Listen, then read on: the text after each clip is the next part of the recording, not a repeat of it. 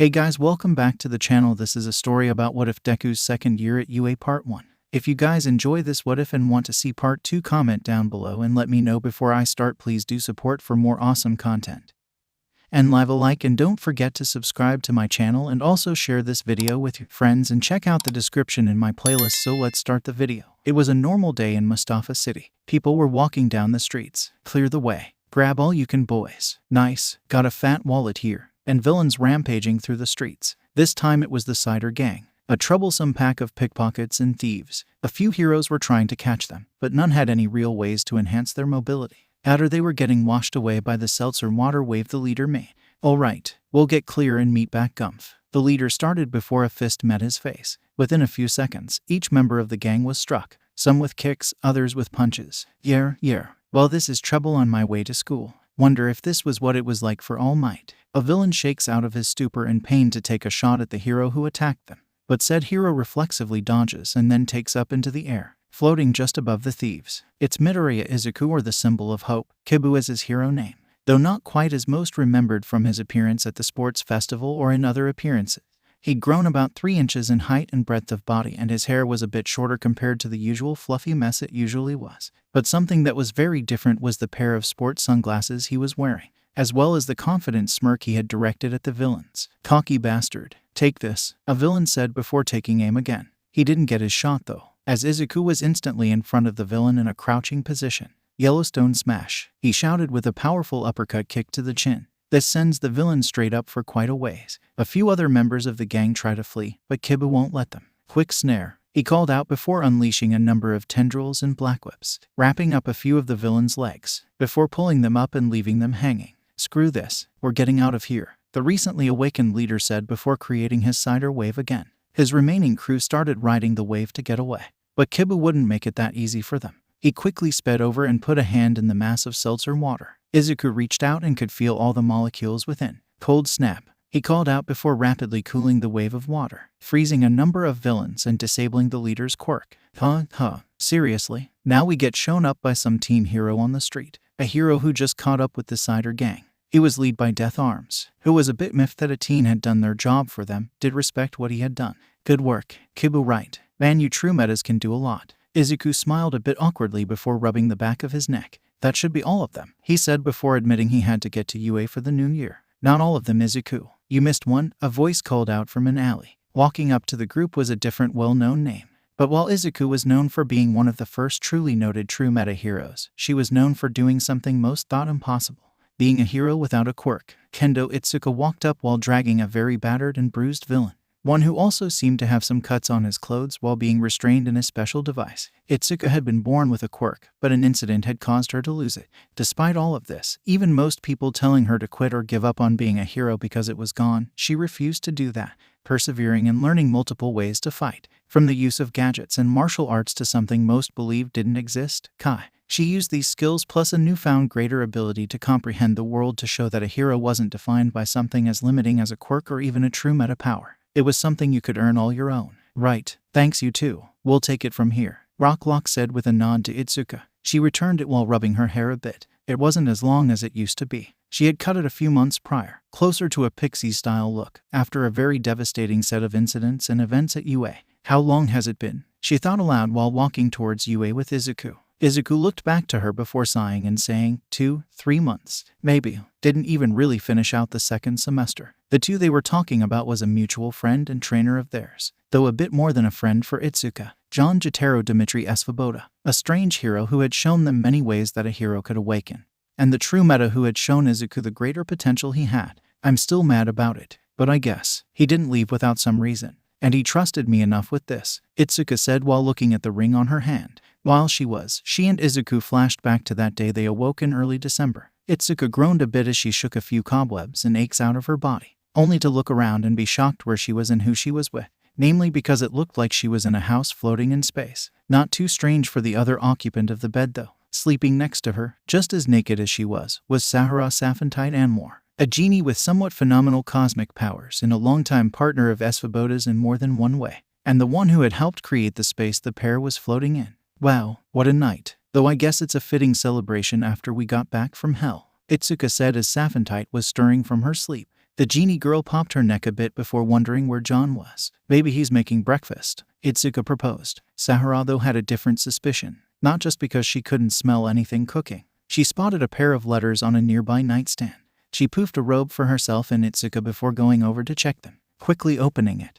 And as she read it, her eyes filled with some tears. Izuku was afraid when she saw this, but steeled herself to read what her boyfriend had written, only to be surprised by something else with the letter. A ring, but not just any ring. "That's my ring, the one I was bound to," Sakura said with confusion and sadness in her voice. Izuku was shocked by this and asked what it meant. "Maybe he's asking you to take care of me, or that I should take care of you." Izuku checked the letter Jon had written and saw what brought Sakura to tears. "I'm sorry, Izuku, but I can't stay here. It's not something you, I, or anyone else did. I have to leave. As I am, I can't really help you more than I have. And besides that, there's no way the League or Forgotten will just sit on their laurels after what they did to Yue, let alone what they took from me," she read aloud while her hands trembled a bit. The two rushed out of the secret space to go and talk with Nezu. "He'd be one of the only ones who might know something," Sakura said after snapping her fingers and making their clothes appear. But once in the 𝗃𝗏 room, they were stopped by Izuku, who had a letter himself and questions to ask as well. "Safi, what's going on? I just found this note from Jotaro," he said with some worry. The two heroines were wide-eyed again and hurried over to see what Jotaro had written Izuku.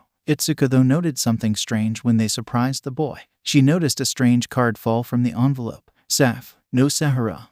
What do you make of this?" Izuku asked while looking over the strange card, one that had a massive tower on it. The genie girl gasped before rapidly taking the card from Izuku.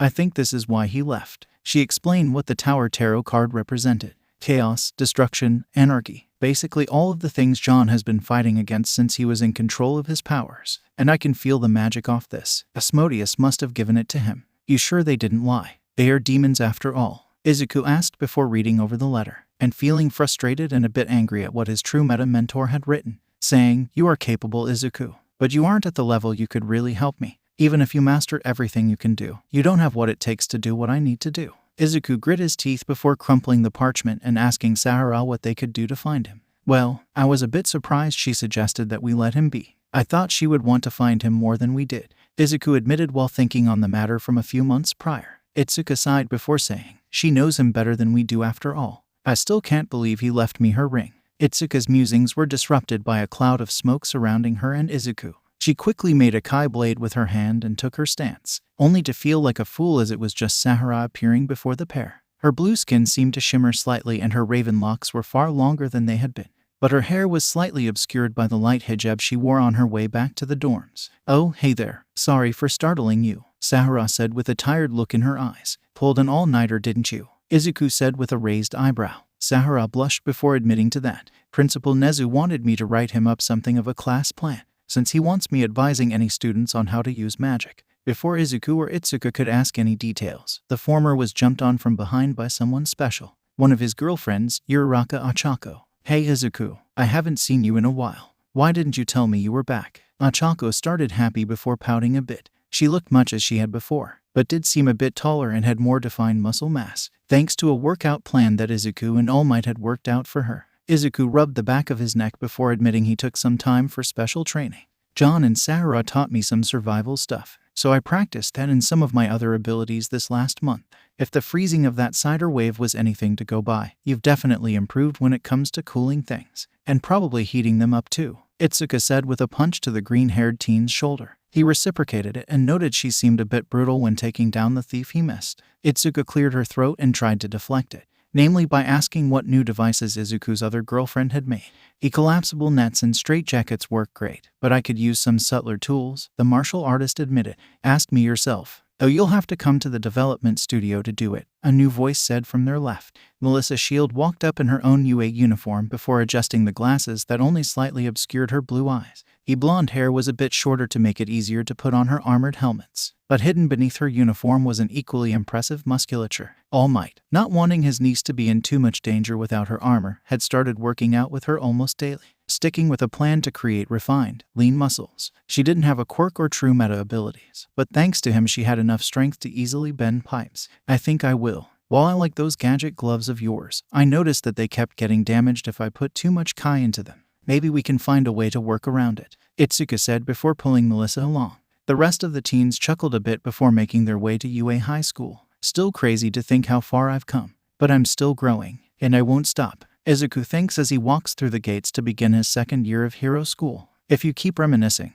we'll leave you behind, Kibu, Melissa called out as Izuku had stopped and was just looking up at the building. He cleared his throat before saying he was coming. Wherever you are, pal, we'll be waiting for you to get back. Though we'll probably be your senpai by then, he thought before meeting at the Tua classroom. Once through the door, he was greeted by his classmates, some calling him class rep, president, or just his name. So where have you been, man? Yeah, haven't seen or heard about you for a while. Copying your mentor, as it were. That's enough of that, you three. This Midnight should be arriving soon. She is one of the main second-year hero teachers. This was said by one of the 2 vice reps for Izuku's class, Ida. He had been chopping his hands while speaking, but it didn't keep his words from carrying weight as Kirishima Ijiro, Kaminari Denki, and Minoru Mineta went back to their seats. Izuku thanks his vice before asking how his break was, only to regret it a second later as Ida started in on a long spiel about training and working with his family, including his brother who worked to build up Tenya's speed. Though it's still nothing compared to Mr. Ten. You'd swear he could almost move at light speed. He may be able to eventually. We don't know much about true metas after all. The one saying this was the second vice rep of the class, Yaoyorozu Momo. She had her hair in her usual wild ponytail and still carried an air of elegance about her. Ochako meanwhile met up with Asuitsuyu and Jiro Kyoka to talk about some of their own side studies and other things they did over the break. Hey wait, has anyone seen Mina? Suyu asked after realizing that the pink girl of 1 now 2 wasn't in class yet, which was a problem as Midnight had arrived and was telling the students to take their seats. Now then, Ashido's late day. Not the best impression for the new year. I'll make sure to punish her later, Midnight said in a way that made the teens shiver. That might not turn out the way you think, ma'am. After all, I'm the one who's turned some of the other punishments you've wanted to use against you, said Missing Pink Girl notes as she fades into the classroom. The last big adventure of her class led to some very strange things, least of which being, Mina was no longer just a person with a quirk, in her case one that produced acid. No thanks to the machinations of the villains, she and a number of students had been caught in an incident that changed many of them. Some lost their quirks, others were turned into monsters with little reason, but in her case, she was turned into a half-demon. The demon in this case being a succubus, which gave her new abilities to work with, but not without some spurts of issues. Her once thin squared horns were now larger and demon-like. Her skin tone used to just be more of a light pink or magenta shade. Now though, she was like a pinkish red, and her normally pink hair had some changes. It was longer and she had streaks of black and gold in it. I suppose it's not too surprising that you are a bit more rebellious or troublesome. But don't keep cutting it this close, Ashido. And would you please button up your front? You are distracting your classmates. Midnight's statement wasn't wrong. Thanks to her new body and state of being, Mina had gone through some other varied changes, least of which was that her breasts were now larger than Momo's, almost on par with Midnight's herself, and she felt the urge to flaunt it a bit more by unbuttoning her top 2 buttons, and a few of her classmates could see a bit of her bra, let alone that she still had a tight waist and wider hips thanks to the succubus within. She's starting to look like an old-school Jaru girl, Izuku thought before chuckling a bit at the matter, mostly because the reaction of his classmates was a bit exaggerated in some cases. Mina, come on, take your seat. I'm sure Midnight wants to get on with class and talk to us about what is next for us. The pink girl shakes her head a bit to refocus and agreed, but not before winking at Izuku to see what reaction she got. He doesn't flinch though and tips down the glasses he was wearing before giving her a look of his own. With that done, he puts away the glasses and settles in to hear Midnight welcoming each of them to their second year as heroes of UA. So if this all seems strange, part of that is due to this being a time skip and the like after the events of Justice Across Space and Time. Based on the rough idea for a Japanese school year and when most culture festivals take place, the whole Hellbound arc would have happened in late November, early December, with Jotaro or John taking off about a week before Christmas. From there, I went with an idea that he would spend a few months trying to find what big danger could be unleashed, assuming it might be related to all the energy stolen from him. Along the way also meeting various heroes and growing stronger. The other side is me wanting to not have all of the crazy stuff happening within the first year of high school for these kids. I'm not blaming Horikoshi, I blame his editors. So, we get Izuku and the rest refining their abilities over 3 months. And now they'll get a new challenge for what will be the second movie. Please review and check out the original story to fill in some blanks. Time for the students to get more accustomed to what it means to be a hero in this odd world of theirs. And to do that, they'll have to run an agency of their own. But outside factors will be at play for making this far more difficult. So on with the show. Just a bit more and this paperwork will be done. Man, if I'd known I'd have to do all of this writing in meetings, I'd never have suggested to Sasaku to go out and recruit or get more businesses. Then again, she's managed to do some pretty impressive things out there, I think aloud. But my thoughts are interrupted by a buzzing at my desk in the massive office I recently upgraded to. What? I asked tersely. I may have mellowed a bit, but I still do hate basically everything. Excuse me, Shindo-sama. There is a call for you. It's a restricted number though. Shall I put them through? I hum at this before telling the man to put them on. Shindo, what happened to you taking up the master's name? Karaki. That explains a few things. It's nothing much. Just took a page out of Sasaku's book too. Sensei may have loved the whole hide in the shadows as an intimidating force, but there is something empowering about running this company and having people bow to me. That isn't your purpose or role, Karaki shouts. And now he started on a whole tangent about becoming Sensei's successor and becoming the true Demon King. Blah, blah, blah. Are you listening to me? Not really, no. Look, Sensei's way of doing things worked for his time, but there is something to be said for subtlety. I've already done some minor damage to various heroes in a few regions, both their reputation as well as where to send the others of the league to eliminate heroes. And that just starts another stupid lecture. Great. Alright, let's cut to the chase. What the hell do you want? I finally ask after hearing the old doctor rant. He lets out an angry grunt before asking for help moving something. And, alternate if you will. Despite believing that you would be the optimal candidate to inherit his mantle, the master believed that it would be prudent to test others. I've just finished one. Mostly, I need him moved and let him test his new abilities. I roll my eyes at this and ask where the person he needed moved was, but not before making a special request. You took samples of each of the members of the LOV, right? I want one, or rather, I'd like you to give us some of the research on a certain quirk factor. Karaki likely has a puzzled look, but I keep it simple at noting I wanted the data on Muscular's quirk. Not only that, I know you've done some work with that hospital of yours for Tartarus. There's one from the fallen Shai Hisaki, Rappa, I think. If you've got data on him, I'd like it as well. What could you do with it? It's not as though you could give it to anyone else. I smirk before noting that we had other ways to make use of it, but we still needed a place to start from. We move your lab rat, you give us copies of the data. With the terms given, Karaki lets out a frustrated sigh before accepting. He grumbled a bit, but he finally acquiesced. Hey Wu, call 𝗬𝗏𝗺, compress, and twice. 𝗧𝗏𝗏𝐿ink as well. I know, she's mostly an informant. An acquaintance asked for some help, and I got some info that could help with that project idea you had.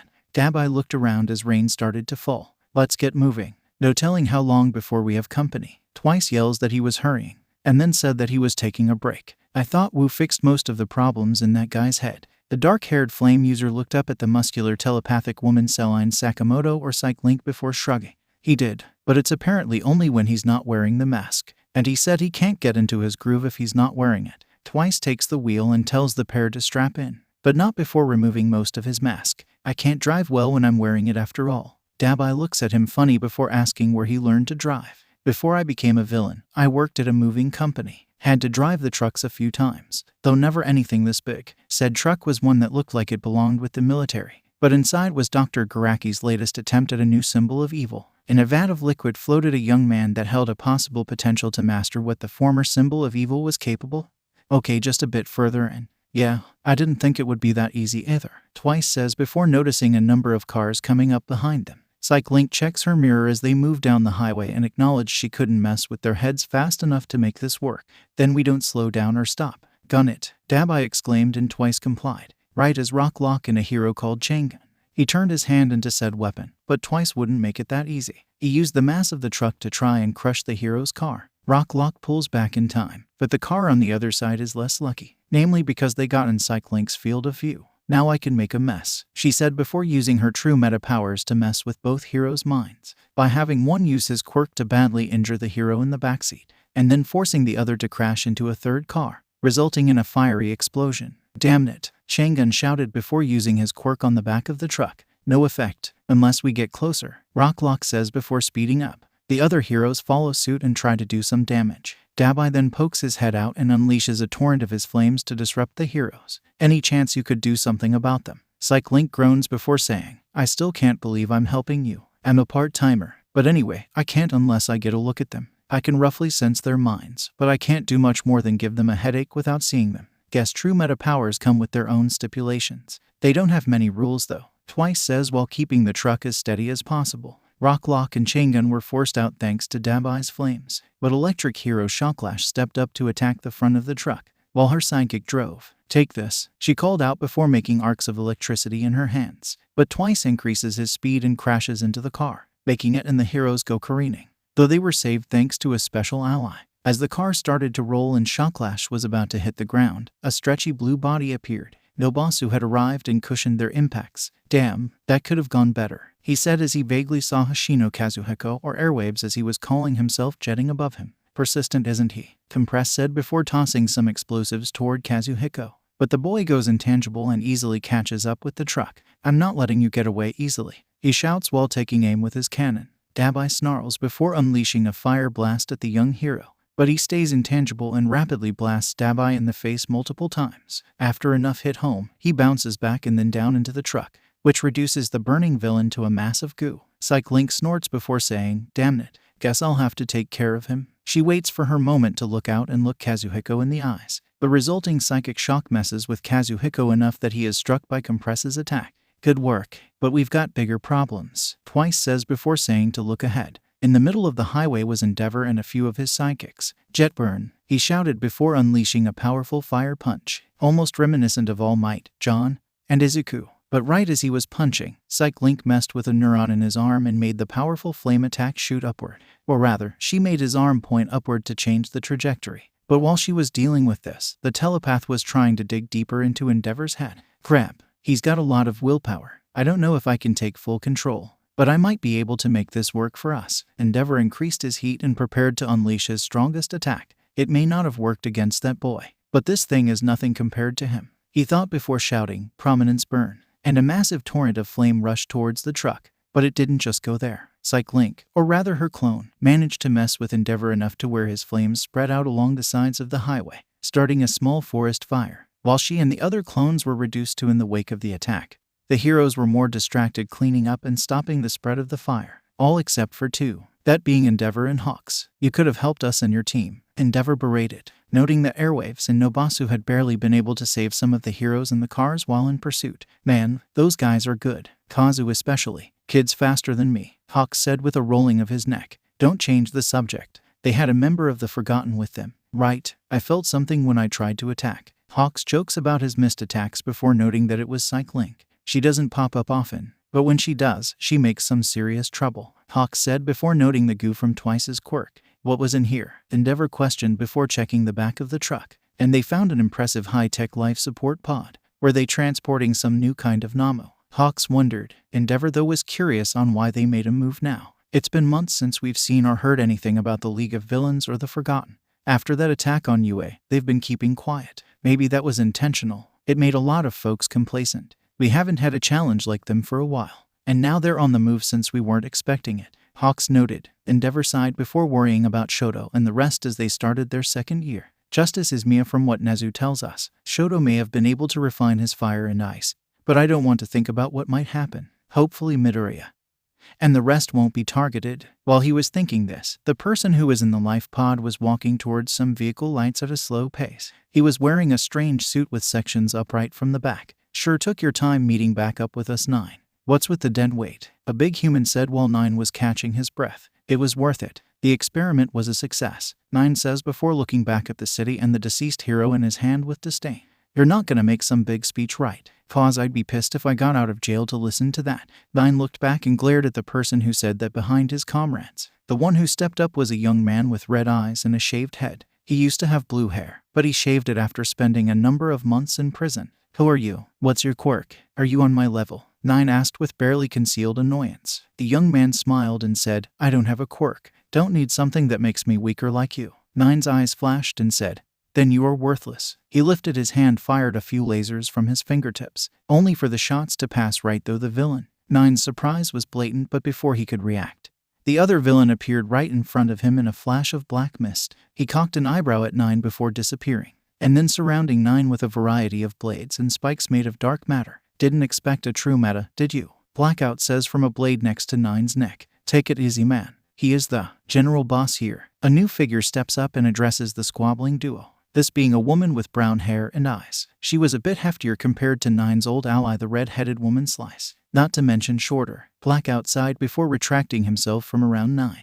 So who are you? 9 asked with some confusion. She sighed before pointing at him. and then with a whistle, she created a laser just like he would. Call me Bright Nova. I can use sound to create light blasts or illusions. Now can we get out of here? The villainess said before walking to a truck. They've got their own reasons for wanting to break apart the world, but they definitely are strong. True metas can't be underestimated. The large villain known as 𝗬𝗓 said before gesturing to the trucks. Nine let out a somewhat annoyed grunt before getting in the truck, hoping to find more quirks to complement the one he was now implanted with. At UA, the students were getting new details from their teachers on a special class assignment for them. You'll be stationed on Nabu Island for the Hero Recommendation Work Project, Midnight said with a smile before bringing up the image of the landmass in question, as well as the reason that they would be sent there, given the former hero protecting the island had retired. While most of the teens were happy about this, Sahara had a disgruntled look on her face. If the island is so peaceful, why do they need heroes? Seems kind of overkill. This stops a few of her classmates and they look at her funny. All except Izuku, who has an idea on what she was talking about. They're getting at the fact that heroes, even student ones, should be called in for serious emergencies. Right? He asked with a slight frown. The genie girl nods and notes that they shouldn't be acting in place of the police or rescue workers. What I'm used to is that heroes will step in or be ready in case of a serious event. And I'm not just talking like a villain plotting or attacking. Natural disasters, maybe an outbreak, for just day-to-day matters. It just seems like too much. Midnight nods before letting out a breath. You may be right, at least in your world. There you have less superhuman abilities, even just very niche or minimal ones, and thus a hero is needed when there is real trouble or an emergency. But we have our own set of reasons. The R-rated hero notes that with All Might's retirement and the incident a few months back with the LOV and Forgotten attacking UA itself had seriously rocked the trust the public had in heroes. The HPSC is wanting to get you students as much possible experience with the general work that comes with being a hero, at least in our world, though it might be a big shock for you. Dr. Anwar. Sahara blushes at that and asks that she not call her that. Midnight gets serious and says, you will all be on your own out there. Well within reason. No pros or teachers to back you up. You'll have to make all your own decisions, and how you work will reflect how the public perceives you as heroes. Am I clear? Yes, ma'am, most of the students announce while still having excited looks on their faces. Izuku frowned a bit as he thought about what Sahara had said. I didn't consider things like this given what I and everyone else had grown up with. Heroes just being listed in phone books. Always on call to help even with menial matters. But is that right? Or is it just something we've gotten? Izuku, hey, wake up, 𝗂𝗧𝗄 says while waving her hand in front of his face. Izuku shook his head and looked around. I was mumbling, wasn't I? He asks sheepishly. 𝗂𝗧𝗄 smiles a bit before noting he wasn't talking aloud. But you did look like you were miles away. What were you thinking about? The green-haired teen widened his eyes a bit before shaking his head. It's nothing, just considering all this assignment will entail. Miss Midnight, can we hire some people to help us at the agency too? Within reason, I suppose. I don't think you can hire the locals though, the heroine said with a befuddled look. Izuku shook his head before saying, no, not them. I was thinking on bringing in a support engineer. Melissa does have experience, and she is a hero in her own right. And you'd like to have your girlfriend along, Minda said from the side, jealousy wafting off him in waves. Izuku blushed and said that wasn't it. Besides, technically, I'd still have a girlfriend on this, he said with a gesture to 𝗂𝗧𝗄, who shrugged and agreed. Minda seemed to have a bit of blood coming from his eyes, but it quickly shifted back to normal tears. Jealous as I am, I don't disagree that she and her gear would be a big help. Plus the armor is hot with the way it hugs her curves. While slightly annoyed at the way the short teen had put it, Izuku didn't disagree with him. Neither did 𝗂𝗧𝗄, as her eyes were slightly glazed over while remembering how she wore its compressed forms, and the various functions the blonde inventor had added for fun times. Midnight shivered while thinking about the scintillating trio under the sheets, but she moved past that and said it would be fine. You should turn in the paperwork for it though, not to mention asking the girl herself. 𝗂𝗧𝗄 and Izuku nod before hurrying off to talk with Nezu and Melissa. Sahara meanwhile had a flat look on her face at hearing the word paperwork. Definitely one of the reasons John and I disagree with heroes being public this way. Revealing secret identities aside, making superheroes civil servants kind of kills the reason for being a hero. Momo hummed before asking if that had to do with her history in research and engineering. Something like that. I always hated having to turn in reports to the government. John wasn't much better, but they gave him a better reason than me. His was to note dangerous trails and areas. I think a third of the time they just wanted to ogle me. She looked back at Minda with a slight warning glare. He put a hand over his chest and signaled that he wasn't looking.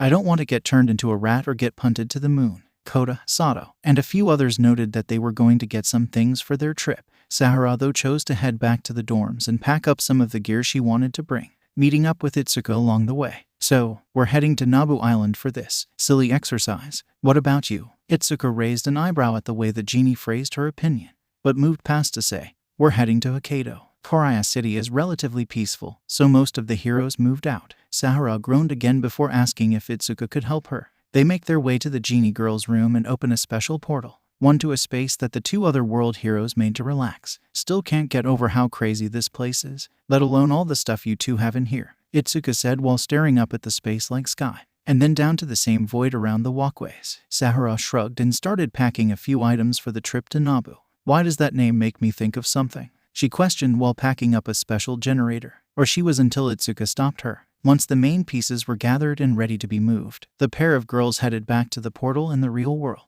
That should do it. Though I still think I could take my prototype generator. It would be fine. Itsuka gives her a flat look before saying, isn't thinking like that what got you in your current state? Sahara grunts before clearing her throat and muttering and moving on. Hey Sahara, you got a package. Actually, it looks like 2 of them. Not sure what they are though, Kirishima said while walking in with Mina and her familiar Luno. Though the little hellhound was not happy since they were on a leash. Really? Is there a note or anything? Sahara asked before accepting the packages. Kirishima shrugged and said he didn't see one. The genie opened the box and saw that there were 2 other boxes inside, as well as a card. But what was surprising was that the 2 boxes had her and Itsuka's names on them. Huh, what's this about? Itsuka asked as she took the box in question. They both opened theirs and saw each had pendants within. Sahara's was a dagger-like silver piece, with an aquamarine set within the blade of what would be the dagger, and an opal in the hilt. Itsuka's box meanwhile had a pendant with the kanji for Tori on it, with sapphires and tourmaline set in some of the sections.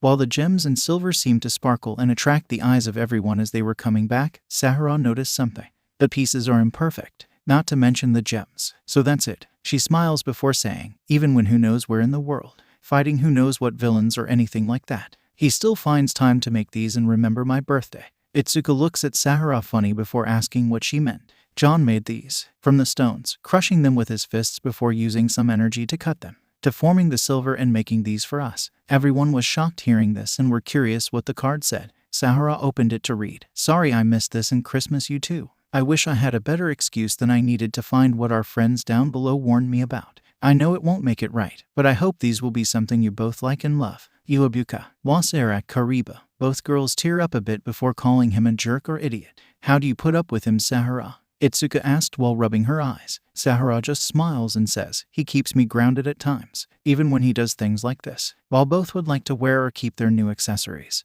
they know there won't be much need for them. Besides, I don't want to break them in case something goes wrong. Itsuka notes while putting hers in a special hiding spot in her room, smiling at it before packing up to go to 𝐭𝐲𝐻𝐻 City. I'll probably do a few chapters showing Class 1B too, not just because I want to give them all more spotlight, but I have made Itsuka into a major character in all of this, so she has to have her moment to show what kind of a hero she is. Not to mention a few others will take their chance to show what they've learned, from all facets. Also, if the whole jewelry thing seemed odd, it's more something I've done for girlfriends in the past. Got them pieces of jewelry from my various adventures. Anyway, please review. Time to help Nabu and get a look at the setup for Class 1 in their new position as the pro heroes of the island and what they'll be doing. Also, we'll get a look at Mina. I did mention that she's gone a bit more rebellious, Jaro after becoming a half-demon. So on with the show. After a bit of packing, all of the students were ready to head to Nabu Island.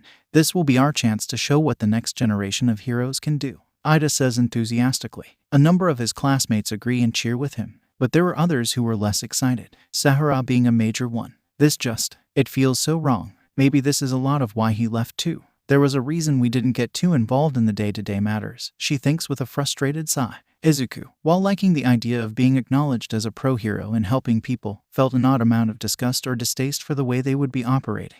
Guess this has something to do with all Jota Jon had been talking about. Being a hero isn't a job, it's a call to action to save and help, not a day job. That makes more sense for their world. Though I can't disagree, I've been seeing more of the darker sides to it myself, Midori, Mina said while walking up with Luno on her shoulder. She let out a slight sigh and thought about some of what she'd witnessed before her second year, namely the greater greed and other negative aspects that she could now perceive with her demon senses.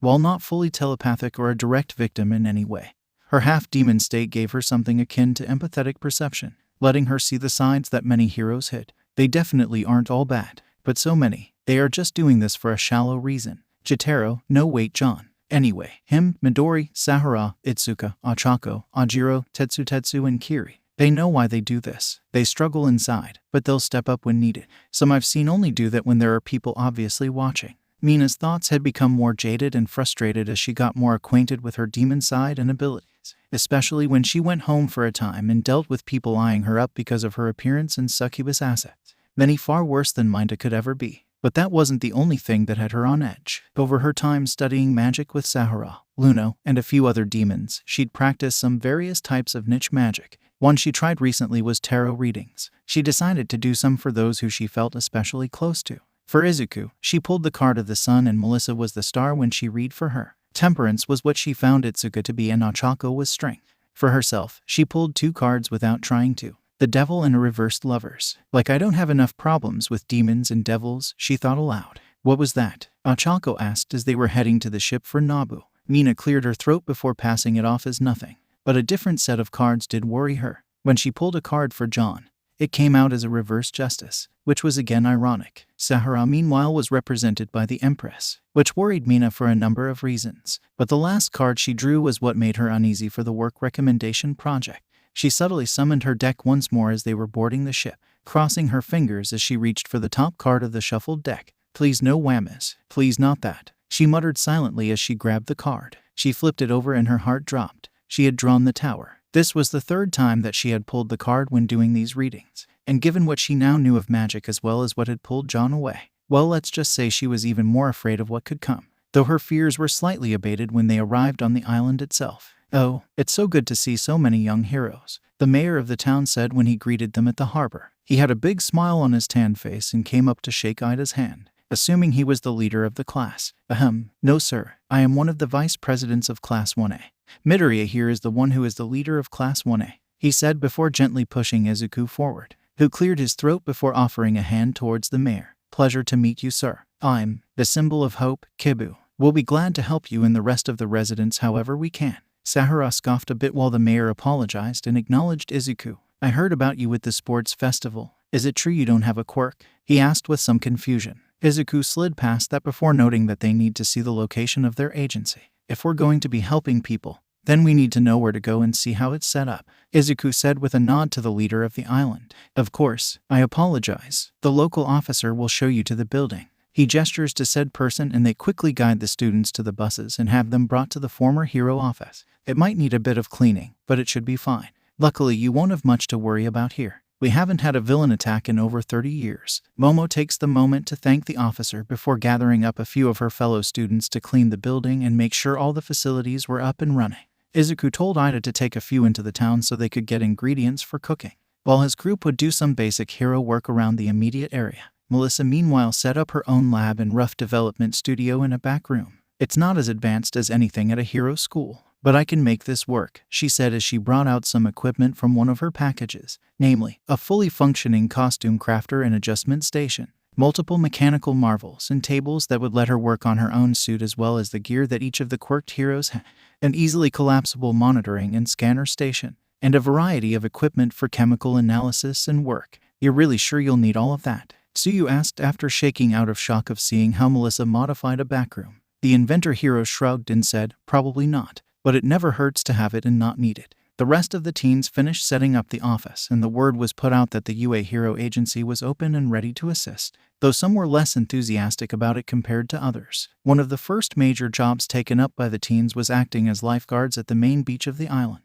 Shoji sat atop the tower and extending his tentacles to listen and watch for trouble. Asui, there's a kid caught in a riptide. He called out over the waterproof radio. I'm on it, the frog girl announced before hoping and then swimming off to find the kid in trouble, catching the boy with her tongue and holding him aloft. Sato then used his quirk and rapidly rowed out to pick the boy up from Asui. The scared kid was set down in the rowboat while Sato caught his breath and the drawbacks faded. Hey kiddo, you okay? He asked with a slightly strained face. The kid sniffled a bit before saying, thanks mister. I'm okay, but you don't look good. Sato let out a little laugh and admitted he was better. Just need to relax a bit. Though you've been brave. Here, Sato shook off a bit more of the mental drain before offering a cookie from one of his pouches. He then started to row back to shore to find the kid's parents. That might have gone worse a few months ago, Asui noted while floating near the boat. She made her way back to shore while also keeping an eye out for others who went too far. Back on land wasn't easy either. Jero and 𝗵𝗲 were currently patrolling near the beach houses and shops for creeps and others who were harassing people, with 𝗵𝗲 stopping the troublemakers in their tracks, and Jero would knock them back with his quirk. "Why is it that they only see you?" 𝗵𝗲 exclaimed after they'd dealt with a third group of troublemakers. Jero blushed and said, "I don't know. Maybe it's just my height, though you've grown a bit." 𝗵𝗲 pouted before hearing a woman screaming. The two nodded and rushed off, 𝗵𝗲 arriving first to see some guy being painfully pushy to a few women. "Don't think so, jerk. Grape rush," he shouted before rapidly tossing his orbs out to restrain the jerk. "The hell, my buds will take care of you," he called out, and suddenly 𝗵𝗲 was jumped by a group of drunk idiots. "I don't think so. Flame-tailed tornado and burst palms," Jero announced before spinning and unleashing a burning set of blows, followed up by a barrage of palm strikes with a fiery touch. One man though wouldn't go down easy. "I think he's got a stamina quirk. Keep him distracted. We don't need to hurt them really," 𝗵𝗲 said to the tailed teen, who nodded and used his flare shot kicks and tail swipes to disorient the troublemaker and leave him open for 𝗵𝗲 to restrain. "Thank you. I guess they were more drunk than we expected. But you were both great heroes," one of the women said to Jero. And while 𝗵𝗲 was annoyed by this again, he was surprised by the pat on his head. "You did great too, little guy." The short hero tears up a bit at hearing this and thanks the woman as they continue their patrol. "I think it works better when you don't try to posture, pal," Jero says with a raised eyebrow, noting that it failed the purple teen more than once. Takoyami meanwhile was working with Sahara on noting the off-limits section of the beach, with Dark Shadow talking to the civilians while Sahara wove a web of magic that spelled it out to them, though some thought she was another tourist given she was in her costume, though her harem pants replaced by swim briefs. "Now then, I'd like a volunteer to show what happens if you go past this point," she said with a bit of flair. A woman steps forward and Sahara gestures to the field. Once the woman crosses the threshold, an alert goes off and a screen shows the woman's name, age, and address. "If you don't follow the rules, we will find you for a fine," Sahara says with a wink, before snapping and erasing the screen. She apologizes to the woman before passing her a voucher for some good food. "As thanks for being a willing assistant," she says with a wink. Shoto though is less impressed and says, "We didn't come here to put on a show, guys." "Hey Shoto, think you could whip me up some more ice?" An older man operating a shaved ice stand asks. The bi-colored teen shrugs and makes a small pillar for the man. "That enough?" he asked bluntly, and the man was happy to accept. Overlooking the beach were a pair of children, one more starry-eyed than the other. Back at the office, other calls were coming in about troubles around the island, with Momo being more of a receptionist and dispatcher for the agency. Mina had been doing it at first, but she asked to swap with someone else. I keep hearing things I don't want to hear," she said before excusing herself. Luno in the meantime stepped up and helped Momo. "What's going on with Ishido?" she thought aloud after sending Kaminari to West District to charge a battery. "Again, why can't the old man buy a new one already?" he groused as he was heading out. Luno looked down before saying, "It's a problem with her nature. She's having some trouble adjusting to some of the new powers she has as a demon." Momo blushed before admitting that she hadn't meant to say that aloud. The Hellhound chuckled before Mina just needed time. But time wasn't something she was going to get, not with other odd requests coming in. From Koda finding lost pets to other calls for assistance, namely a missing child case that Izuku was happy to take. At least it's a bit more of a real emergency, he noted with some frustration. "Funny, I'd probably love this if I hadn't met John and Sahara. But now, it does feel kind of excessive to have heroes doing work most could take care of by asking a friend or neighbor." Kirishima offered to go, but Izuku stopped him. "Your quirk isn't the best for this," he said while putting his sunglasses on. Jiro stood up and noted she had Izuku's back. "Hey Izuku, maybe you could take Mina too. She's been practicing locator spells. Might be good training," Ochako said while looking out to the girl standing by the door. She wasn't smoking, but it almost seemed like she wanted to light up from the look on her face. Izuku smiled and said he would. "Mina, come on. We've got a kid to find in the shopping center," Izuku said with a hand on her shoulder. The pink girl looked up at him with a frown, but it shifted to a mix of smile and a wince, mainly because thanks to her empathy reading, Izuku seemed like a radiant light that was just full of compassion. "Great, now I'm almost waxing poetic. Wait, how do I know that word?" As Mina was thinking this, Izuku jostled her slightly to make sure she was all right, though they had to move out of the way as Ida rocketed to help an old lady who threw her back out. Sure Midori, I can come along," she said before asking how they would get there. Izuku smiled before asking both girls to trust him. He creates a set of kinetic tendrils and blackwebs to wrap around them before taking off into the air, flying above at a decent pace. "Don't want to make them sick or cause damage by going too fast after all." Izuku thinks as he flies above the roads, houses, and trees. Once they got to the rough area the call came from, Jiro and Mina got to work with their powers. Or in Mina's case, she started a locator spell based on the boy's appearance. Meanwhile, Aoyama and Ochako worked together to clear a road after a rock slide.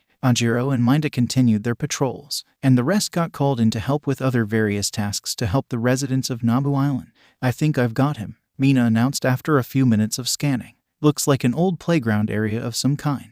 Jiro, think you can make sure? The pink girl asked. Jiro was happy to oblige once they were close and confirmed the sounds of a scared, nervous kid in the area.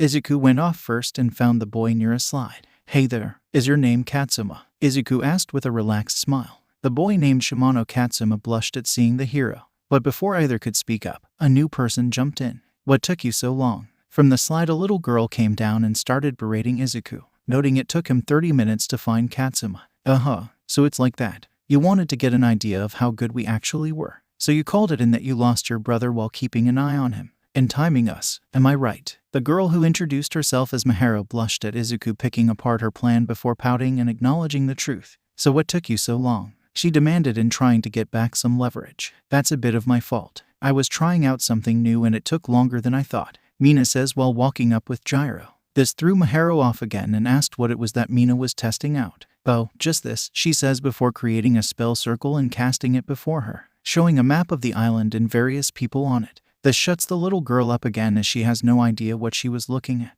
I guess it's not too surprising you don't know about magic, Mina said with a titter. 𝗧𝗵𝗲 meanwhile was wide-eyed at hearing that. Magic is real, he asked happily while trying to touch the magic field. Easy kid, yeah it's real. We do have a genie in our class after all, Jiro noted with a smirk. No, that's just a girl with a weird illusion quirk, right? Miharu says while trying to get back some stance to berate the heroes. But Mina denies it again before admitting she wasn't entirely human either.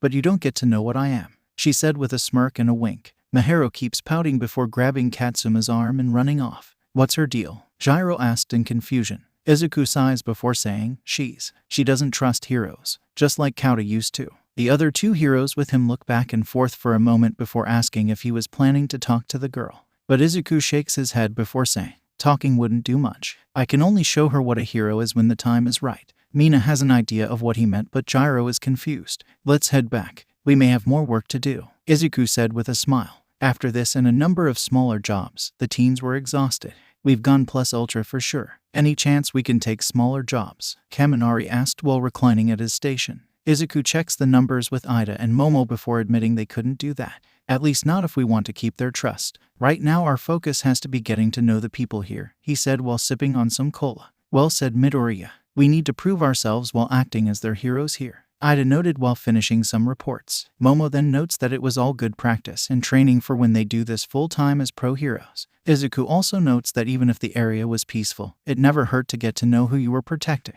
That was what he did, even if it was often by pretending to be something he wasn't or just walking around in the day-to-day, talking about Jotaro or Justice or John again. You'd think you were his boyfriend, man. Not that I don't get the respect you've got for him, Minda said with a teasing smirk. Izuku rolled his eyes before there was a knock at the entrance to the agency. It was the islanders who were bringing food and drinks as thanks for all of the teens helping around the island, though Ida felt his classmates should show some restraint at the impressive spread before them. Hey, has anyone seen Melissa? Izuku asked before the locals left. Ochako noted that she had been in her workshop the whole day. The mayor was curious about the girl and asked to see what she had been working on. Izuku knocked on the door and was greeted by a slightly disheveled Melissa. Oh hey Kibu, what's going on? She said while rubbing her eyes. Oh, we were about to have dinner and the people from the island came to thank us, Izuku said. Oh, sorry about that. I was working on finishing something for everyone. Hold on, I'll bring them out to show you, Melissa said before turning back to her lab. The mayor looked inside and whistled. I didn't know the previous hero had all of this.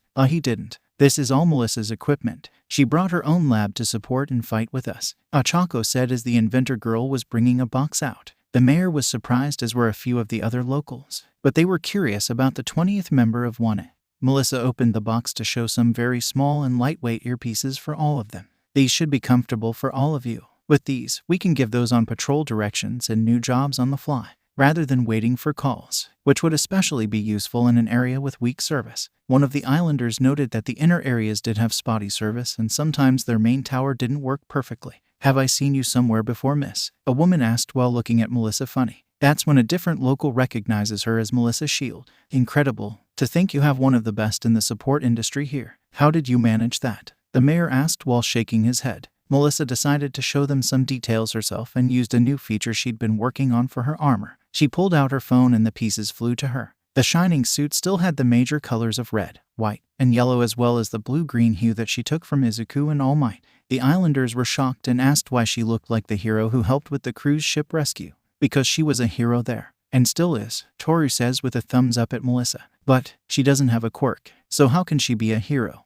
One person asked. Izuku tightened his fist at this but took a breath before saying, because it's not the powers or quirks that make a hero. It's the work and courage they have to step up and face what make them and others afraid. The inspiring way Izuku said this silenced any possible dissent, and all of them looked at him with a measure of hope for the future. Outside, he and his vices accepted more thanks from the locals before they headed home. With Ida and Momo blushing at the praise and thanks, Izuku was more reserved, but he smiled and had a light pink dusting of his cheeks at what the civilians had said. And that dusting grew into a happy blush as he tasted the delicious food that the locals had cooked for them all. Hey Melissa, do you mind taking the night watch? Toru asked while a group were heading for the baths. Wait, what? Why me? She asked with some confusion. Mina chuckled before saying, because you stayed in the office all day. Yeah, you were working on gear for us, but still. Melissa blushed at this and acquiesced on the matter. Izuku and 𝗂𝗧𝗄 offered to stay up with her for the time being, though it ended up being some more training as Izuku wanted to practice a few kicks and movements outside the building before bathing.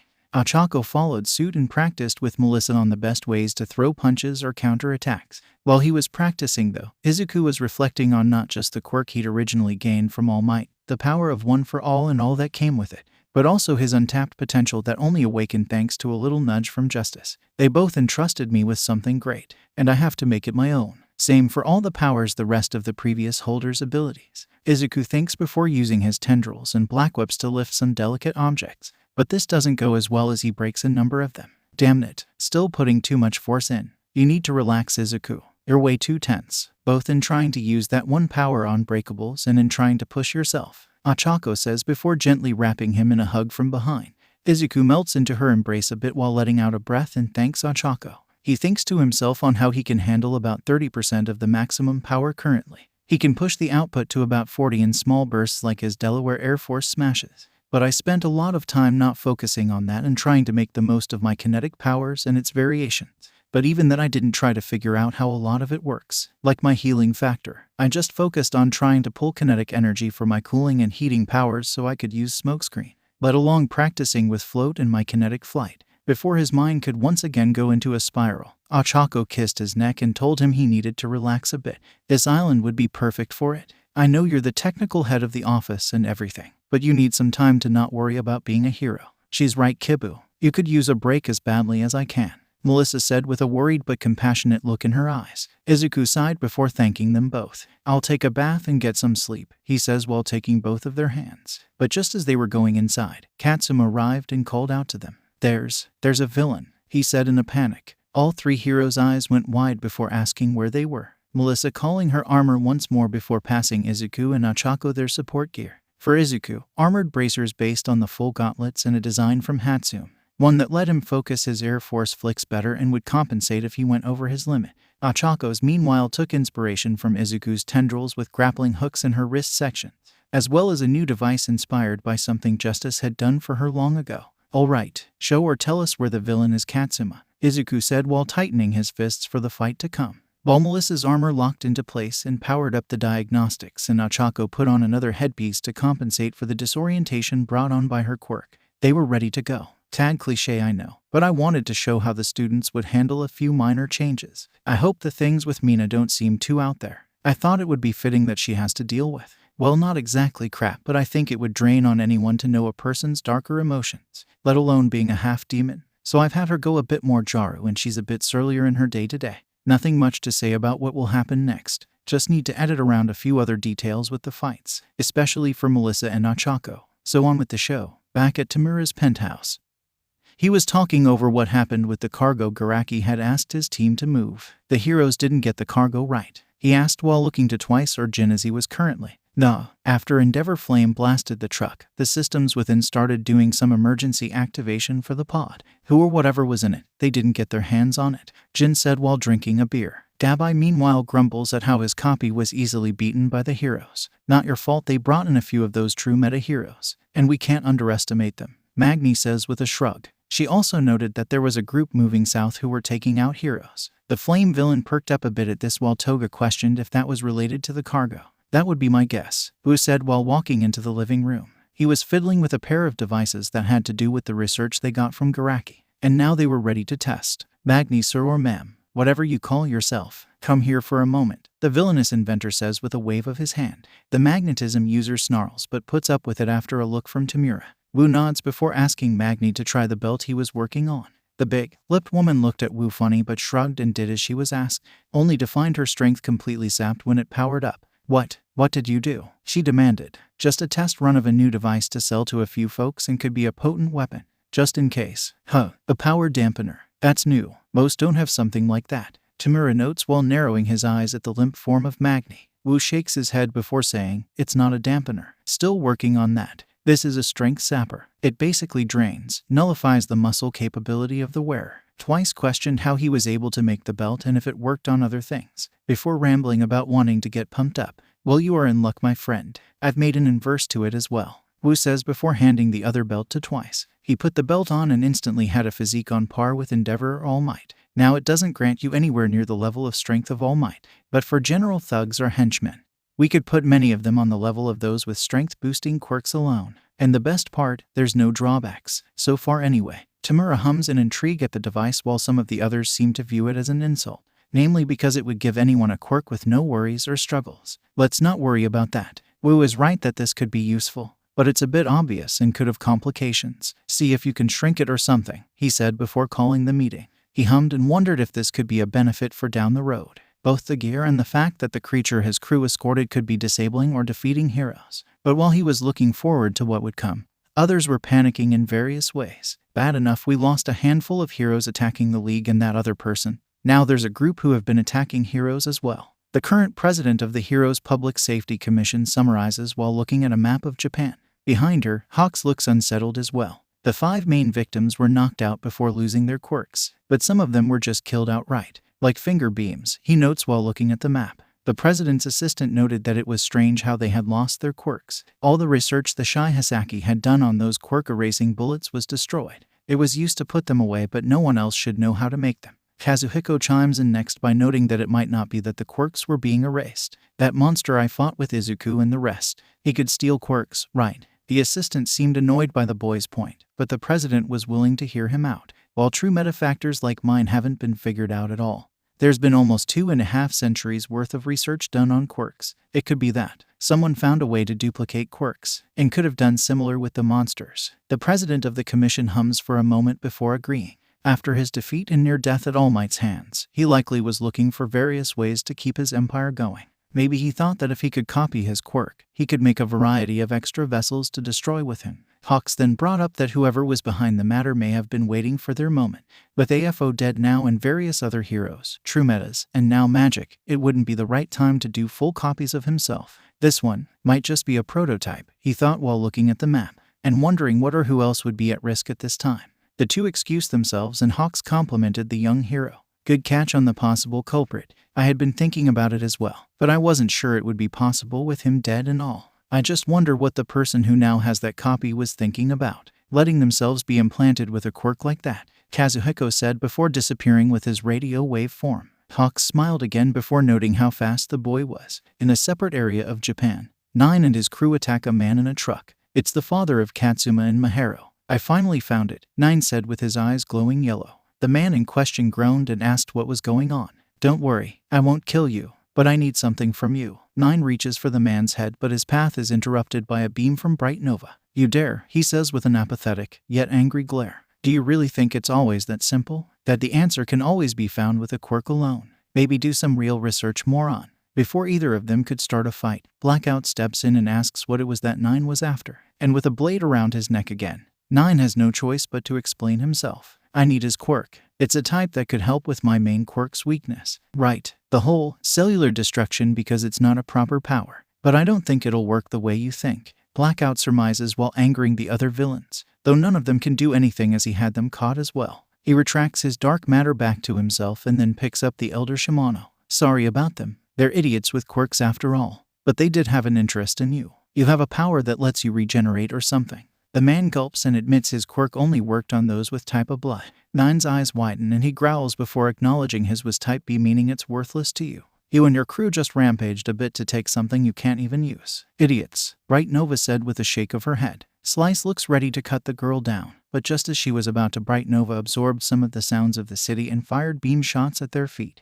Chimera snarled but did agree she had a point. We're back to square one thanks to this. If you can't use your original quirk at its maximum, then we can't make the world we hope for. Mummy though notices 𝗵𝗲𝗄's phone, and the fact it had a video of his children on it. Even if his doesn't work, perhaps one of these two has what you need, he says while playing the message. You're right, quirks are hereditary after all. So, one of them could have what we need. What about him? We can't just let him go, Chimera says while looking at 𝗵𝗲𝗄. Blackout hums before saying he had an idea. There's some guy up north who's been growing in power. I helped him get some stuff, so I think he'd be open to holding this guy for a few days. Just long enough for the brat to get his new toy, Blackout said with a snide look towards Nine. He grumbles before agreeing and checked the details on where they needed to go, that being Nabu Island and finding young 𝗵𝗲𝗄. Blackout takes his moment to teleport away and drop off the holder of cellular manipulation where he can't call the heroes or police, while Bright Nova keeps a close eye on the rest, make sure they stay focused on the true targets. Speaking of 𝗬𝗬𝗄, he was currently guiding Izuku, Melissa, and 𝗂𝗄𝗄 toward where the villain was.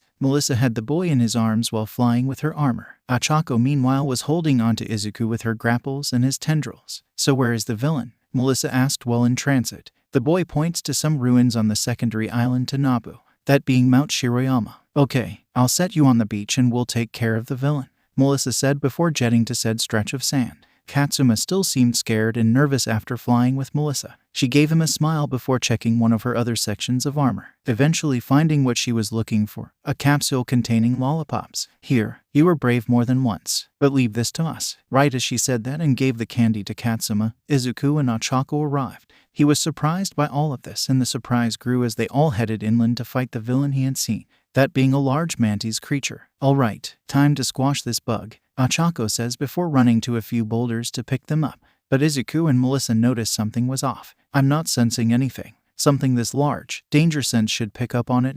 Izuku thinks while looking at the creature. Melissa meanwhile used her visor to scan the creature, but it was coming back negative, leading her to suspecting it wasn't what it appeared to be. 𝗂𝗄𝗄 though wasted some energy and a bit of what she had eaten by dropping the boulders on the creature. Hey, how did I miss? She asked while easing herself down. Because it wasn't there to begin with, 𝗂𝗄𝗄. Do you want to find her? Izuku says and then asks Melissa. The inventor girl smiles before holding up her arm to type in some commands, that being a bioscan to find humans nearby. And once she had Maharo's location, she flew over and picked her up. What the heck? How come you two weren't scared of that? She asked while trying to squirm out of Melissa's grasp. Izuku smiled and complimented Melissa's armor and scanning technology first before noting the creature she mad lacked something to make it threatening to him. It lacked force and energy. As soon as I saw it, I felt something off. I take it you have illusion powers? Izuku asked while looking down at the little troublemaker, who pouted before admitting she did. 𝗂𝗄𝗄 was pouting too as she had hyped herself up and made herself sick to fight a villain.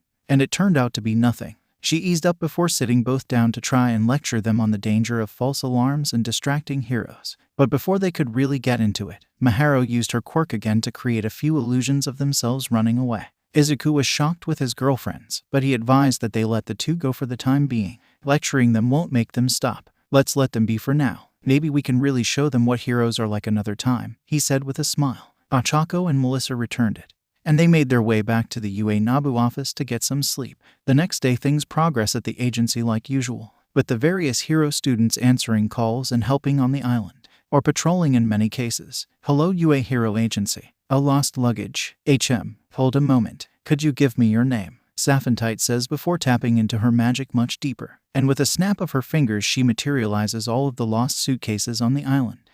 Think you got them all? Minda asked with a tilt of his head. 𝗬𝗵𝗲𝗄 clears her throat before saying they had what the tourist was looking for at their agency. You can pick it up or I can bring it over. All right, I'll be there as a moment. 𝗬𝗵𝗲𝗄 takes care of the matter with ease, but her face is relatively flat the entire time. While during the phone call she put on a happier tone, she was still not enjoying this work. mostly because it seems like not only overkill but kind of ridiculous. How many people lose their luggage these days? She thought before shifting to a strained smile for the leaving tourists. A few others were sent on different patrols and jobs around the island, with Tokoyami doing a normal town patrol and Ujiro helping Shoji at the beach. Mina meanwhile agrees to go with Izuku to help a family with their crops and fields. I could use something that gets me away from people, she said with a stretching of her back. But not before they both noticed 𝗏𝗧𝗵𝗲 just outside the office. Everything okay, 𝗏𝗧𝗵𝗲? Izuku asked as the boy turned away. Mina meanwhile could see what it was the boy was thinking, and it made her smile a bit. Been a while since I saw a kid this kind of pure. I'm really sorry about yesterday, 𝗏𝗏𝗵𝗲 said while looking down at his feet.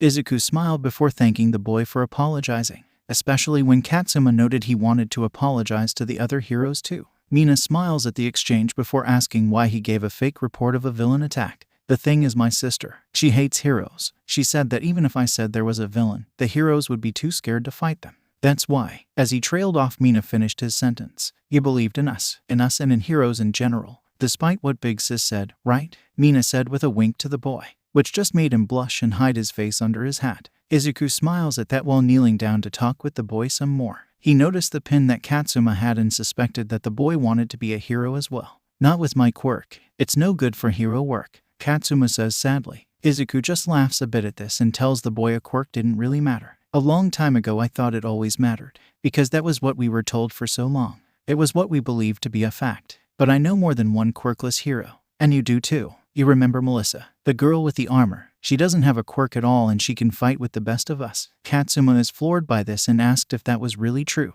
Mina backs up the statement before reminding the boy that Izuku wasn't born with a quirk, and someone from our other class lost their quirk but didn't let it stop them. She kept going with some encouragement and is one of the best heroes. The little boy is starry-eyed at hearing all of this and asked if he could learn how to do that as well. Izuku takes a moment to sit down while thinking about what Miharu had said the day before and could relate to the fear she likely felt, a fact Mina picked up on as well. You aren't going to say anything about it? Luno questioned in her mind. The pink girl rolled her eyes and responded with, not right now. This kid honestly could just use a bit more hope. And that is what Midori is all about. She then noticed that Izuku's emotions were shifting a bit. As he had asked 𝗏𝗏𝗵𝗲 what kind of hero he wanted to be, the boy mostly focused on the idea of fighting villains. But that isn't all that is part of the point to this program. Izuku and Mina thought at the same time. I look at being a hero as trying to help as many people as possible. And sure, that can be done by fighting villains, and especially saving people during a disaster. But it can even just be helping in some other small ways. Despite what my mentor would often think, Izuku said while thinking about Jon and his distaste for the hero profession.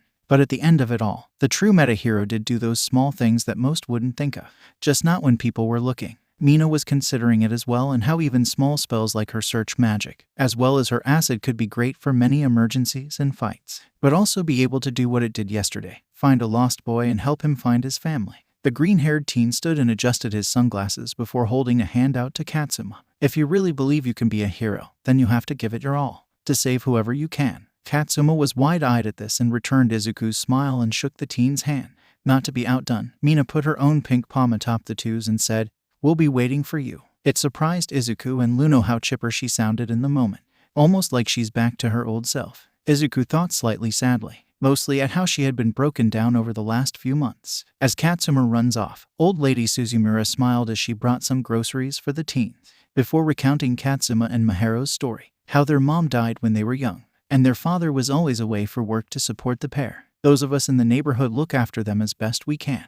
But it must be so lonely, not having parents around at that age, the old lady said sadly. Luno tightened their grip on Mina's shoulder hearing that. So, the pink girl patted her demon familiar's head to comfort them. Come on, Midori, we should go take care of that job, Mina said before thanking Miss Suzumura and having Luno take the groceries in. They get to it until late in the day. As the sun was setting on the island, a resounding crash could be heard in the bay, where the ferry had crashed through the breakwater blocks. As it surged toward the docks though, Izuku appeared and intercepted the out-of-control ship. Crap, this isn't going to be easy, he shouted while pushing back with 25% power. It did finally stop, but it damaged the dock a bit. Midori, what happened? Mina asked while teleporting in with magic. She looked shocked at the ship buried into the dock and checking on Izuku. Something felt off, so I rushed over. Couldn't stop it in time though. Too much energy even for me. That is when something else goes off in his head. Is this danger sense? Something's off, but I'm not sure what, Izuku thinks while clutching his head. Mina steps up and tries to treat any possible injuries but isn't noting anything.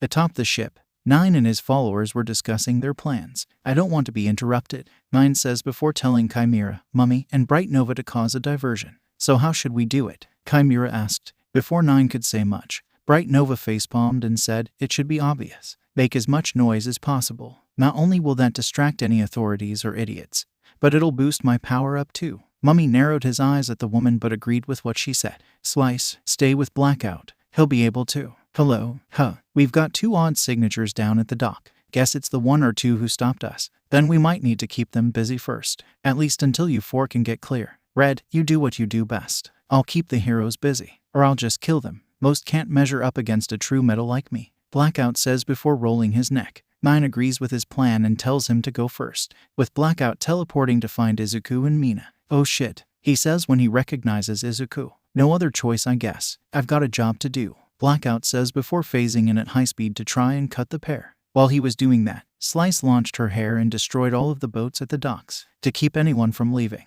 At least the normal way they would all expect. For Izuku and Mina though, they were both shocked to see Blackout. I thought you were arrested, Izuku says before powering up and focusing on the young man. Mina does the same and tries to get into a rhythm to fight. You really think those idiots can hold me? They still didn't get that my powers are a quirk, meaning the ways to shut it down aren't like that. Blackout says this before disappearing in a puff of smoke and then attacking Mina from behind.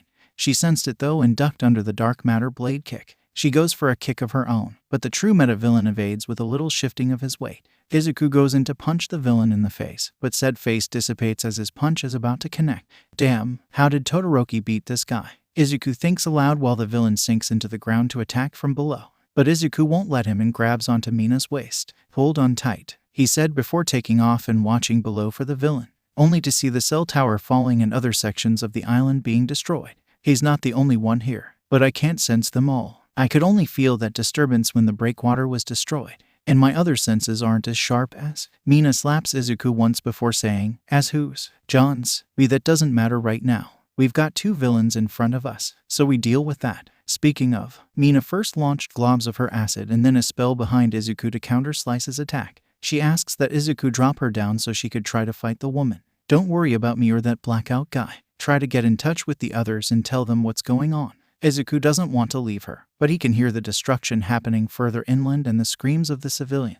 You're right. You sure you've got this? He asked before dropping her atop the ferry. Don't worry about me. Just save who you can, Mina said before squaring up to Slice. Brave little girl. But don't think it'll be easy. The pink half-demon let out a wry chuckle before saying, trust me. I know exactly what you're thinking and how you operate, and I can deal with it. Not sure on the best way to handle this, but I don't have a ton of other choices. Midori mentioned that Todoroki beat the one guy, but it took creativity and blinding him. I may not have that direct advantage, but I think I can keep him from hitting me. As for the one up here, you think I'll just let you stop me? The redhead shouts before launching her hair at me. Not the best opponent, for her at least. Have some of this. Acid shot. I call out while tossing out globs of my acid towards the woman, who panics as I easily melt through her hair and slide in close to finish the fight. Going down, I shout as I wind up a punch for her face. Not today she isn't. I hear beside me as Blackout arrives and grabs onto the woman. He then teleports away behind me. Slice, get clear. You've done your part in making sure they can't get away. But you can't take this brat down. Her quirk is an easy counter to you, but not to me. Well, that's different. Guess this guy, while looking down on her a bit, seems to respect her as well. She doesn't feel the same and seems more obsessed with some gray-haired dude. That one with the gear on. He's the boss and the one you're in love with, right? I ask with a smirk directed Slice's way. Ooh, that blush tells me all I need to know. You wouldn't even begin to understand what we are hoping for, how we are trying to stop others from labeling us villains, she shouted before turning to run. I can't catch her right now, namely because Blackout isn't giving me the room to create my spell, which is why he keeps going for my neck and other parts of my body to fight me. I switch back to my quirk for a while and it gets him to back off, especially when I have something else I can do with it. Can't touch me, 𝗬𝗵𝗲, I shout as I completely envelope my body in my acid. Got the idea for this trick from Kirishima. Seems to work pretty well. He can't slash me with his dark matter blades like this. Now I just need to make this spell work. If I can get it done, I think I can freeze him. You brat. I hear him shout as I see the villain warp around me at attack from multiple angles, but none of it works to get past my 𝗬𝗵𝗲. There is one problem though. I can't keep this up much longer. Not only am I feeling dehydrated from maintaining it, but I can feel some of my clothes dissolving. Yeah, there went my panties. I really wish 𝗧𝗲𝗏 would show me how to make some that can hold up better. Not important. Gotta focus on the matter at hand. And the spell is ready. Time to chill out. I shout as I expand the circle beneath the villain. He looks panicked for a moment, especially when the circle follows him as he teleports. I think he's called blackout or something. Anyway, he narrowed his eyes at me as the spell was starting to activate, and then smirked. I didn't know what to think, and I was shocked when I saw him disappear, as did my spell. Great. How did he do that? I wove it like 𝗧𝗲𝗏 said with the tracking spell, so he couldn't have gotten away. I thought aloud while looking for any trace of the villain. Hey wait, what's this weird feeling on my... No, in an instant I'm surrounded by what feels like black ooze on my body. Clever girl. Not sure how that trick worked, but it almost got me. But then I realized something. You said chill out, meaning you were going to try freezing me like that kid. And while it did work, it wasn't exactly how he beat me. And you won't get a new chance to take me down. As he was talking, I felt my arms bound behind my back while being forced downward. I didn't expect him to be able to do this. And it's getting worse, since now his dark matter or whatever is wrapping around my throat. Hello, well this is interesting. You don't have any panties. Someone's a dirty girl. And given the flush on your cheeks as I'm binding you, I'd swear you were getting off on this. I panic as he says that before tightening my thighs. And shit, he's right. I can actually feel how wet I'm getting from this. Why now? Why does my new nature as a demon crop up in this shitty moment? I bite my lip as I try to get some air, but I can feel his grip tightening. And he's laughing, or maybe. Wait, Midnight mentioned during some of our sessions that she could take plenty of people off guard by playing into her costume and the image it brought up. Maybe I'm going about this wrong. I've been using the spells 𝗧𝗲𝗏 showed me, sometimes sparing with 𝗠𝗨. But I've never once played into or worked with my succubus side, mostly because I'm ashamed of it. But this might be my chance. I just need to let him and it take over in a sense.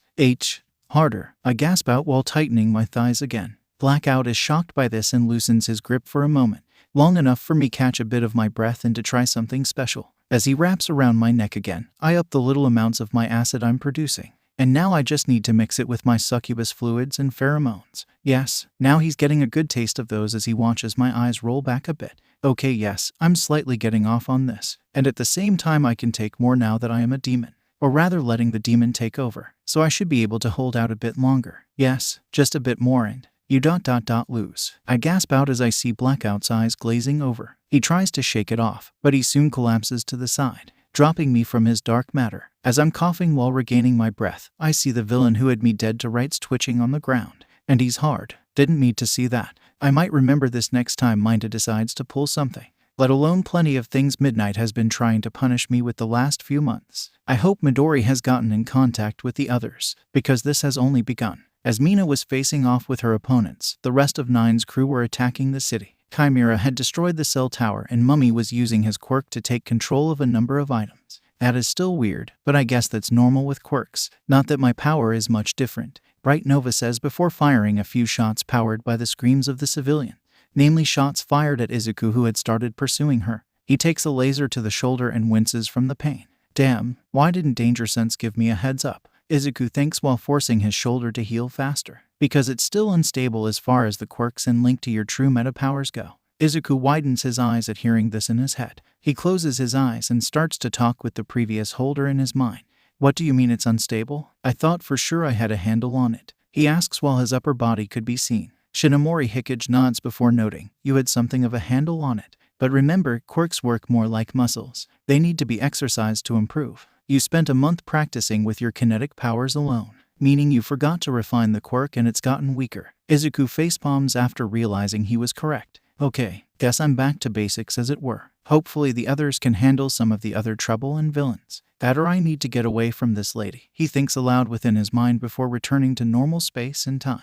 His eyes flash green before coming around the corner again. While he doesn't sense the beam coming, he still knows about where it will be aimed, and quickly drops to avoid the shot. He then uses his flight abilities to stay above the street, and then thrust himself forward. As he's trying to attack Bright Nova, he notices that she seemed disgruntled and that she was talking to herself. That, something, better get what quirk he's after from the kid. Or this, I don't think I should repeat that. Trip will be pointless. Why are quirks so useless? Like destroying your body every time you use it. As he's putting that together and trying to attack the light bender. Don't think I'll make it that easy. She shouts before refocusing a set of sounds into a massive blast of light. Izuku dodges, but in turn she blasts a few buildings, causing more damage and thus more sound. She smirks before taking some smaller shots at Izuku. Alright, that's it. Delaware Air Force smash. Izuku calls out before unleashing his own shots with a few flicks of his fingers. The attacks couldn't do anything against Bright Nova's, but they could impact her and help redirect him when needed. I need help, he thinks while worrying about the others on the island.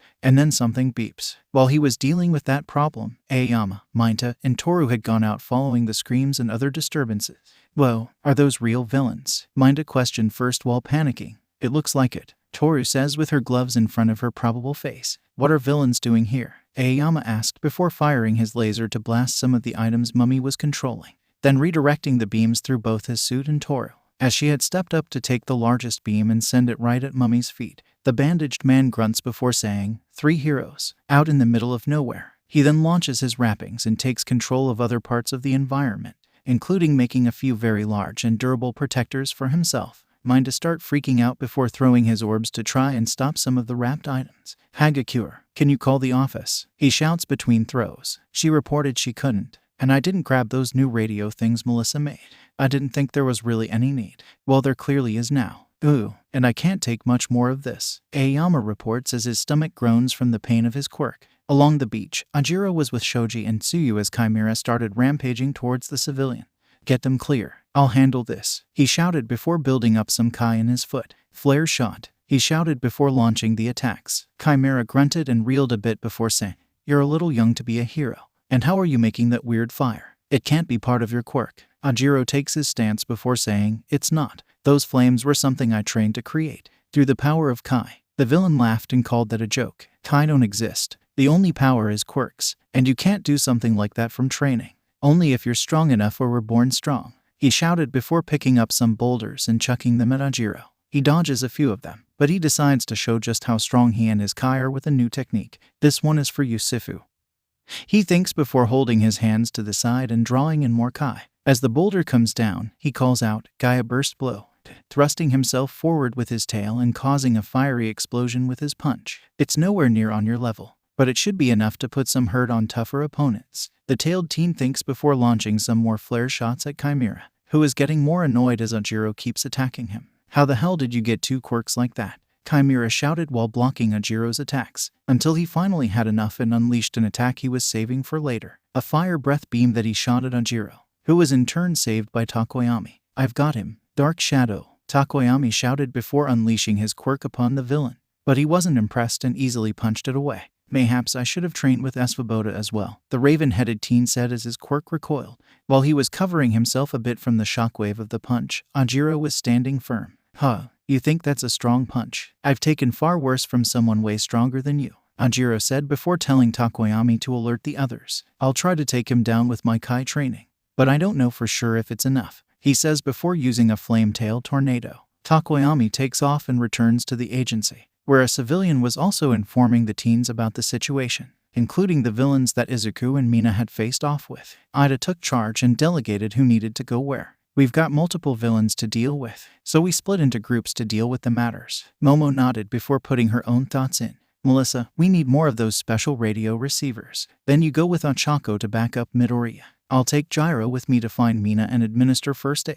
Good idea, 𝗧𝗵𝗲. I hate to ask it this way, but could you focus on evacuations? We need to do this ourselves, not just rely on the overwhelming power and experience you have, Ida says with a complicated look. 𝗧𝗵𝗲 sighs before agreeing. But once everyone is clear, I'm going after those villains. The 2 vice reps nod and shift their focus once more. Todoroki, Sato, Tokoyami, and I will help Ojiro, and Koda will come to help with evacuation. Even with his Kai training, I don't like his odds against that villain. Kirishima and Kaminari will fight the villain at the shopping center. With shouts of affirmation and radio receivers handed out, the UA agency got to work. Let's go, Melissa. I'm worried about Izuku, Ochako said before removing her weight and attaching herself to the armored heroine, who agrees and hopes they can catch up to him quickly. At the shopping center, the group facing Mummy were being pushed back, and 𝗂𝗵𝗵 was at his limit with his quirk. I'm not much better man, 𝗵𝗲 said as his head was bleeding quite a bit. If only I could do more. Maybe I should have learned some magic with Mina and 𝗧𝗲𝗏. Toru thinks as the golems float above the group.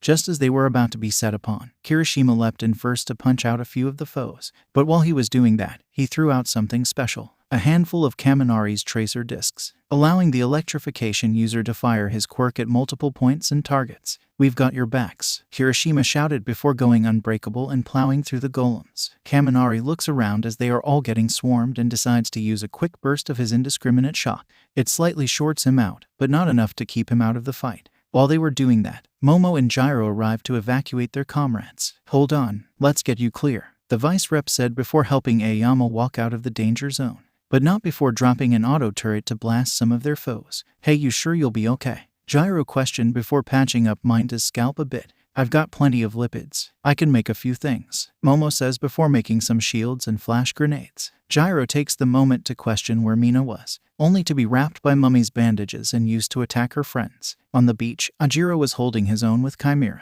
the man's head having been scorched by burn heel and then a set of burst palms. So the heteromorphic type got a bit more serious and unleashed a strong set of blows to knock Ajiro back. Shoji tried to step in, but he was outpaced and outmuscled by the strange villain, who took a moment to mock the tentacled boy for his appearance, only for Ida to rush in and stun the villain with a kick to the head. "Leave him to us," Todoroki shouted before using an ice wave to hold 𝗬𝗫 in place. Takoyami then dove in on Ida's orders with Sato for a strong hit, but it was nowhere near enough. 𝗬𝗫 broke out of the ice and punched Sato through a boulder like it was nothing. "Kids or not, I'm not tacking on this many heroes. Well, we won't let you win that easy," Ajiro said before taking his stance and unleashing some flare shots again. But the villain had figured out his pattern and was dodging. "Great. What else is happening on this island?" Ajiro and Ida thought as they faced their opponent. With the Shimano siblings, they were running home to avoid the danger of the villains. But their home was quickly destroyed by 9. While the 2 children looked on in fear, 9 used his scanning quirk to check the 2 over. "Found you," he said upon noticing that Katsuma had a similar signature to his father.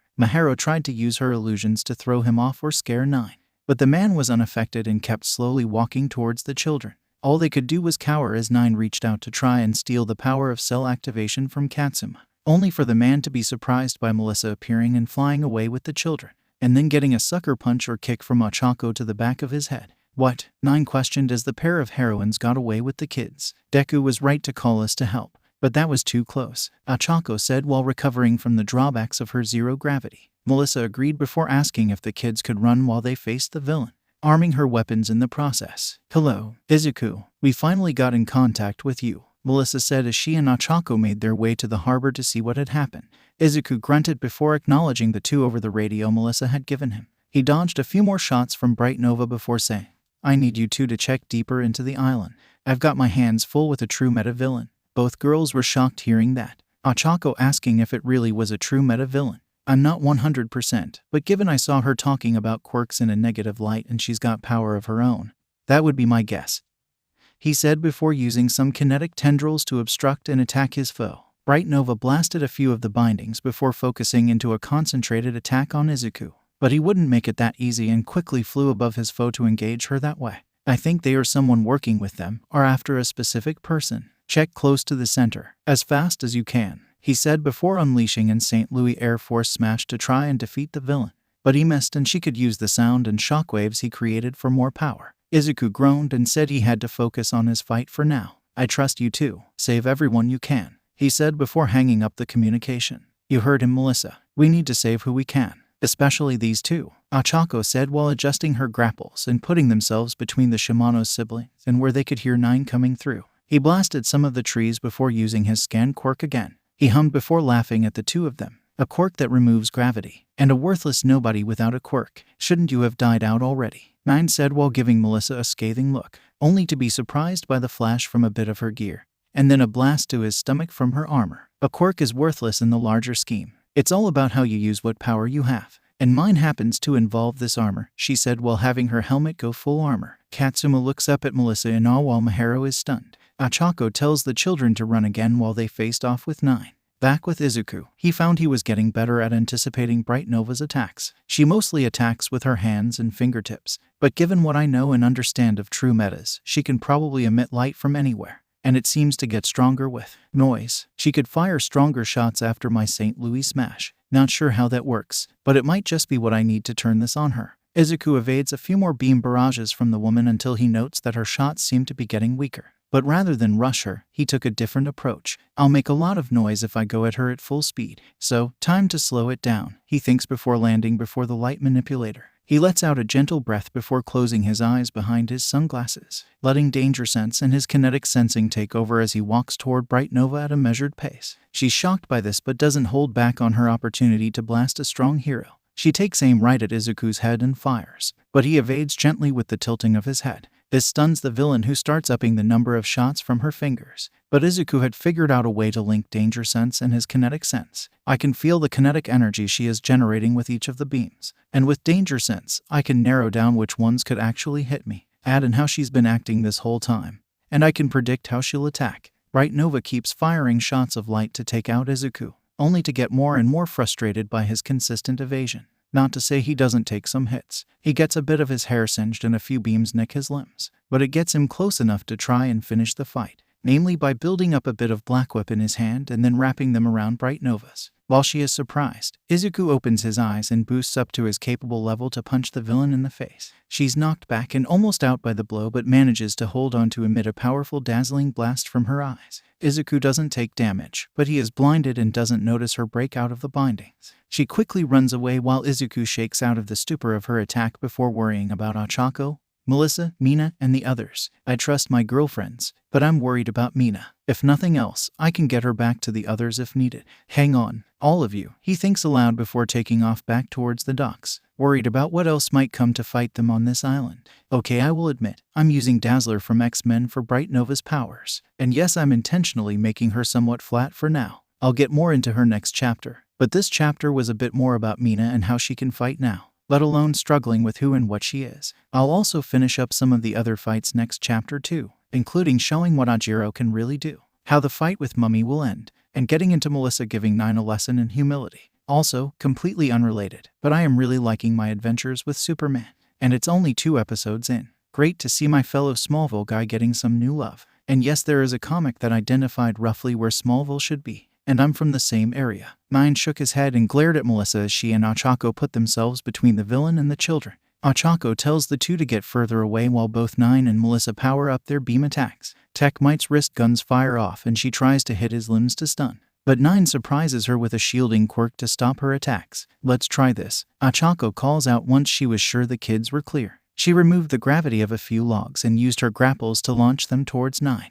0 satellites, she calls out before returning the gravity to increase the impact. 9 just shifts his air wall shield and nonchalantly aims his finger beams at the girl. Keep on the move, Ochako, Melissa says before taking off and firing some beam shots again. The villain just seems annoyed as he keeps blocking or blasting at the pair, especially because he can't use the other application of air wall to knock them around as directly. Ochako, here. This might help with other maneuverability issues, Melissa says before passing a belt to the gravity girl. She noted it was an extra thruster, but it wasn't as strong as her back jets. I get it. I use this to keep from getting knocked around. Now though, we need to keep him busy. Still, all his quirks are odd. Think he's a true meta? No, not from what my scans are picking up. Definitely a quirk or group of quirks. I don't know who he is, but he's got a power just like that monster who fought Uncle Might, the inventor reported while taking a few shots with her wrist guns. Back at the center, Jiro was being used to sound blast attack her friends thanks to Mummy. I can't take control of living things, but that doesn't mean I can't use the clothes and gear you're wearing, he says before launching Jiro for an attack. Kaminari and Kirishima put themselves between the evacuating heroes before the former notices something, namely that the bandages were moving funny in Jiro's bindings. Suddenly they could all hear a low rumbling, and Jiro broke herself free from Mummy's quirk. You can't control living things. Well, good thing my quirk is a mutant type, and I could still use my gear. Kaminari, Jiro calls out before plugging into her wrist speakers and sound blasting Mummy. It doesn't defeat him, but the noise leaves him open for Kaminari to hit the villain's leg with one of his tracer discs. Have a taste of this, he calls out before electrifying the villain, causing Mummy to lose his grip on most of his golems, while Kirishima moved in with a strong punch to knock the villain out. That's done at least. We need to get to the others, Kirishima says before noticing a green blur move by, and Mina was dropped with Momo and the others. Ashido, man, she looks rough. Not as bad as it could be. The last piece was said by Mina as she was coughing and starting to stand. She tells the rest she handled one villain but that there are still at least 4 more. Let's get this guy out of here and help the others, Momo said while treating some of Mina's injuries. The others agree and make their way to the other hotspots. Back on the beach, most of the other heroes were struggling. mainly because 𝗬𝗫𝗄 was able to counter them with just raw strength. It's nowhere near fighting Jon. But still, he's able to counter my ice just like that, 𝗀𝗱 said while trying to hold his ground. 𝗵𝗃 looked to the group while creating some portals to get the civilians away. I'd be willing to bet he's got uninspired names for himself and that power, though I can't deny I'd understand the one. 𝗬𝗫𝗄 tries to make a move, but 𝗵𝗃 shifts her focus for a moment to blast him back with magic and then quick cast a few spells with her genie powers to make the sand attack him. Little wench, he snarls out before breaking out of the sand binding him. He then unleashes his fire breath to counter 𝗀𝗱's, until it is inadvertently enhanced by Jon stepping up with his flare shots. It doesn't overpower the attack, but it closes some of the gap 𝗀𝗱 was stuck with. We can't keep this up, Tenya thinks after his reciprocal burst attack was knocked away. Back with tech might and 𝗬𝗏, they were struggling now as Nine had figured out how their attacks and patterns worked, sending 𝗂𝗄𝗃 flying with a burst of air when she tried to get more debris to attack him with, then hitting her body with his finger beams. As he was moving to take the disabled girl's quirk, Melissa jetted in and slammed him with her full output from her armor, before ejecting and making it explode while trying to get 𝗂𝗃 away. But while he was burned slightly, it wasn't enough to stop Nine, as he used the air wall to knock them both away and into an embankment. Katsuma and Mahiro saw this and ran to the hurt hero's sides. You need to stay back, Melissa said while turning one of her spare bracelets into a scaled-down gadget gauntlet, glaring at the villain through the cracked glasses, trying to get a read on him. Weak and pathetic. You can't hope to stop me with those, Nine claims before taking aim at Melissa, only to be frustrated and furious as she stopped his shots with her barrier tech. I may not have the same various applications, but I can build plenty of gear for the situation. She activates the other gauntlet to take a shot, but Nine's wall still keeps her from landing any real hit. Melissa holds her ground though, as does 𝗂𝗃 as she gets back up from being knocked into the embankment. 𝗬𝗏 grunts a bit before saying, I'm not done. If Izuku can push through crazy pain when using his power, Jon can get past his insanity to fight for others, and Sahara can learn beyond anything believed, then so can we. Mahiro tears up seeing these two willing to put everything out to help them and involuntarily activates her quirk, creating two huge super deformed versions of the girls while Nine takes aim.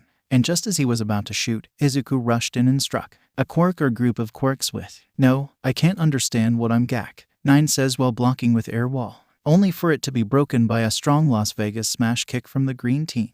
Melissa noticed this but knew it wasn't the time to worry about the matter, as she was just glad Kibu had made it. Sorry I'm late, he said while taking his stance to stare down his foe. 𝗂𝗃 and Melissa both let out breaths before the former said, You weren't late, you were just on time. But be careful, he's got a bunch of quirks, like the FO guy. Izuku is a bit wide-eyed at that but takes it in stride. So, he found a different way to stick around, Izuku thought while feeling some twinges from the vestiges in his mind. Nine seems to be keeping his cool, but all of the heroes had been throwing him off, especially with Melissa being able to keep him at bay when he believed himself almost all-powerful. As Izuku blasted forward for another attack, Nine used both applications for air wall to first block and knock back Izuku's attack, and then knock him into the air where he could be sniped with the finger beams. But Kibu was less impressed with that set of attacks after dealing with Bright Nova. You may not have her weird source restriction, but your shots are nothing compared to what she can put out, he says while floating and then flying through the air. Nine grimaces at that while trying to attack Izuku, who had figured out the villain's own pattern and tried to get in for a capture or takedown, moving rapidly with his flight and some kinetic boosting, before kicking one hand away to go in for a Detroit smash, only for danger sense to flare up as Izuku shifted his arms in front of him to block a new attack, using his tendrils and black whips to cushion the blow from a snake-like creature that came out of Nine's back. Whoa, that was close, Izuku said while reassessing his situation. But he wasn't the only one considering their options. Nine was unsettled as he saw Izuku's power rising as the green teen circulated 30% of his power to go for an attack. Damn, I was hoping to wait till I had cell activation, but I have no choice. Izuku moves in to try a Kansas City smash, but danger sense kicks in again and he feels the kinetic energy build up above him. So it's like that, he thinks before dodging the lightning bolt Nine had tried to unleash on him. The villain was shocked by this, and his panic grew as Izuku got close to use a Detroit smash to impact his side. Before Izuku could follow up though, Nine changed the target of his attack, namely by dropping bolts on top of his girlfriends and the children. Melissa quickly raised her shield to help protect them all, but her injuries were catching up with her, so 𝗂𝗃 braced her back after pushing the children slightly, but both still felt the shocks through their system. Izuku then jumps in to absorb and redirect the lightning away from them, using his tendrils to act as a lightning rod while grounding himself. Nine coughs a bit before turning towards the Shimano siblings again, only to be stopped by something that surprised him. Even though he'd been knocked out by the lightning strike, Izuku still had enough consciousness to wrap a tendril around the villain's arm. "You nuisance," 𝗫𝗫 said before preparing to use the air wall shockwave again. "You're not touching him," Melissa said while she and 𝗲𝗏𝗏 used their gear to distract 𝗫𝗫. But they were both shocked when the villain collapsed. "What? I know we couldn't have done much damage. Maybe Izuku?" 𝗲𝗏𝗏 asked while supporting her grapple arm. 𝗧𝗏 then appeared and helped her beleaguered leader, hardening her hair to capture them. "I would be wise to come along quietly," she said coldly. But a new voice called out to help them. "Not gonna happen, bitch. And have a taste of this." Both villains were suddenly struck by lightning, but not from 𝗫𝗫's quirk. This was due to Sahara as a group of portals opened up beneath the heroes and the Shimano children. She then poofed into the clearing while glaring down her opponents. "You think that's enough to stop us?" Bright Nova called out before firing some light blasts at the genie, who just turned into smoke before firing her own magic shots. The true meta shakes off the hits before regrouping next to 𝗫𝗫 and 𝗧𝗏. Sahara just glares at the group before creating magic circles in her hands, and creating a near wall of pure magic that was ready to blast them all, evidenced by the gathering magic and elemental energies within some circles. "Who said I'd give you a choice?" she said coldly. 𝗧𝗏 curses under her breath with 𝗫𝗫, before Bright Nova quietly advised that they get clear. Blackout and Mummy were beaten, 𝗫𝗫's disabled, and the noise is weakening. "And I don't know about you, but I don't like our odds against this chick," the shorter woman advised while preparing to blind the genie when needed. "She's right. You're in no place to lead or fight anymore," 𝗧𝗏 says while pulling out a flare gun and signaling Chimera. 𝗫𝗫 brought up that Sahara could get them away with her powers. "Don't worry about that now. We'll deal with it in a moment," Bright Nova says before using her powers to blind Sahara. As Chimera leapt off, Jero and Shoto both wanted to go after the villain. "Hold it, both of you. The four of us couldn't take him down, and this could likely be a trap," Ida advised with a hand on each of their shoulders. Jero grit his teeth and tightened his fists in frustration. "I put all this training in, but it still isn't enough. Jon would have no trouble with him, depowered or not," Jero thought while feeling angry at his inability to defeat his foe with his Kai. "Focus here for now. We have to take care of the islanders," Tokoyami advised while looking back to the few who were still around after Sahara left. They all made their way to a factory on the island to recover, Momo and Kaminari doing all they could to supply them. Nina grunted before stepping up and casting a spell of her own to help. "This should let you put out a bit more, Kaminari. And it's not much, but this bit of food should help too, yeah, Momo. Right, Luno?" "Yeah, magic is a bit weird when it comes to food. It usually just makes average tasting food. But right now, calories are more important," the Hellhound said while looking over the teens in confusion, mostly in how they could be so worried about others when their own lives were in serious danger. Ida meanwhile worked to reassure the civilians about their safety while the various other members were helping with humanitarian relief and the like. Sahara herself conjuring up some supplies once she checked the whole island and recovered what she could. "Was this more of what you got involved with in your world?" Minda asked quietly while passing out some blankets. She let out a sigh before acknowledging that it was accurate. "Though not until I joined the Watchers. Before, I was just a student or researcher, you might say." The short teen nodded before asking if the villains had said anything. "The bandaged one is keeping quiet, but that blackout guy was willing to talk a bit. Guess you've met him before," Kota noted while helping cook. Minda hummed before remembering that Todoroki had taken him down. But this time Ishido did it. Maybe the magic thing helped close the gap. Sahara rolled her eyes before asking what he said. "Just that. This wasn't over. And 𝗫𝗫, the leader I guess, would be back for something." Tsuyu said before questioning how Izuku, Melissa, and 𝗲𝗏𝗏 were doing. Mina was the one to check on them and the other injured that Shoto and Shoji were looking after. "I've got some food here. You guys can take a break." "How are they doing?" she asked with worry. Shoto sighed before saying, "Midoriya is healing passively thanks to his power, but other two are in pretty rough shape." Shoji noted that the doctors from the clinic were doing what they could. "Damn it, why didn't I learn any healing magic?" Mina asked herself as the doctors shook their heads. "Can I try something?" Katsuma asks while looking scared with his sister. The older teens look at him with some worry, but Miharu explains some of how his quirk worked. The boy couldn't let the two girls who saved him stay like that and pleaded to help. The doctor gave the go-ahead and the boy rushed over to use his quirk. At the lighthouse, Chimera, 𝗧𝗏, and Bright Nova were watching over 𝗫𝗫, while the two villains reminisce about how he recruited them to not be seen as monsters because of their quirks. Bright Nova listened in calmly, even as 𝗫𝗫 had become a willing lab rat to increase his power, at the worsening cost of his health. "So that's where it started with you, huh? And you think that really would make things right? What about someone like me, who starts out with nothing?" Bright Nova questioned with some minor fire, remembering how others treated her like a lesser because she was born without a quirk. Only not long after Jon and Sahara arrived in their world, she awakened her power, and used it to kill all those who had treated her like she didn't matter. starting with her parents. 𝗬𝗓𝗏 looked down before admitting they hadn't considered that when they started. We were just sick of being labeled dangerous, monsters, and villains. But after learning about that Jon kid and all the other crazy things, maybe we need to consider more than we originally thought. I agree, especially since, even though he was captured, Blackout is powerful enough to have us basically dead to rights. And we couldn't even fight back, Slice noted while thinking about her own past, and how their system could be used to make dangerous people like Bright Nova or even someone like Melissa. The true meta nods before saying they should think on the matter more while she was gone. Where are you going? 𝗬𝗓𝗏 asked with some confusion. Bright Nova turns back before saying, I'm going to make sure they can't get away thanks to that genie girl. Wish me luck. Back at the factory, Melissa and 𝗂𝗏𝗏 were still being healed by 𝗬𝗵𝗲, with the boy pushing himself to save them from all the injuries they endured. Izuku meanwhile had recovered enough to wake up and check on both of his girlfriends, and as 𝗬𝗵𝗲's quirk really started working, Izuku found himself breaking down in some tears, as he could see the injuries being repaired. 𝗬𝗬𝗏, are you sure you've got this? He asked between gasps of exertion as his own power was restoring him. I do, 𝗬𝗬𝗏 said without taking his eyes off of either young heroine.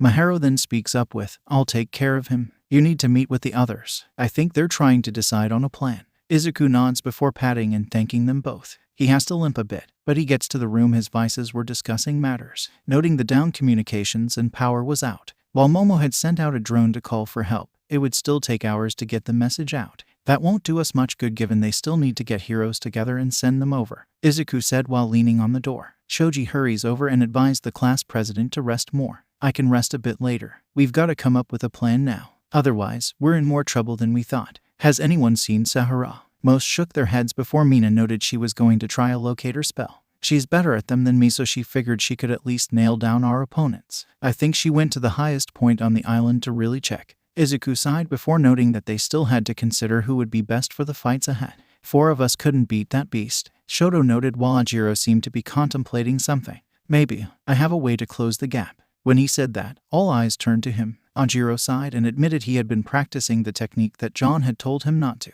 If I can build up a storm of Kai, even a small one, I could at least get closer in power. But what about the risk? Toru asked worriedly, but the tailed teen shook his head and noted it didn't matter. If I don't take this chance, then we could all lose. I can't run away. Jiro also noted that they were losing members fast, given Kaminari and Momo were both out due to overusing their quirks. And even with the physical boosting you get from Kai, you still aren't fully healthy, Ojiro. Takoyami noted with a nod. Izuku smiled before patting 𝗬𝗏𝗏 on the back. I think he can help a little bit with that. And we know what or rather who they're after. Izuku's classmates looked to him with some confusion before seeing 𝗬𝗏𝗏 healing the injuries Ojiro had sustained.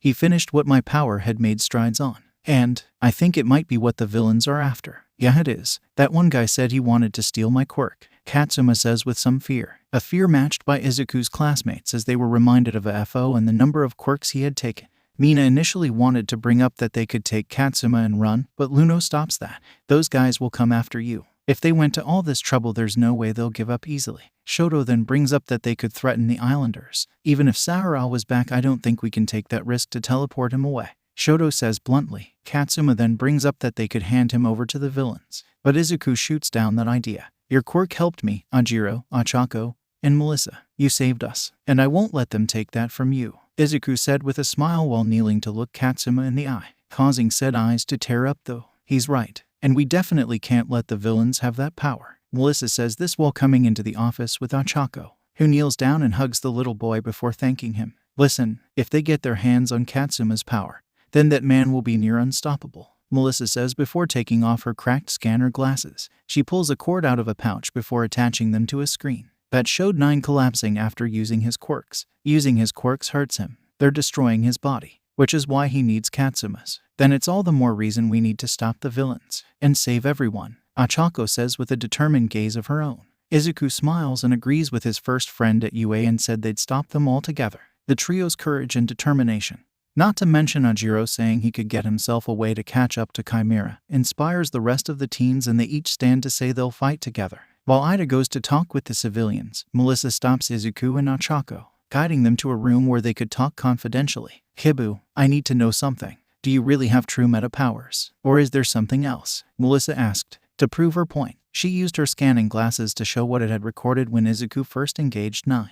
𝗂𝗏𝗏𝗏 looked at him with some confusion and asked, Izuku, What aren't you telling us? The green teen gulped while running through ideas in his head and an OFA. It might be best to tell them, though this is kind of your elder when it comes to relationships talking. The voice of Shimura Nana says in his head. Izuku bit his lip before suggesting they get the jaundiced version. We don't have a ton of time after all. Meanwhile, in the center of the island, Sahara was finishing her spell. Got you, 3 at the lighthouse. And the 4th, what? She says before she's blasted in the back by bright nova, collapsing to the ground as the rain falls around them. Damn, I was too comfortable and confident. She snuck up on me and, what the? She's gone. I'm not stupid enough to fight you head on. And I'm also not crazy about letting you go back to tell the rest of those kids where we're hiding.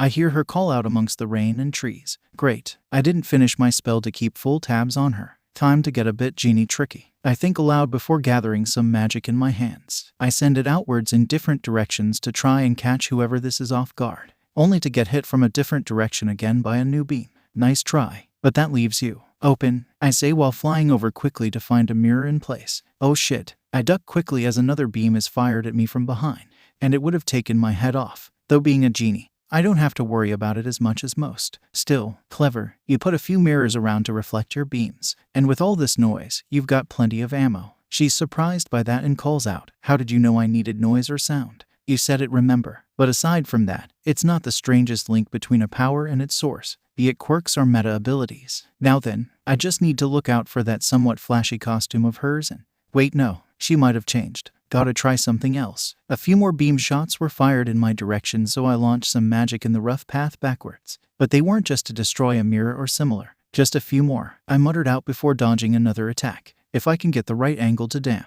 Got you good that time. The villain's voice echoes out through the woods. She got me pretty good. Took a shot in the arm and leg. I'm healed already, but it still hurts. It still works in my favor though. Man, she went nuts on placing those mirrors though. Some are on really weird branches and in odd corners. What? Is she a puzzle or tower gamer or something? I should really challenge Jon to one of those when he... Wait, why am I getting distracted now? And crap, seriously, how do you keep coming back from these hits? I hear her scream out after I regrew the area in my chest she blasted open. I shake my head before tossing a number of other magic orbs about and around us, finally feeling them all click into place for the finish. As I stand to face my foe, I get blasted once but again shrug it off. You lost this fight because I'm not just a hero. You face an overseer and mage of exceptional caliber. After all, I'm a genie. With a clap of my hands, I activate the magic I had scattered about the trees and forest while running.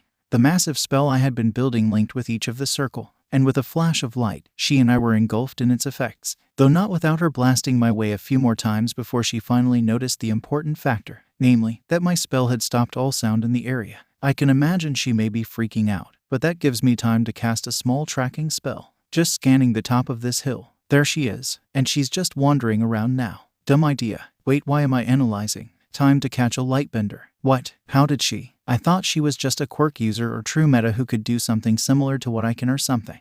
At least that's what whoever this is lips are saying. Everybody underestimates the idea that magic exists, especially in this world. Don't know who you are or why you sided with these people, but I can't let you stop us and hurt anyone else. I cast a few more circles around her while she wasn't looking before blasting her into place, and the magic takes effect to bind her in place. As I dissipate the magic to talk again, I give her a warning. Those bindings you're wearing aren't physical. They're magic in nature, so blasting them apart won't be that easy, especially because it's going to be very quiet for you now. Sorry, I say that, but I'm not that sorry. I've learned that you have to be very careful with these kinds of foes. There's no telling what ways her powers could develop. But in the meantime, I've got the villain's location and I've taken out one more of them. Now Izuku just needs to make something more of a plan. It's going to be a long night. As Sahara poofed back to the factory with the villain, Izuku was talking with both of his girlfriends on the matter he was keeping secret. So, how did you figure something was off? He asked while looking at Melissa. I wouldn't have thought much of it, but something that villain said seemed off. He scanned us before and didn't think much, but you threw him off. And I caught him saying something about a group of quirks when he scanned you. Not a true meta power or quirkless. Quirks. Ochako looked at Izuku with confusion and asked Izuku, were you really born quirkless and developed true meta powers? Or have you been lying for some reason? Some reason you couldn't tell us. She had a hurt look on her face and Izuku winced upon seeing it. He sighed before saying it was complicated. It's true that I was quirkless, but something incredible happened in my last year of middle school. Izuku recounted how he initially met both All Might and Jon. How the latter had chastised the number one and then showed Izuku the power of a true meta. though he wasn't calling himself that at the time. Anyway, my crazy brave actions that day had another effect. One on All Might, enough to wear. He was willing to pass his quirk to me. Dumbfounded silence was what he was met with. Ochako shook her head before saying, I'm sorry, I'm not sure I heard that right. Did you say pass his quirk to you? Melissa queried the same before Izuku gave the pair the short version of the history of the power he partially wielded inside himself. After giving it a moment to sink in, Melissa hummed and noted parts of it did make sense. Mostly how strong you really are now. The few other true metas we've studied have to build up their source or whatever it is. You didn't. Oh, you mean how Izuku lots of raw power right as he started school? Ochako asked with a tilt of her head, before finishing Melissa's theory that the 𝗏𝗏 acted as an extra battery to amplify his true meta powers and greatly empower the teen. The two were surprised, but Melissa acknowledged the accuracy of her statement. I'm not dumb, and I do listen when you talk, Ochako said with a pout. Melissa and Izuku chuckled before the latter continued. Anyway, there was more to 𝗏𝗏 than just the power-boosting abilities. It turns out that the previous holders' quirks have bonded with it, but I'm the first one it's happened for. Not even Uncle might had this happen, and he was probably one of the strongest wielders of the power, right? Melissa asked while mentally taking notes. Izuku shook his head and only noted that it had something to do with the quirk reaching a singularity. At least that was what the first user said. Before more questions could be asked, the trio got the alert that 𝗧𝗏 had returned with a captured villain. They made their way out and saw the somewhat hurt genie and the bound villain. Hey, what's with that tag on her? Minda asked while checking out the tag 𝗧𝗏 had quickly made to soundproof the villain. Don't take that off. It's the only thing limiting her power potential, the genie said while catching Minda's hand. He backed away quickly before Izuku and the others arrived. You found them? Ochako asked with some worry. 𝗧𝗏 nodded before noting that they had been hiding out in the lighthouse, but they may have moved by now. Besides, we should take this somewhere else, as well as taking the civilians somewhere else. I agree. Listen, can you handle that? I know you can finish this alone. Heck, if you got really serious, you could probably defeat all of the villains. But this isn't entirely your world. Please, leave this to us. Izuku asked one of his mentors with a firm look on his face. 𝗧𝗏 smiled slightly before nodding and agreeing with the class president. Hey, where's Jon Jero? The genie asked while noticing that the tailed teen was nowhere to be seen. That was because he found a quiet place to meditate and pulling upon the power of the earth. Just as the wind and storm flows around the land and sea, so does the energy within the earth. I need to let that flow into me to truly take on that beast of a man. Jon Jero thinks before realizing that he was thinking about it wrong. The villain didn't fully matter in the larger scheme. This fight wasn't the biggest worry to the nature and power of the world. Separate my ego and wish to be strong from what needs to be done. Just take the power in and let it build, the tailed teen thought to himself. He felt the Kai wash into and through him, causing a wind-like circle of energy to form under him. At first he was fine, but he started feeling pain as the storm of Kai was building more and more within his body, eventually screaming out as it felt like he was burning and being electrocuted from within by all the power he tried to absorb and channel. It's too much. How does he handle this? Jon Jero asked while trying to maintain the control he had. But he was slipping. Jon Jero, he heard call out as he was wincing from the pain. His eyes opened slightly and saw the gloves and boots that Toru wore. He grunted out, 𝗏𝗏𝗃, stay back. I don't know how to handle all of this. But Toru did the opposite and ran towards Jon Jero to hold him. Neither was sure why, and when asked, all Toru said was, I don't know. My body moved on its own. And it thought you needed something else to focus on, I guess. The tailed teen's thoughts were swimming, and he was certain he would fully lose control and hurt her. No, I will handle this. Okay, calm down and wait, that might work for now. He thought before focusing more of the energy into his tail. His thought was that his quirk could be more durable given his training, so he might be able to handle all of the power he was exposed to. And it starts to work. Feels like my tail is on fire. But I think I can hold it. Jon Jero trailed off while looking down at Toru, and being able to see her actual face thanks to the Kai swarming around her and him. Cute, he said aloud before blushing with the girl, especially because he can now see other parts of her body too. But he's able to focus his thoughts on maintaining his storm of Kai within his tail and the rest of his body. Finally able to settle what he could for the moment and ask what Toru was there for. Midoriya is building a plan with the others. We need you there. Right. I'll head down and try to maintain my control, Jon Jero says with a strained voice. Once inside, he sat down to keep his composure while listening. Izuku brought out a map and showed the ideal area for the fight to come. We'll make Mount Shirayama and the castle as our base and fight from there. He noted that there was only one way across to it and they could set up a preemptive strike to split the villains up. 𝗧𝗏 can get most of them to location easily, but I think we should have her take the older and injured off the island, at least until this is done. Momo advises while envisioning where to set up cannons and other weapons. Ida agrees and Sahara is happy to oblige. She then puts forth a way to evacuate everyone if the worst came about. A last-ditch portal. It'll warp everyone away. But I'll need Mina's help in making it. You can count on me, Mina said with a smile and nod. Luno raised his paw and said he'd help as well. Shoto questioned how they would deal with the villain 9 and Izuku said they'd have to keep some distance given he could steal quirks. But that isn't much of a problem for me or Melissa. We can engage him up close. Well, you can. I can't. I've got some other work to do, Melissa said while thinking about her other armors. But that the preparations get underway while the villains get ready to attack. Guess she couldn't pull it off after all, 𝗳𝗵𝗲 says with a scoff. 9 closes his eyes while Slice arrives and reported that the heroes had set up in the castle. A CJ.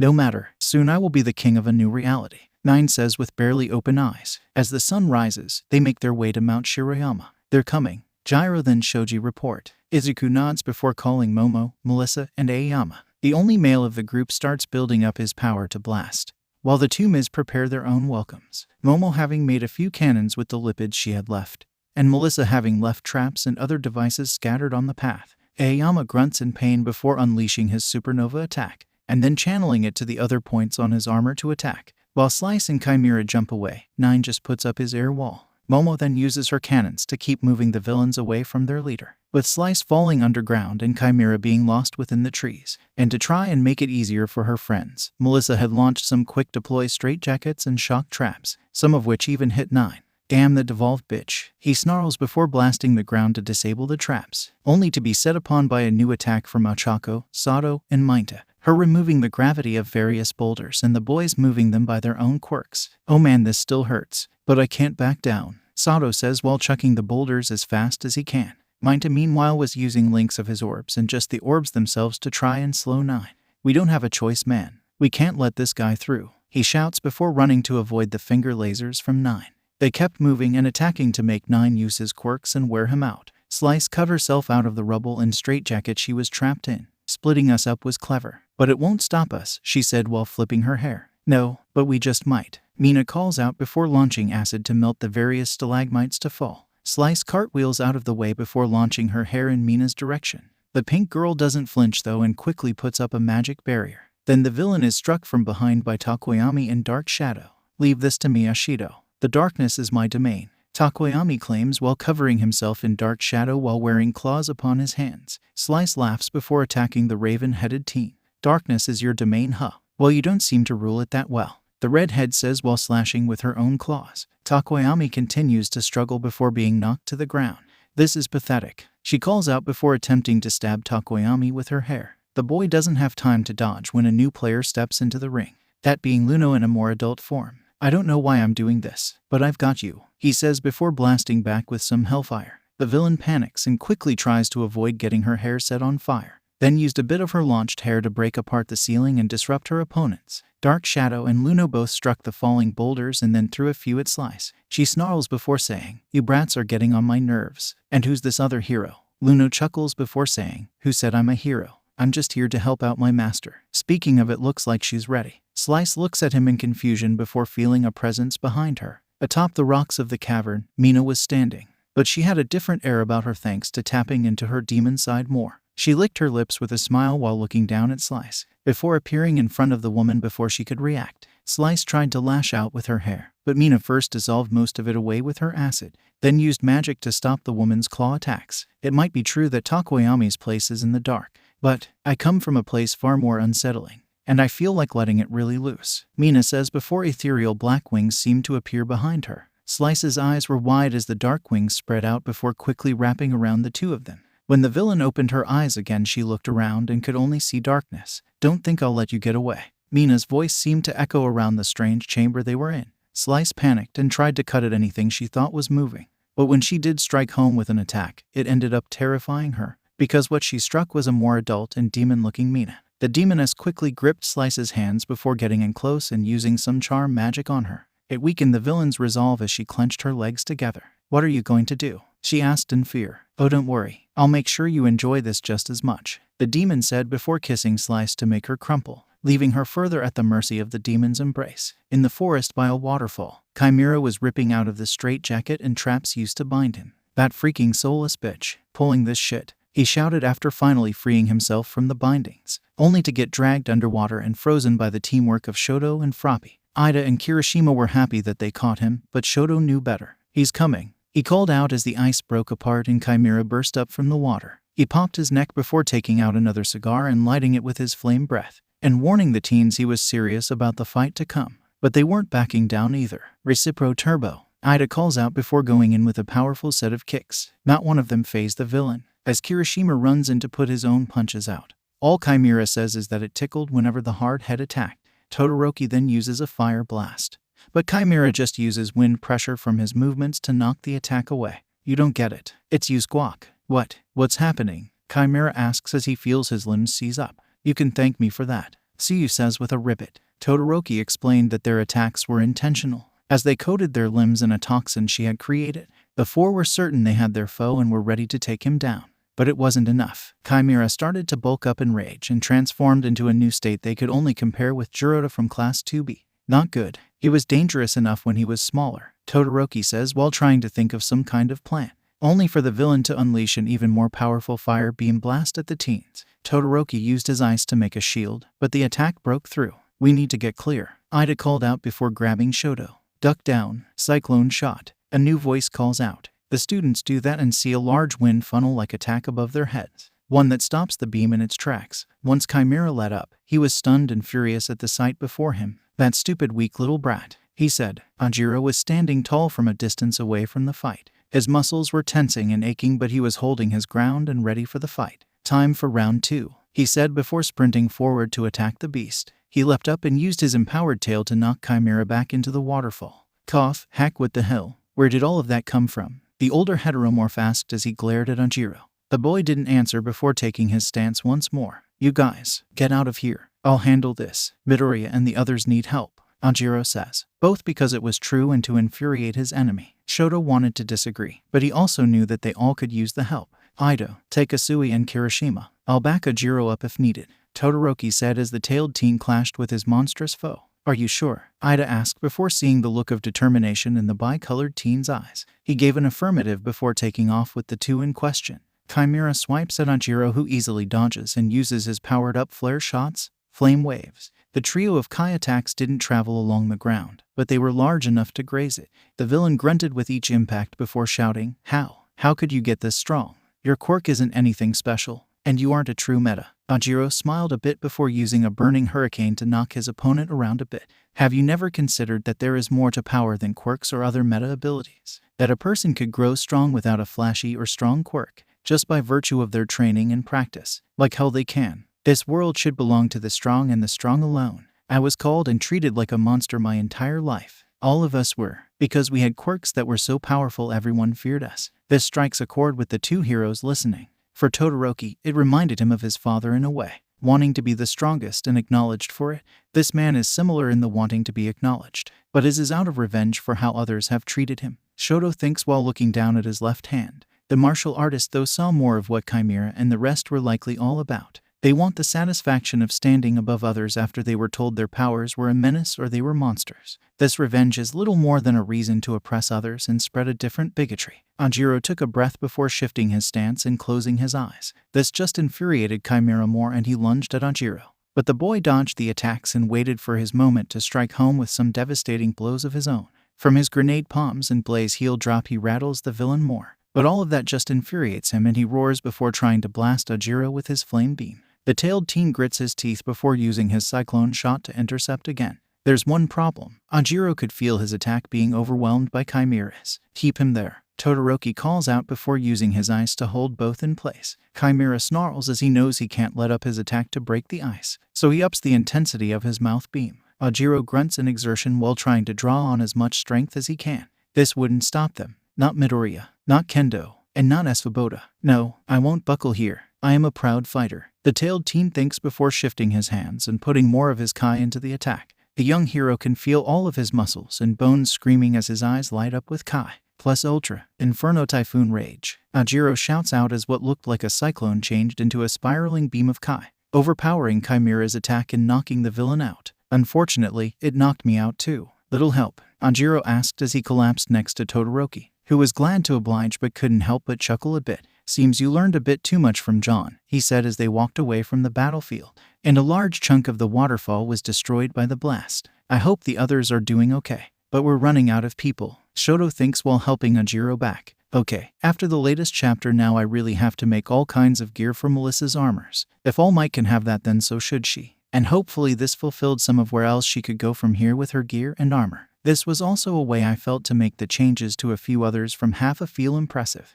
giving Jero his shot at really taking down that powerhouse chimera. And yes, I know I did a whole beam struggle to finish, but come on. You can't tell me it wouldn't be awesome to see. Let alone it being like a Gohan versus Nappa type of situation. With the mouth beam and the training Jero has endured. While the fights with his subordinates were happening, 9 was still almost lazily working his way up the mountain, even as the heroes kept attacking.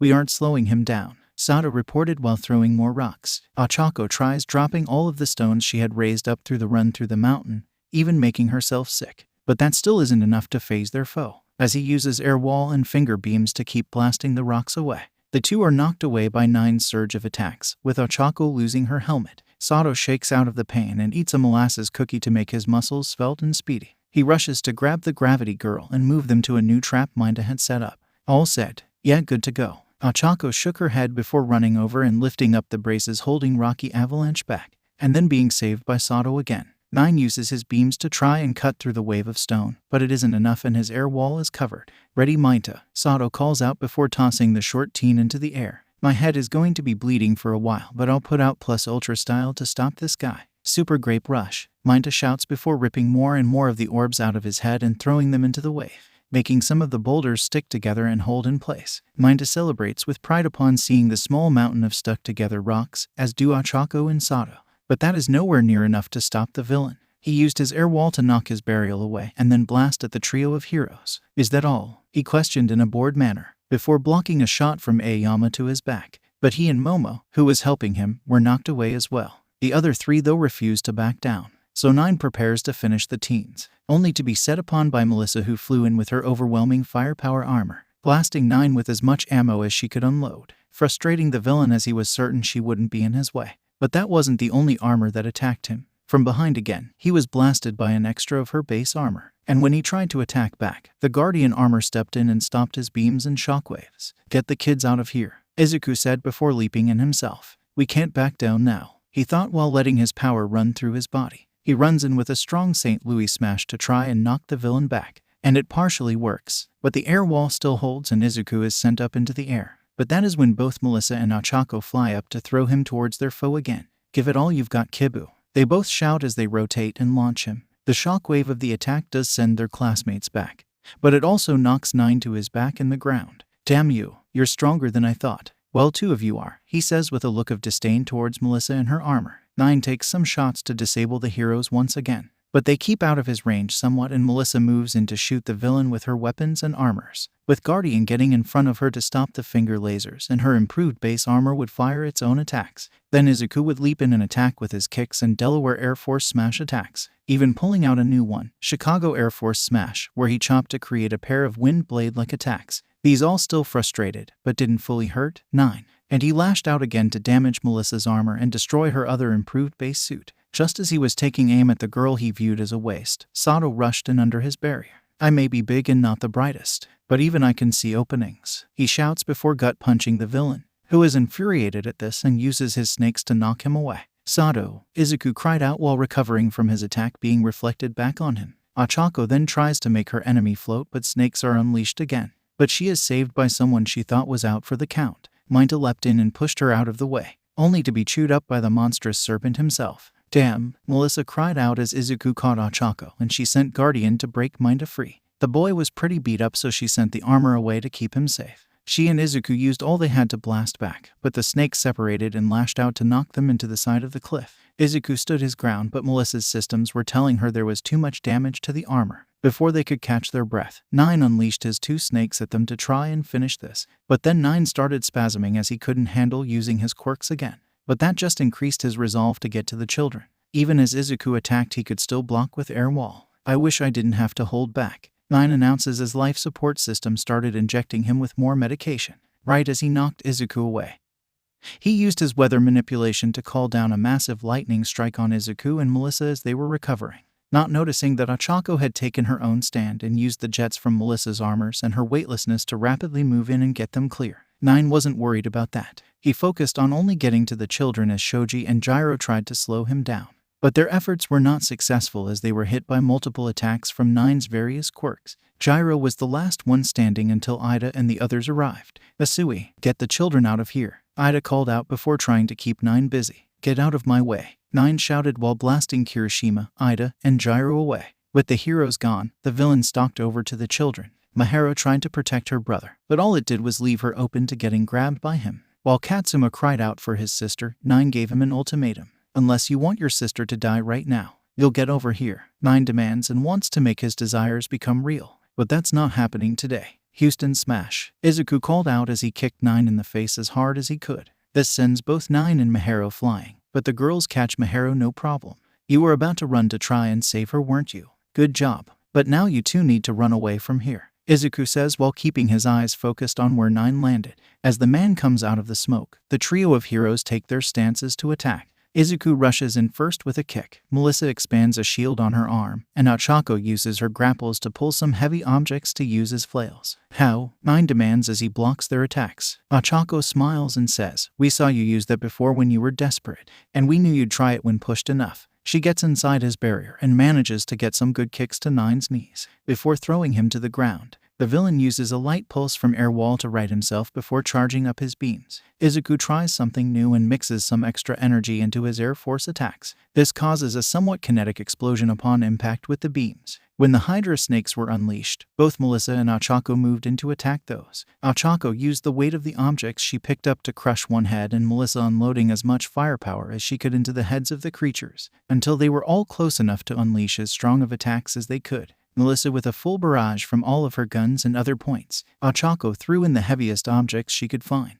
and Izuku built up energy in his arm for a strong Texas smash attack. The combined impacts left their mark on Nine as he was falling back in pain, as well as the problem of his quirks affecting his body. This isn't over, he wheezed out before building a strong storm above them to attack again. As it builds, Nine's resolve and anger harden as a new wind swirls from around him. Oh come on, what's it going to take? Izuku asked in frustration. 𝗂𝗧𝗏 looked back and told the Shimano siblings that they needed to get further away. Kibu, what do we do? She asked while Nine's hair was swirling above him, and it is compounded as he forms a burning tornado around him from his quirk and the leftover effects of the teen's attacks. He's growing more unstable and more powerful. I don't know if my gear would be enough for this, Melissa reported while looking at the readouts on her screen. Izuku grips his fist tight before calling out on comms to Kota. Activate the last resort. Get everyone out quickly. I don't know what else might happen, but I'm not letting the civilians get hurt. The quiet teen gives an affirmative and escorts everyone to the escape circle. That's a temporary measure, Kibu. This guy isn't stopping soon, and I don't think we'll get help in enough time, 𝗂𝗧𝗏 says while trying to stand her ground. Izuku tries to build up his power to attack at 100%. That's not going to be enough, kid. Izuku freezes up and suddenly his mind is taken to the vestige world of OFA. There he sees 𝗔𝗵𝗲 𝐔𝐻. Even without fully being there, I know you need more than just yourself and your kinetic abilities. It'll take more, something only you may be able to do, because you possess both the experience of OFA and the potential of a true meta. Before Izuku could process this, the winds from the tornado blew all three of the heroes back as they crumple.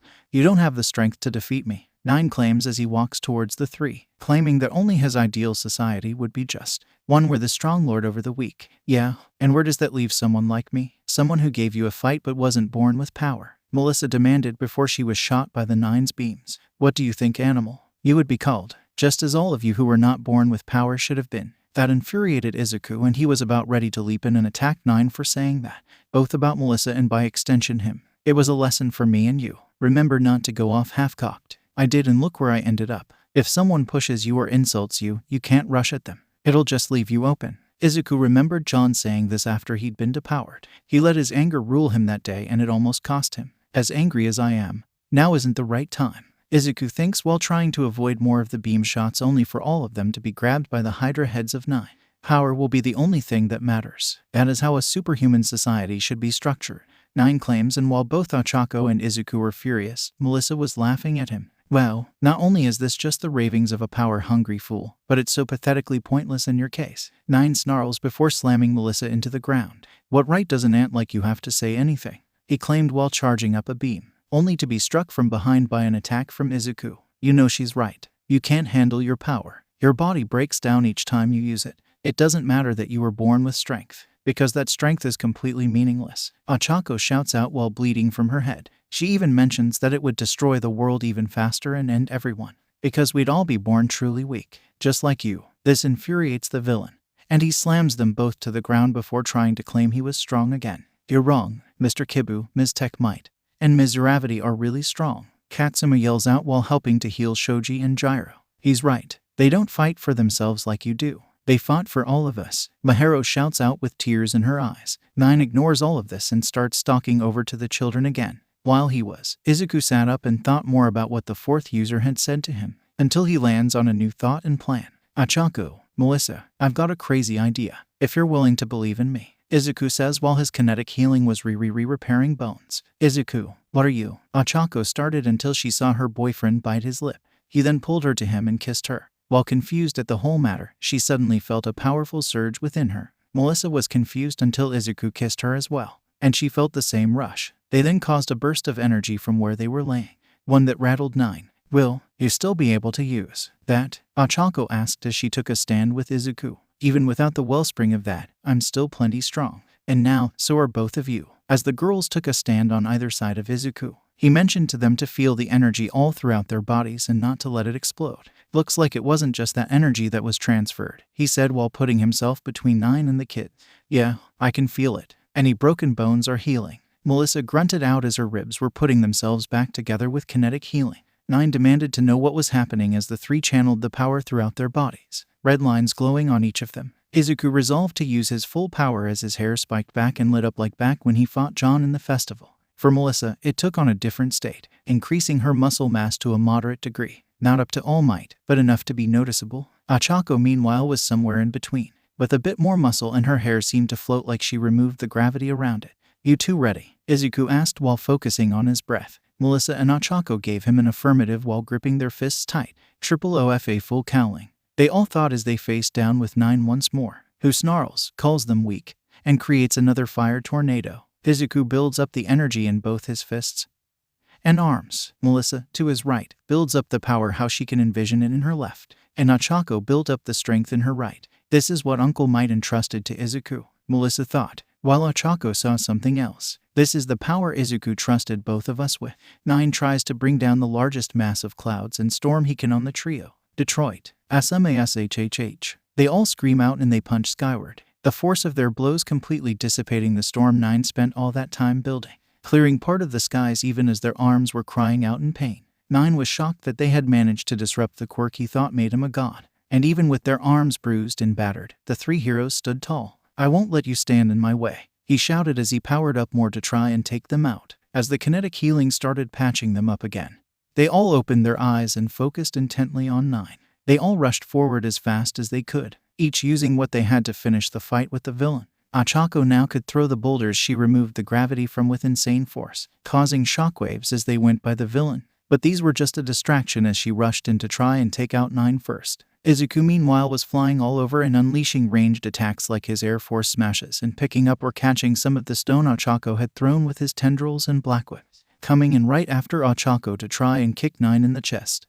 Melissa meanwhile took more inspiration from All Might and stuck to the ground while attacking, even using a New Hampshire smash of her own to propel herself toward their foe, and then copying Izuku's shoot style for a good kick. The villain keeps attacking with all he had, firing beam after beam and unleashing as many serpents as he could to take out the heroes. But they all evade his attacks, and he is blasted off the island by a strong punch to the stomach from Melissa. He can vaguely make out her saying Detroit smash amidst the cacophony they were all creating, and she is suddenly above him for another attack, flipping and spinning around before unleashing a California smash to 9's face. He does block with air wall, but it's imperfect and she breaks through, while also sending the villain towards 𝗂𝗧𝗏, who picked up a few trees before Comet home running the villain further down the mountain, as well as raising a larger amount of stone than she could ever handle before, and sending it all down onto 9. The villain seems to crumple more under the weight of the blows and power display, only to be shocked when he sees a mass of what looked lava waiting for him as he was moving downward. Izuku had gotten ahead and heated up a huge area with his kinetic powers at their max. 9 was forced to use his air wall to keep from landing in the molten rock, only to be kicked hard in the side by Izuku. and then blasted around by a barrage of Delaware smashes. The villain rights himself before trying to attack once more, but the 3 OFA users won't let him. "You sure about this, Izuku?" 𝗂𝗧𝗏 asked on last time as he stood in their hands after his attack. "Yeah, put everything you have into this," he says while feeling the energy from all of his movements seeming to build in him for this last hit. Melissa nods to 𝗂𝗧𝗏 as they throw Izuku with all their might, the boy turning into an almost blue-green sentient flash of light or bolt of lightning. 9 puts up the strongest barrier he could to stop the heroes, but it was nothing compared to the power they had let out, and 9 was knocked around again and again by the shockwaves and even the static electricity Izuku was letting off as he moved. Before he could be blasted away from the island, 9 tried to right himself by channeling funnels of air under his feet. The girls caught up with Izuku and they all charged at 9 again. Melissa built up her rotation and energy to do another California smash, one that shattered most of 9's face and cracked most of his cranium. Izuku built up everything he had into his leg before unleashing a powerful Louis smash into 9's upper torso, and 𝗂𝗧𝗏 kept it simple with her own Detroit smash aimed at the lower torso, but still put her all into the attack. 9 was sent barreling into the ocean, his consciousness having long left him from all of the blows and pain. But with the teens, each dealing with the recoil of putting everything out to stop him and save all of the people on the island.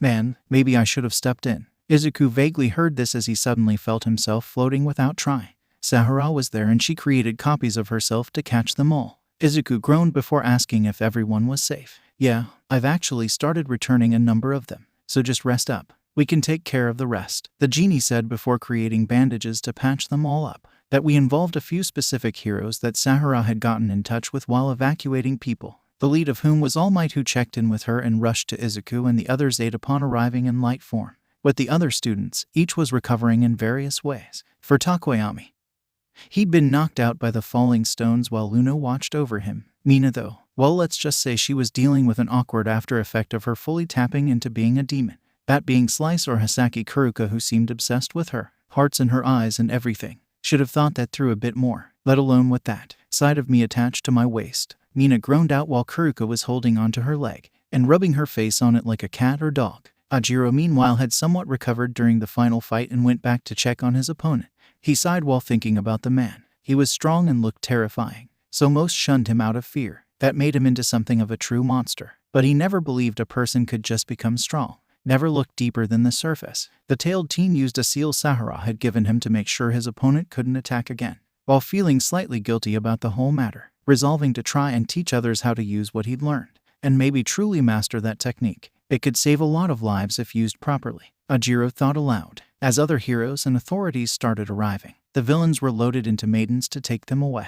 "Make sure you're careful with those two. One was already in prison once after the Island incident," Todoroki said while looking at Blackout, whose eyes flashed red as if to say he'll get out again. Back with those who defeated 9, Izuku had begun to wake up first, feeling the power of his kinetic healing working faster than usual. "Achako, Melissa, are they okay?" was the first thing he asked. Toshinori smiled before saying, "They're fine, young Midoriya." Sahara said, "They're healing quite nicely. Seems you did something extreme to finish this fight." Izuku looked down and admitted to sharing OFA and his other powers somehow with his girlfriends. "I don't know how I did it, or why it worked, but it was all I could think of to stop him." "Wait, the villain, where is he?" Izuku started to sit up, but both Sahara and Toshinori pushed him down gently. "Not the time to worry about that, Izuku. You need to rest." "Doctor's orders," Sahara said with finality. Melissa groaned before muttering out, "Pretty sure you're not that cough kind of doctor." "Sahara." Izuku tried to turn over and crawl to her, but he was stopped again. "I know you get strength from kinetic energy, but you really should stop for a while." Toshinori said this before helping to set Izuku next to 𝗂𝗧𝗏 and Melissa.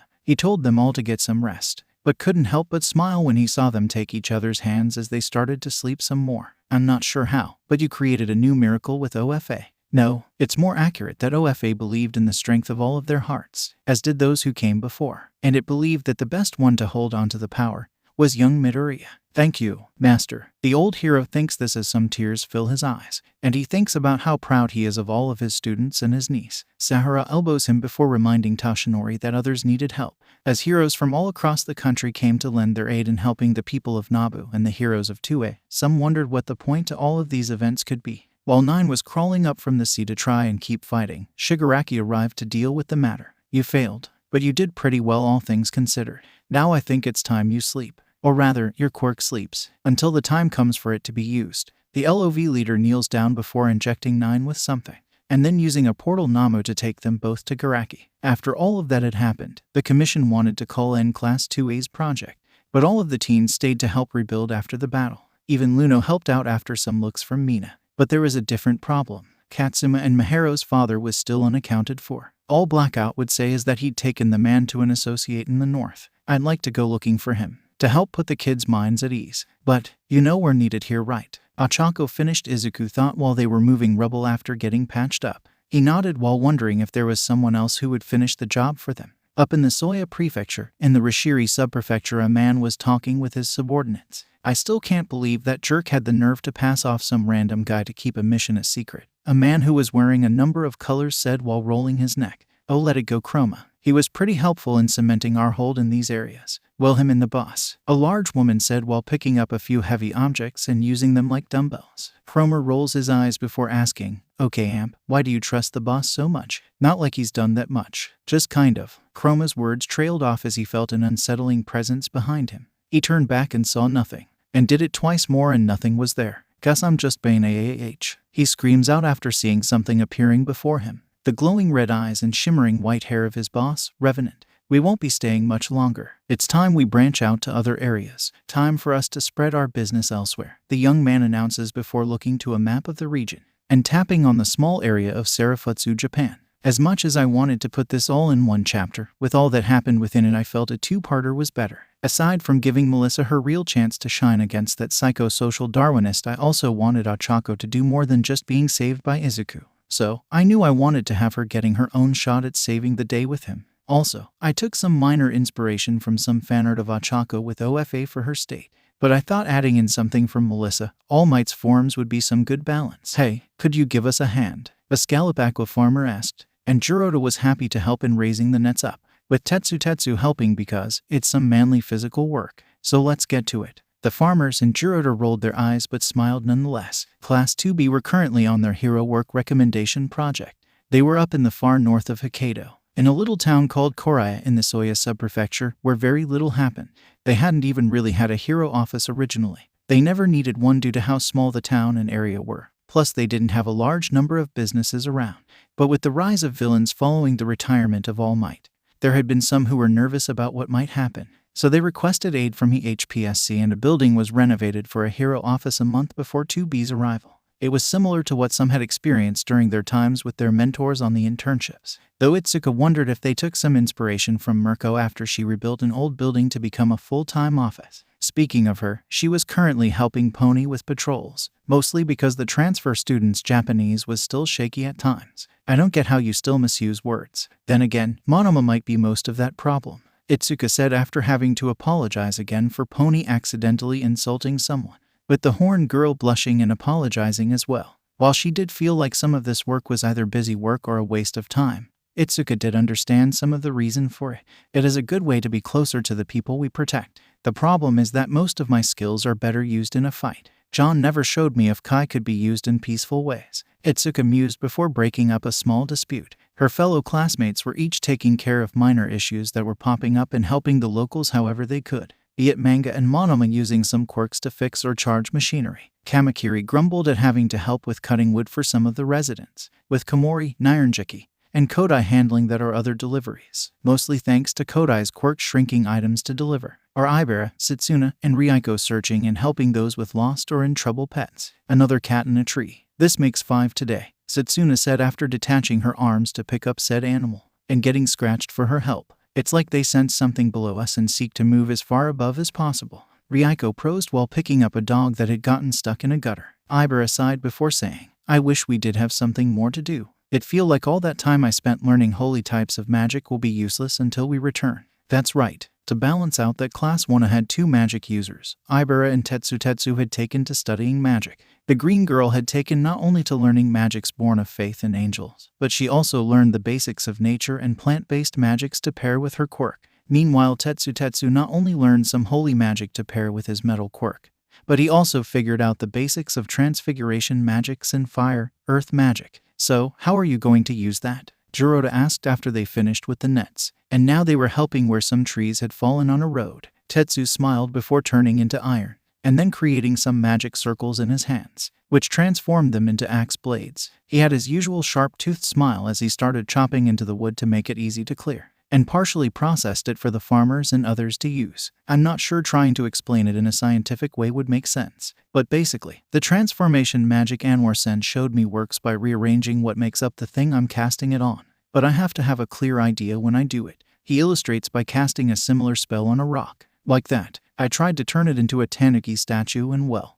the rock in question looks like a bunch of balls stacked on top of one another. There was a different issue as well. Something Sahara noted would be a bit more difficult to make up for. Okay, so, I'm not sure on the best way to explain this, but you two are different mages compared to me and Mina, Sahara said while training the three in magic. This gets all of them to stop what they were doing. The four of them were currently in the forest battleground to practice magic in multiple forms. After explaining, showing how to do basic building of magic within the caster, and then forging it into spells to be fired, she decided to broach the unusual topic of mage status for the three students. She pointed to herself and Mina and explained, "The two of us aren't really human the same way. Magic for us operates very differently. Thanks to our nature as mythic beings, we can use magic virtually on instinct, though the effects are odd at times. And how do we differ in that regard?" Ибера asked with some confusion. Sahara cleared her throat before saying the two were likely awakened mages that needed more help as it were to power certain spells. In our world there are hereditary and awakened mages. Hereditary mages are closer to a being like me, given they've been around magic their whole lives. She went on to say that awakened mages would have less to work with in terms of mana capacity compared to a hereditary. And it was a completely different game when dealing with a mythic like herself or Mina.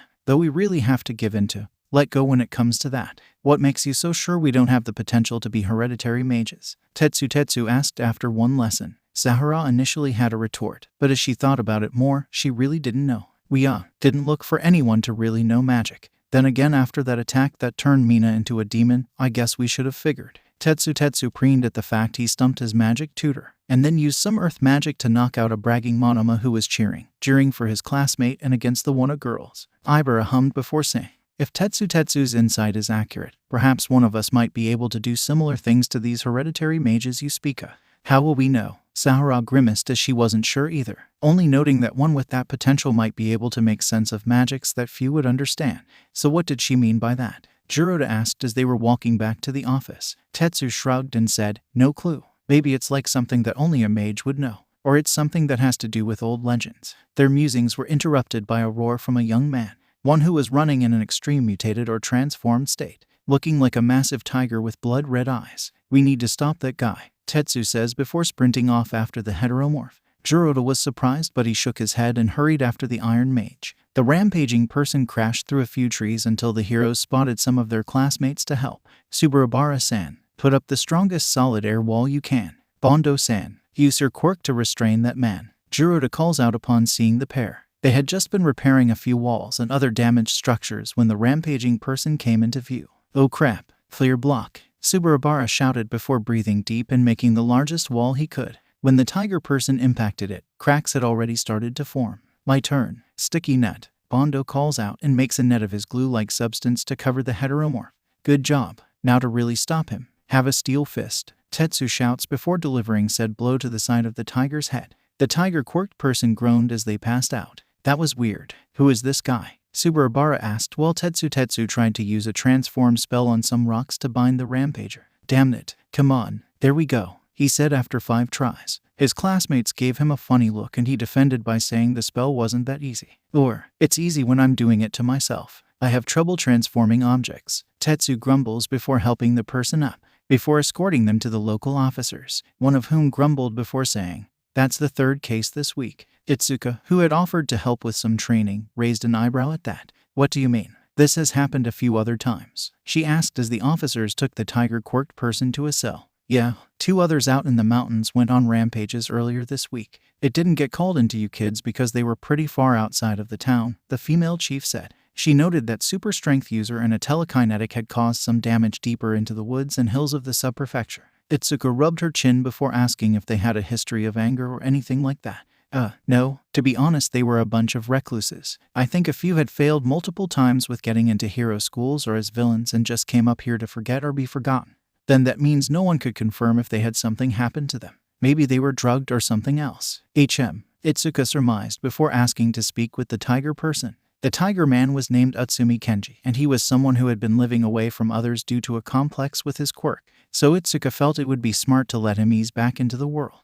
"Oh, my head. Not feeling great," he groaned out before trying to struggle in the bindings. "Don't bother. You won't be getting out of that easily," Ōtsuka said before pulling up a chair by the cell. The man looked at Ōtsuka funny before asking how he ended up in jail. The martial artist hummed before recounting what 𝗧𝗧𝗧 had told her about their encounter. "You don't remember, huh? Were your eyes always red?" Ōtsuka questioned before bringing up her phone to show the tiger. "What the? That's really weird. My eyes are normally blue," he said while shaking his head a bit, and then his eyes shot open in worry. "It's just like what happened to Mickey and Sei." His exclamation confirmed some of what Ōtsuka expected, namely that these people at least knew each other and that they might be targeted.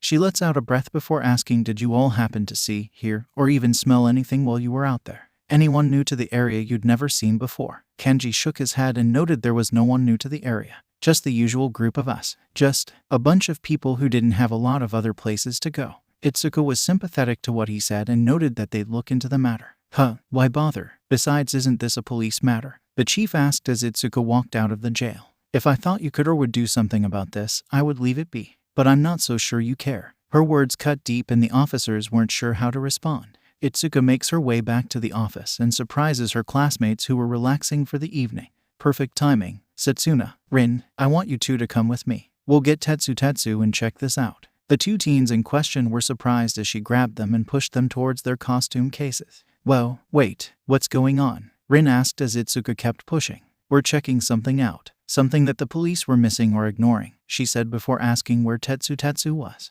"I'm in the kitchen helping cook." "What's up?" he asked while bringing out a few dishes. The president of 2B groaned before telling him to suit up again. "And we can take some of dinner to go. We need to go deeper into the hills," Ōtsuka said before walking over to something special Melissa had finished for her, that being an improved version of her motorcycle, one with a sidecar attachment to bring others along. "Is this really necessary?" Rin questioned once more as they were riding up towards the hills and mountains as the sun was going down. He was sitting in the sidecar with Setsuna while 𝗧𝗧𝗧 was hanging on for dear life to Ōtsuka's back. "The police might not see it, but I think there's more going on than they want to acknowledge," Ōtsuka said as they upon the commune-like area that had been pointed out to her. Tetsu groans as he gets off of the bike and asks what they were doing there. "We're going to investigate this area. Treat it like a normal patrol but be very careful. I have a suspicion on what might be causing these rampages," Ōtsuka says before putting on a left gadget glove. She checks her equipment belt and noted they'd be working in pairs. Rin would come with her, while Setsuna would scout from the air while 𝗧𝗧𝗧 watched the ground. The trio of teens gave her funny looks, but eventually each agreed to go along with the mission. "Tetsu, Rin, keep your defenses up at all times, just in case," Ōtsuka said before explaining that she and Rin would go west while the other two went east, keeping an eye on the houses and other areas as they walked. "This is giving me the creeps press. We're getting a number of dirty looks," Rin says after they had been walking for half an hour. Ōtsuka shrugged and noted that it wasn't surprising. From what the chief said, these folks were either failed heroes, villains, and the like. This makes the scaled teen nervous, and he again questioned the reasoning behind this mission. And it would cost him. In a lapse of panic, he let up the scales around his neck and felt something prick him. Suddenly his eyes went red, and his scales started to grow. "Rin, hang on, we'll get you Ōtsuka said as the half-Chinese teen started to change before her eyes, and then lashed out at her with something she knew he didn't have before, a tail. But he wasn't the only experiencing a change. While the same pinprick didn't get through Tetsu's iron skin, Setsuna was shocked when she felt like she'd been stung on the back of her neck. And suddenly her own eyes went blood red and her quirk started to change her, namely that she could strike with greater force and move her parts at high speeds, whipping up a small tornado with the speed at which her body was spinning. "Ōtsuka, 𝗧𝗧𝗧 shouted while punching through some of the debris. "Interesting. Didn't expect to have these kinds of subjects, but they are still affected nonetheless," the white-haired red-eyed ghost villain Revenant said while observing from a treetop. Below him was someone else, a different ally he'd gained during his time smuggling. Null, a villain with a sound-dampening quirk. He had been the one who snuck up on and injected Rin. He looked up to Revenant and signed. "What do you think this batch will do? Don't know of the full effects, but it will be interesting to see how they handle this little concoction of ours," Revenant says as his eyes glow a burning red in night sky, while Rin and Setsuna roar in pain, anger, and panic. "There we go. Some of you probably saw parts of this coming, but I wanted to go a different way than the usual huge bombastic fights typical of a shonen. Namely that it isn't a direct fight the villains are after this time. Well crap, this is going to be a problem." Whatever that was that hit Rin, it's making his quirk react in weird or extreme ways. Run, can't 𝗳𝗲𝗃𝗀𝗧𝗏. He managed to grunt out before roaring. Not gonna happen, Rin. I can't let you run wild, I say while taking stock of the situation, which involves a lot of dodging and blocking. I use the shields from the gauntlets to stop the scales Rin fired first before evading the tail he somehow grew. Wait a minute, that's not natural to his quirk, but it might be down the line. So that's it. As I evaded a few more attacks before tossing out some shock traps to keep Rin focused on me, I put some of it together. Rin, listen, I know it probably hurts, but you have to slow down. I think you've been hit with trigger, I shouted while trying to find an opening. 𝗳𝗲𝗃𝗀𝗃. My forcefully turned into a dragon classmate says or responds. Great, this won't be easy, but being a hero never is. I just need to keep him away from the homes of those ones who are living up here. Time for my Ken no Nami. I focus my Kai into my hands and quickly chop upwards. Unlike when I first created this technique, it can actually fly further, impacting Rin's head and forcing him to focus on me. Now for something new. Mitsumoto mi no Ken. Unaru Nami. I call out before launching multiple blades of Kai. Rin roars again as some of his scales come off to show the teen beneath. One problem though, my hands and arms are killing me after that. Time to go back to basics. Come and get me, dragon butt. I shout before running off into the trees. My classmate keeps following me and crashing through and into more fallen trees and even a boulder. I've got a bad feeling someone might really appreciate these results, but I can't worry about that now. Sorry, Rin, I say quietly while tossing a few of the restraint items at him, as well as dropping shock traps to make his muscles cramp. Now for the last piece. As he is roaring at me once more, I throw one of Melissa's special knockout grenades into his mouth.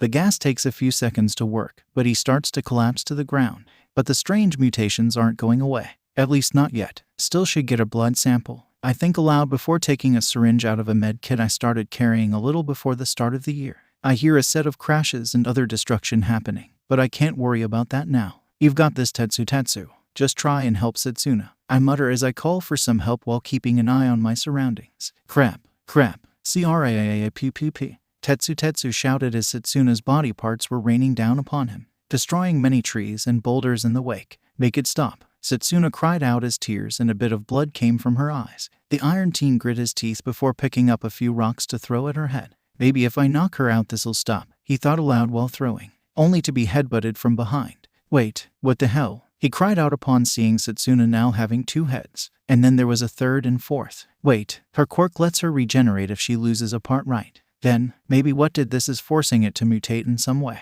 letting her make painful copies of herself. Tetsu reasoned before taking another hit from the rampaging Setsuna. As much as he wanted to focus on his quirk and hand-to-hand skills, that wouldn't do any good in the situation he was in now. So, he goes back to Sahara's magic lessons and starts making a few spells in his hands, using them to blast the extra heads and defend from the body parts, along with his quirk in case he was snuck up on again. Even as he's blasting, he can see he's getting nowhere fast. What do I do? Sahara never taught me a spell that could knock a bunch of rampaging heads out at once, and I can't just turn back what happened, he thought while trying to stop the replicating parts that were currently swirling into a small windstorm, pulling a few down trees and stones up and launching them around the area, something of which included a small shrine of 𝐒𝐭𝐲, one that was launched at Tetsu's head while he was trying to dodge. Oh great, now what? He asked while removing some of the pieces of the shrine from his head, only to spot something that surprised him. Not that he could focus on that right away. He jumped over some stones and into a draw to check out the shrine. On the inside of box, he saw what looked like images of a past, some form of a play or a spell. Seems to be a time-changing spell. No, well maybe, but how do I? Tetsu starts before his eyes and images start to light up. Within his mind he sees how the spell should be cast and the chant he needed to start to use it.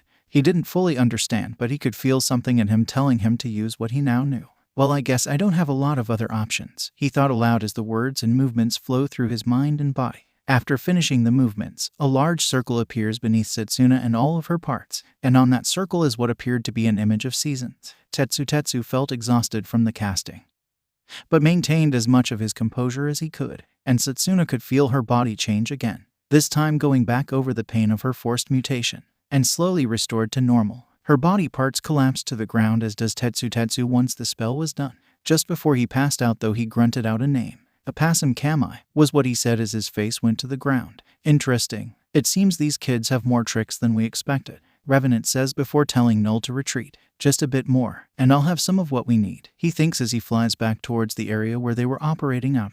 Itsuka eventually finds her classmates and has to work a bit to wake them both up. "Oh man, whatever that stuff was, it does a number on you," Rin says while grunting from the aches in his side and face. He still had a tail, but it was retracting for the most part. "Yeah, and I get the feeling it's only the beginning.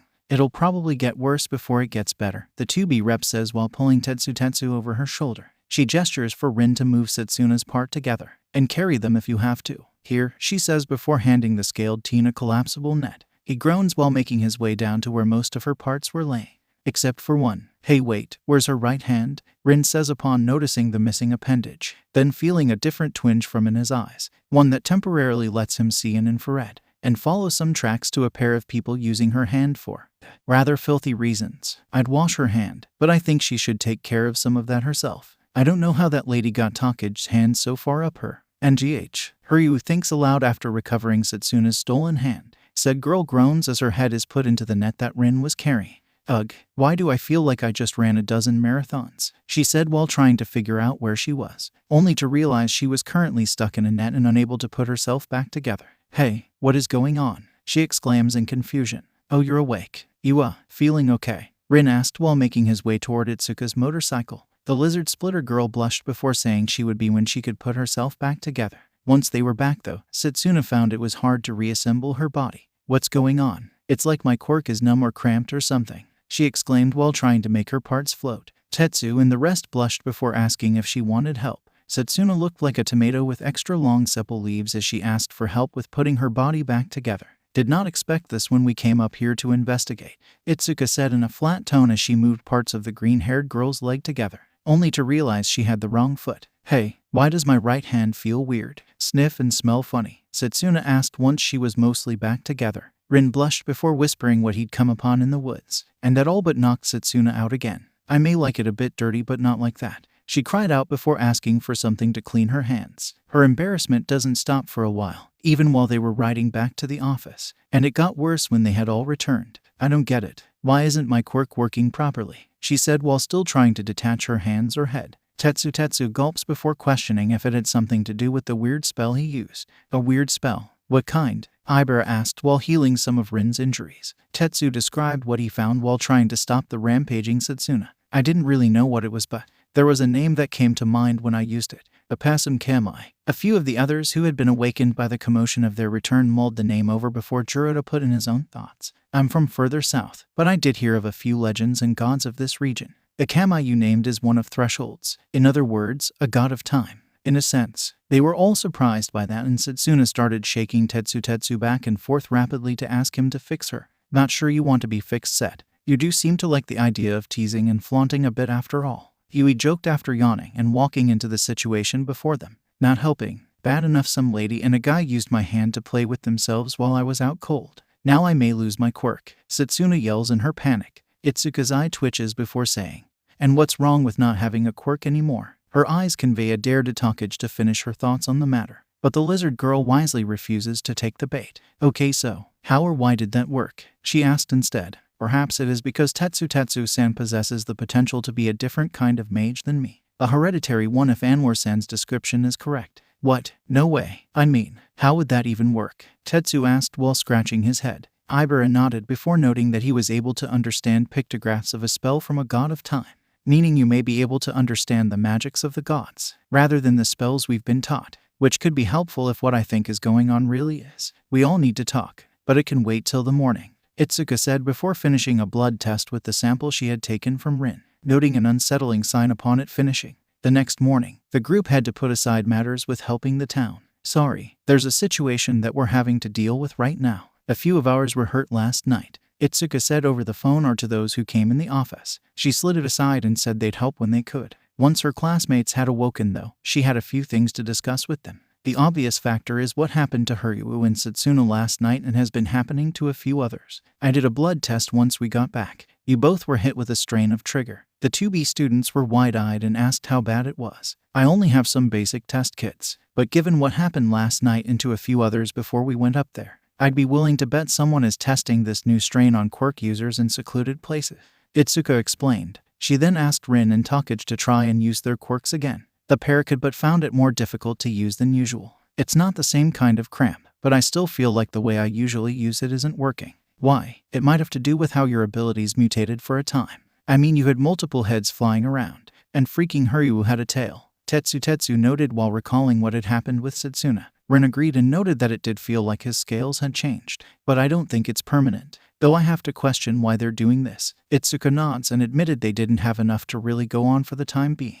I think we need to check into those others who went on rampages. It might give us more of an idea of where to go with this. Tetsu, maybe meet with a local who might still speak Ainu. I think that spell you learned will help us in the long run. The class rep claps her hands before telling everyone to go about a few of the normal jobs the locals wanted help with, while also telling Rin and Setsuna to take it easy for the day. Your quirks aren't working properly, and you're still flushing the trigger out of your system. Take some time to get better. While they wanted to disagree, they couldn't argue with the logic that they had been cut down to about childhood strength and skill for their quirks. Childhood?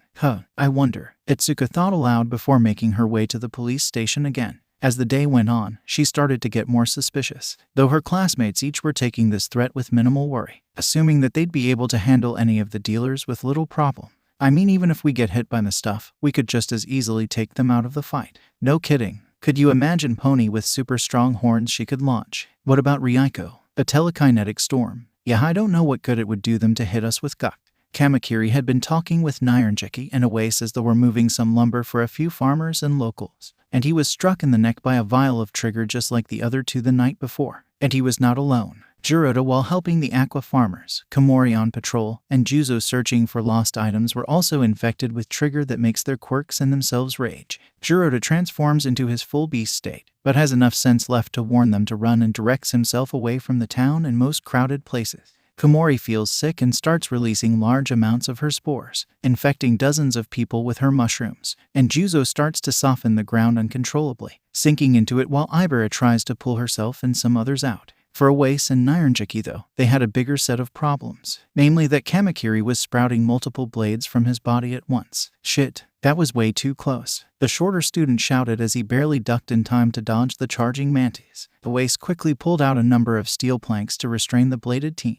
But it didn't last long as a new set of blades appeared and cut through what was restraining Kamakiri. I know he can cut through metal, but he wasn't even trying to, Nyanjiki says before trying some double impacts to knock his friend out. Jiroda was being pursued by Pony from the air with Bondo. We need to get ahead of him to try and stop him. Bondo shouts to the American girl. Tetsu was found by Kosai and they made their way over to Kanoko. I hope this antifungal and masks will be enough, and that what the old lady taught me will do the job.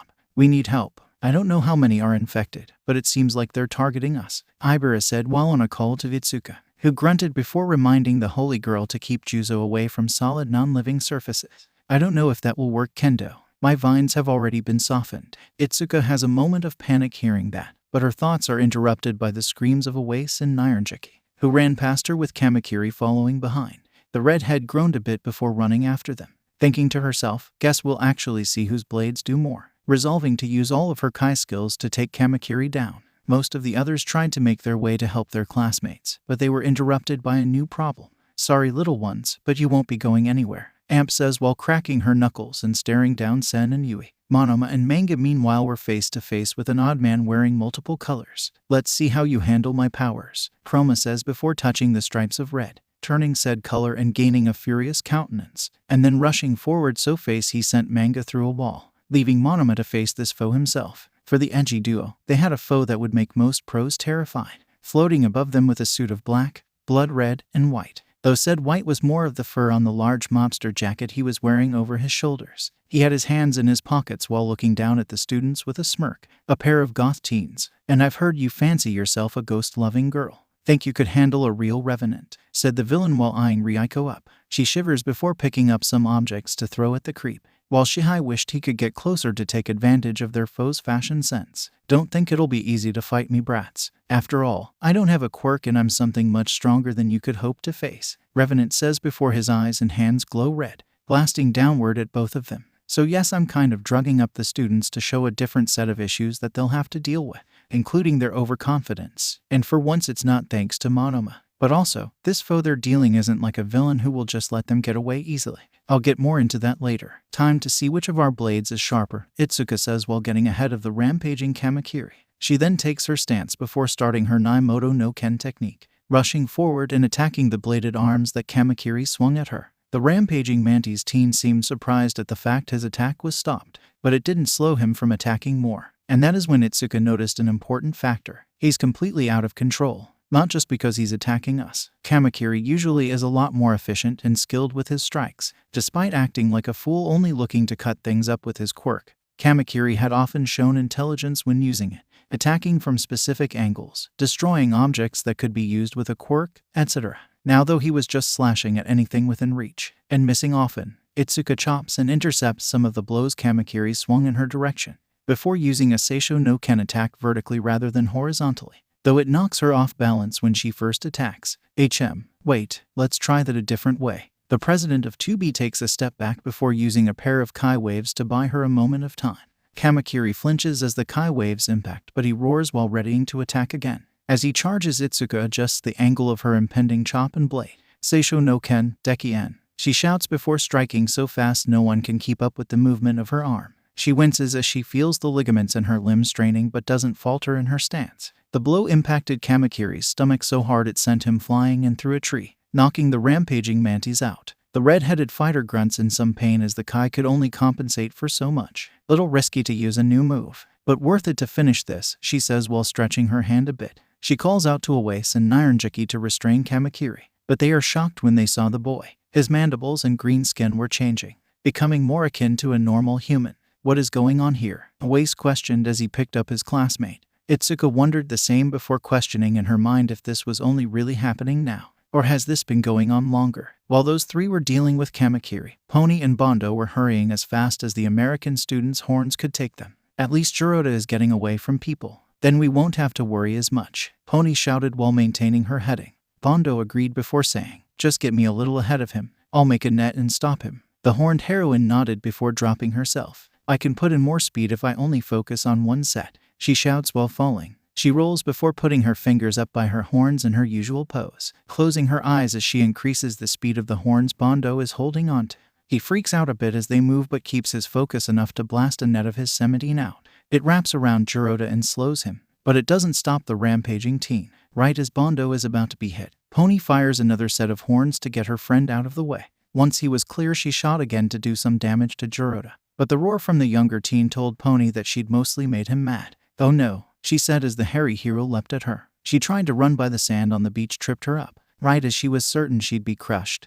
𝗬𝗪 stopped short. Glad at least something I did worked, Bondo shouted while holding onto a rope of his glue that was attached to some boulders. He called it his tripwire cement, and it helped to keep 𝗬𝗪 from leaping as far as he'd intended. This in turn made 𝗬𝗪 focus on him again. And that is when Pony got an idea. Playmo, attack after I do. I think that'll work, Pony shouts before firing more horns at 𝗬𝗪's back. Once the younger teen had focused on her again, Bondo used a quickly made glue slingshot to attack 𝗬𝗪 with. For 10 minutes they kept going back and forth, until 𝗬𝗪 was finally worn down enough and stumbled into unconsciousness. But he wasn't just unconscious. Where are his fangs going? Bondo questioned as they checked in on their classmate. Fangs? I'm more concerned about the hair loss, Pony says as Shishida starts looking more like an average teenage boy. Tetsu and Kosai though were scared when they found the area where Kanoko and the others were infected.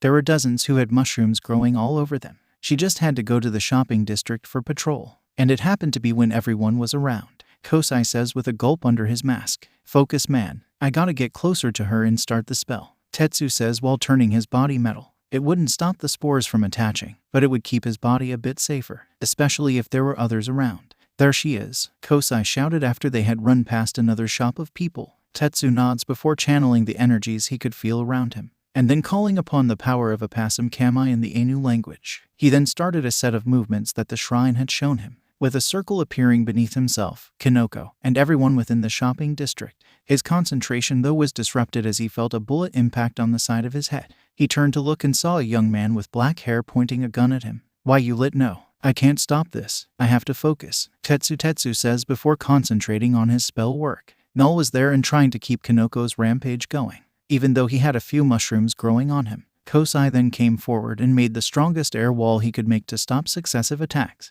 Keep doing what you're doing. I've got you, Kosai say while trying to regain his breath. He manages to make 2 more walls to cover Tetsu, but not without consequence. Namely, a mushroom started growing in his throat, restricting how he could use his quirk. Just hold on. Almost. Done, 𝗧𝗧𝗧𝗧 shouted as time started to flow in reverse around the shopping district. 𝗧𝗧𝗧𝗧's breath comes short, but he maintains his composure long enough to see Kanoko no longer crumpled over in pain.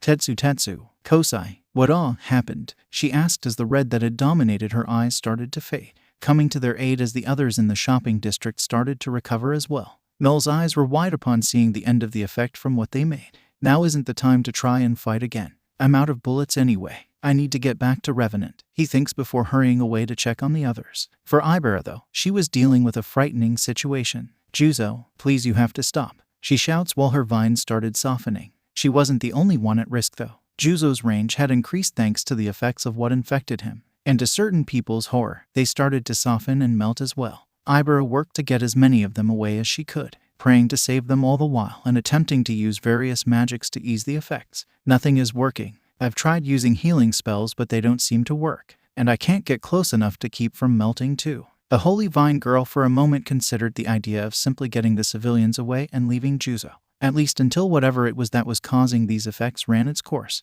In that moment of thought though, she wanted to slap herself. I stand as a hero not just to protect the innocents who cannot do the same, but also to save my fellow heroes. Lord, look upon me in favor as I face this trial, and grant peace and protection to those who have been affected. 𝗂𝗲𝗺 prayed before diving in with body to pull 𝗧𝗪𝗧 out of the quicksand pit he made. She felt her body start to not feel right as she got closer to where he could or should have been, but it didn't stop the girl. Even as her hand turned into little more than flesh-colored sludge, she reached out to pull 𝗧𝗪𝗧 to safety. Right as she reached him, 𝗂𝗲𝗺 felt an insane new power run through her, one that reinvigorated her body and spirit. The hand she thought she lost suddenly felt it grab onto 𝗧𝗪𝗧's costume, and with a mighty pull of the vines she had tied to the still solid trees and buildings, the two were brought to the surface. Both were coughing as they made it to fresh air, with 𝗂𝗲𝗺 holding her classmate aloft while trying to figure out what happened. If only I could get him higher, then his quirk wouldn't work any more. Right as she was saying this, she felt something odd from her back. It was a bit painful, but she let it happen, seeing it as a trial and then maybe reward granted for her faith and courage, which it was, as what came from her back were a large set of burning wings, 3 pairs glowing and growing from her back. How? Doesn't matter. I have to get 𝗧𝗪𝗧 away from the civilians, 𝗂𝗲𝗺 says while picking the boy up, not realizing that she had changed as well. Namely, the hand that had melted now looked like a draconic limb. She kept trying a number of healing spells on 𝗧𝗪𝗧 until the effects started to fade on their own, though with an odd effect. 𝗧𝗪𝗧 now had a real face, complete with a nose and lips. What manner of evil is it that we face this day? 𝗂𝗲𝗺 questioned aloud as she landed and the wings retracted. With that, the major battles between classmates had ended, and there were numerous casualties. They got us, whoever they are, 𝗂𝗫𝗫𝗁 said with his normal fearful look, observing while 𝗂𝗲𝗺 used what healing spells she could to help the others back at their office. No one asked about her new appendage. It wasn't the time to worry about that. What worried everyone was that 6 of their classmates had vanished in the commotion. Who or what are we dealing with? 𝗬𝗚 asked while pulling at his bandana. Itsuka sighed before saying she was going out. Shouldn't we stay close? I mean, if those guys are still out there, you could be at risk, Setsuna said, worry lacing her voice as Itsuka made her way to the front of the office. I doubt it. I don't have a quirk after all. Besides, something about all of this is nagging at me. A few of the others wanted to go with her, but 𝗧𝗧𝗧𝗧 stops them. Look, we're all at risk given what's happened. She's got better odds at finding out more. Let's just trust the prez. Itsuka smiled hearing that and quietly thanked 𝗧𝗧𝗧𝗧. She took her bike up into the hills, where the people who wanted to disappear had been living. I should have just started asking questions in the first place, Itsuka says to herself while walking to a few of the homes. Some turned her away outright. Others threatened her, but she didn't back down. It took meeting some children and showing she meant no harm for a few finally admitting some of what had been going on. There had been some strange noises and a few very removed folks had stopped being heard from. From there Itsuka starts to wonder why it had been going on for a few weeks, but no one really knew. That was when she started piecing together something a bit darker. Chief, I need to talk with you, Itsuka said upon returning to the town. The lady officer was confused and asked what was going on. Itsuka cleared her throat before saying, not here. Can we speak somewhere private? Itsuka asked and was directed to an interrogation room, where the chief started to draw her weapon as Itsuka's back was turned. Just as she was pointing the gun at Itsuka's back, the girl quickly turned and cut the weapon apart with her kai blade hand. I thought so, Itsuka said before kicking the officer to the side of the room. She then slammed the door and used a gadget to sabotage the lock. So then, care to tell me why and how long you've been letting people get hurt? Itsuka says before countering some attacks from the officer. Itsuka knocks the woman to the ground after a few more blows and the officers arrive to see some of what is happening. as well as Itsuka's classmates. They try to open the door, but her sabotage keeps them at bay. I'll ask again. How long have you been letting this happen? Do you know where my classmates are? Itsuka says before picking the chief up by her shirt. The officer seems determined to stay quiet, but her eyes bug out in fear as Itsuka points 2 fingers at one eye and builds some kind of push towards the organ. The hero holds her quarry in place and reiterates the question, noting that her friends were probably being held by the villains and it would all be on her head. Starting with this, a burning teal glow growing closer and closer. Just as Tetsu and the others start breaking in, the chief shouts out, "Alright, I'll talk. Just stop, please." The Kai in Itsuka's fingers retracts and she shoves the woman to the ground again, before telling her to start. It wasn't supposed to be like this. They paid me to ignore or not worry if some reported noises from the hills. I knew about the trigger testing and everything, but I was willing to let it go since they weren't hurting anyone from here. Just ex-criminals and the like who were hiding out. I didn't think they'd be getting closer to the town, let alone kidnap or use all of you as subjects. What part of that even seemed like a good idea? You honestly didn't think they wouldn't eventually use people from the town as test subjects? Itsuka says with some venom before demanding to know where they were. I don't know. I'm telling the truth. They'd just send some guy with black hair to pay me. Kosei steps in after hearing this and asked if it was a shorter man, giving a rough description of Null. At the affirmative, the young hero relayed who had attacked him, Tetsu, and Kanoko at the shopping district. I couldn't really follow him. He seemed like an expert at sneaking. The president of 2B lets out a frustrated breath before telling some officers to lock the chief up for the time being. She then called for the remaining members of 2B to gather and talk. We're seriously outgunned and outnumbered here. At the same time, I doubt we can wait for hero reinforcements. What do you mean? Surely they'll have reports on this within the hour, Rin said while trying to create some scales on his arm. Kosei shakes his head before reminding them that the chief had been working for the villains. My guess, she kept it quiet or covered up what was happening, possibly even sabotaging the ways to call for help. Ibera winces while feeling up her strange new limb before noting they weren't totally removed as they were still landlocked. But at the same time, I don't want to think about what could happen to our classmates, and we can't be so sure that they won't run away before help arrives, Pony says with tears in her eyes. Itsuka sighs and says that they won't leave them. We just need a way to find them. Somehow, while this was being discussed, the members who were kidnapped found themselves in an unsettling situation. Monoma was currently on a treadmill with Chroma keeping a tight grip on his hand, and the boy was stuck in using the color yellow. Aside from granting him super speed, it made him very fearful. At least now I don't have to recharge the batteries. Keep running, Brad, Chroma said while glaring at the fearful phantom thief. Both Sen and Yui were nursing multiple injuries to their bodies. Not that Amp wasn't feeling it too. That one kid can do some good damage, but his partner didn't help him. She just made me stronger, she said while kissing her lightly bandaged bicep. Yes, very impressive. We gotta make sure that one kid can't speak though. He could be some serious danger, a medic and drug manufacturer said while patching up the muscle of the gang, noting that Manga had been taken to a different area and muzzled as best they could manage. Hey, where's the boss? Amp asked while leaving the medic, who shrugged and said he was doing something with the other girl he captured. Revenant was currently sitting in his personal quarters for the complex, looking at a few old photos, while also glancing at Ryuko sleeping on his bed. He hadn't stripped her or anything like that, but he had taken off her mask to get a better look at her face. After looking back through his photos, he set the album down, stepping over to the sleeping Ryuko. He gently brushed some of her hair away before muttering to himself, "She looks just like a younger you. Isn't that right, Yuri?" he said to himself before tightening his fist in anger. In his mind, he relived the moment he became Revenant, how a group of monsters had taken all he cared about, and made him watch, unable to do anything. In his photo album was an image of a brown-haired version of Revenant, with a blonde-haired girl next to him with a ring on her finger, her hair going the opposite direction of Ryuko's, both smiling and happy. Well, hope that wasn't too much, but I want to flesh out my villains a bit more with this. After all, just having a villain that wants to destroy everything isn't the absolute best. Not to mention you need more than just some surface obsessions to make a decent boss and semi-redeemable monster. Unlike Overhaul or Tamura, as Revenant gently moved Ryuko's hair away from her face, the girl herself started to stir. What? Where? You? She says before backing away from the villain. He took a breath before focusing on larger matters to him and his crew. I wouldn't try anything if I were you. Your quirk won't do you much good against me or anyone.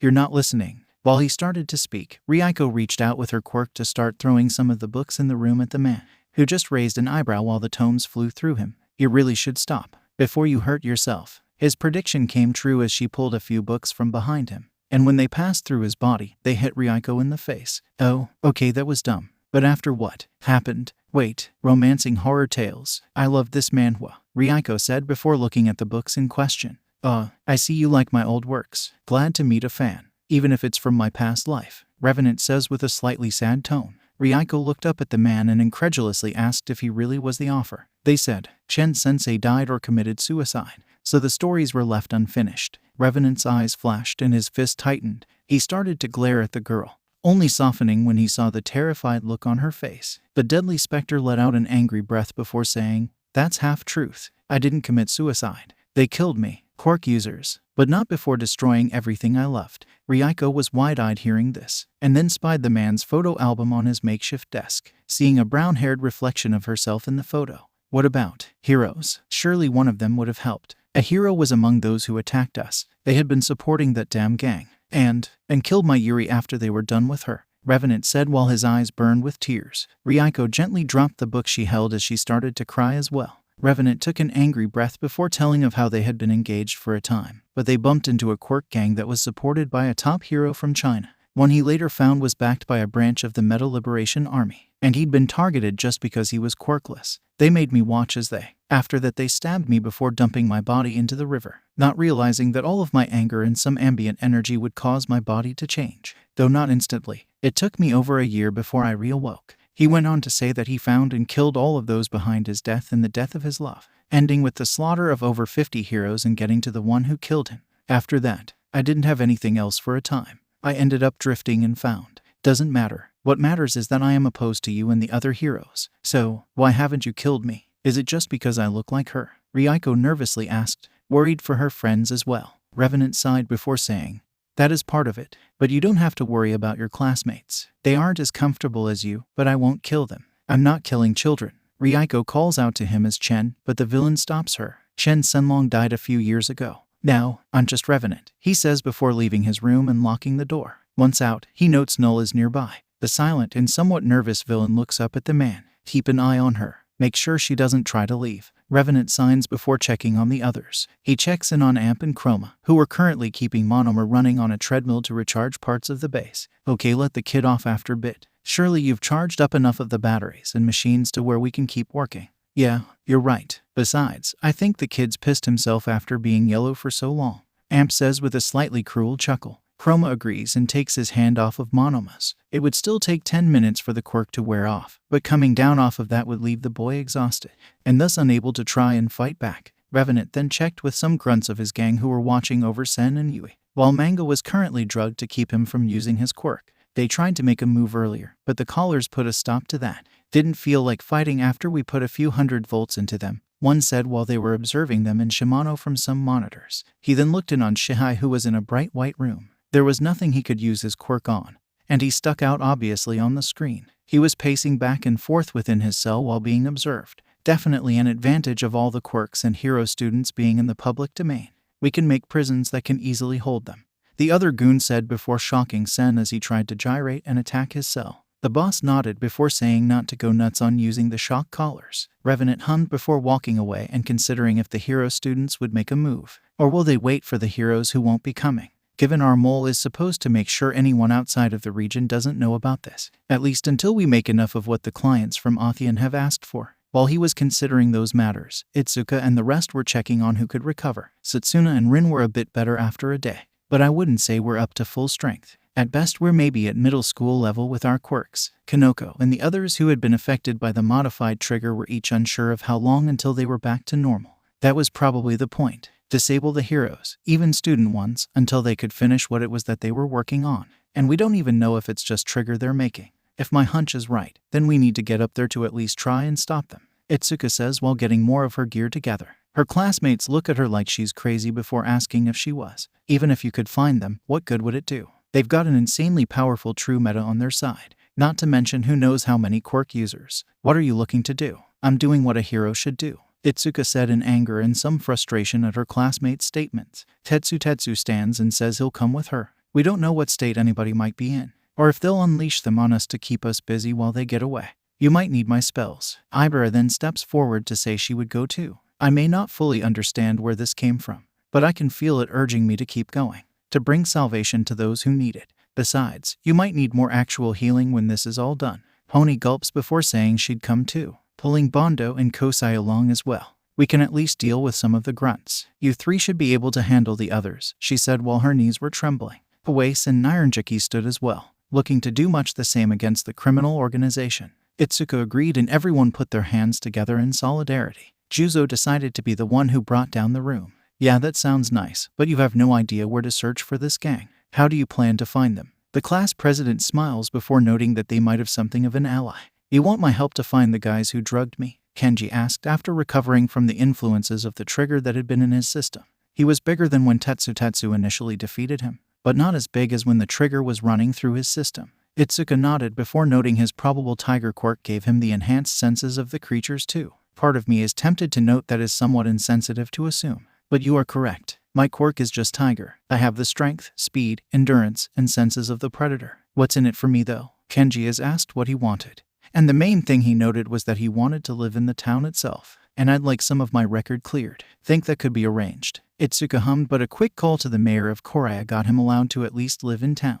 The latter, though, we'll have to look into it. Later, the Tiger Man shrugged and said it was fine for a down payment, being released from his cell and then brought back out to the hills where he and others had been living. Give me a minute. I think I can pick up on some sense. Or you could use these, Izuku said with a raised eyebrow, before holding out the hat to Yui's hero costume. Kenji stops for a moment and then says, yeah, that works too. He took a whiff of the hat before saying he had a scent. It took over 2 hours to find an area that they started to suspect was the base. Pony grabbed Itsuka's arm as they were moving through the woods and pulled her down. The others followed suit and saw a dog-like man sniffing around the area. Before he could catch their scent, 𝗵𝗃 acted quickly and grabbed as many branches to try and cover the group. The dogman sniffed a few more times before moving on.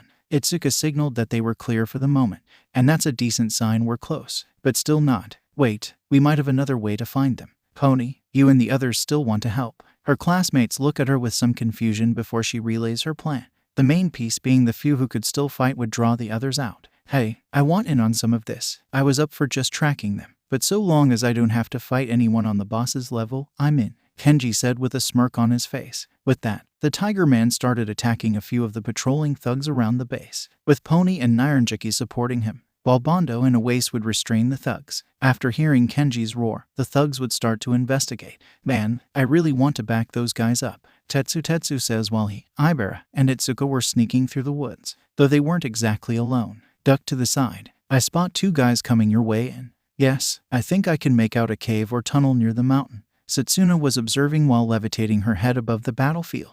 Most of the goons didn't look up and were only focused on getting to the source of the roars, so it gave the weakened, but still capable girl the ability to spy on them. No way I could fight a few of them, but it looks like you should be mostly clear. Good luck. Thanks, said. Get clear of the area. We'll take it from here, Izuku reported before sneaking upon the rough area the lizard girl had pointed out. There were a pair of guards, but they were no trouble as they started to run with others to intercept Kenji. He's doing his part. Now we need to do ours, 𝗵𝗃 said while retracting her vines as close as she could. With a nod from the other 2, they made for the entrance and then into a side tunnel. Izuku stopped them for a moment to use device the support department had given her. Using some radio and sound waves, she was able to make a rough map of the caverns. After passing a few copies to her friends, she gave out assignments. Okay, this area looks like a nerve center or similar. 𝗵𝗃, you and your dragon hand good to take this out, Izuku said with a look at said appendage. I wish you wouldn't call it that, but yes, I think I can take this out. What about me? Is there somewhere special I need to go? 𝗧𝗧𝗧 asked, hoping for some special action. Izuku smirked before pointing out a blocky area. I think this might be where they have prisoners. That's what you need to take care of. Get the others out and deal with any possible effects that they might be under. The metal man salutes before they each take off to their specified location, assuming that Izuku would act akin to a mission command and advise. But that wasn't in her plan. Those 2 should be fine, especially if 𝗵𝗃 has gained something new and Tetsu has really mastered that spell. But I've got a different interest, and it's in this deeper section of the mountain. She quickly moves to the last area of the map that seemed suspicious, getting as many of her gadgets prepped as possible. 𝗧𝗧𝗧 ran quickly through the caverns, hoping that he wouldn't need his time-turning spell again. I don't want to think about what might happen if it goes too long.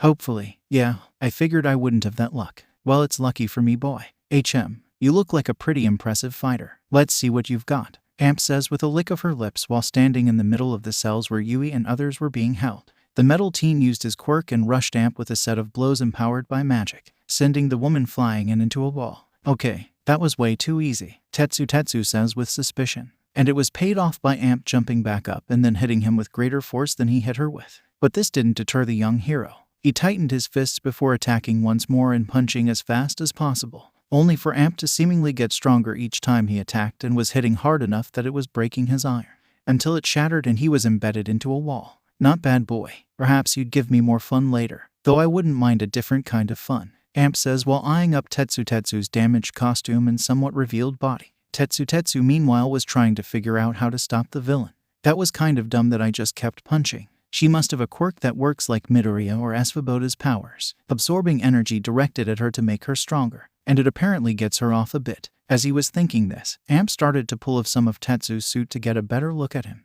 only to be surprised by a shot of magic he'd managed to make. He then directed the magic to the wall and blasted himself out of it. I can't win by outlasting her. That might just make her stronger if I tried to only take the hits. But maybe I can make her weaker. The metal hero thinks, shifting his hands, and starts the Anu chant to form the spell. The villain looked at him funny before winding up to take out real steel, only to feel pain when she punched his metal head. What? Why did that hurt? My quirk hardens my body with the power I absorb. I thought so. But what happens when that energy you absorb is taken? Or rewound? Steel said with a smile. He changed some of the wording to where it would turn 𝗵 backwards before she had absorbed so much energy, leaving her vulnerable to a strong right to the face from him. Once he was certain that his foe was unconscious, he created magic bindings to be certain she wouldn't fight back. I hope that Kendo and Shizaki are okay. Time to get the others out, he said before looking for the keys to the cells. With 𝗵𝗺, she quickly made her way towards the observation and nerve center, knocking out guards with her vines and a few quick spells.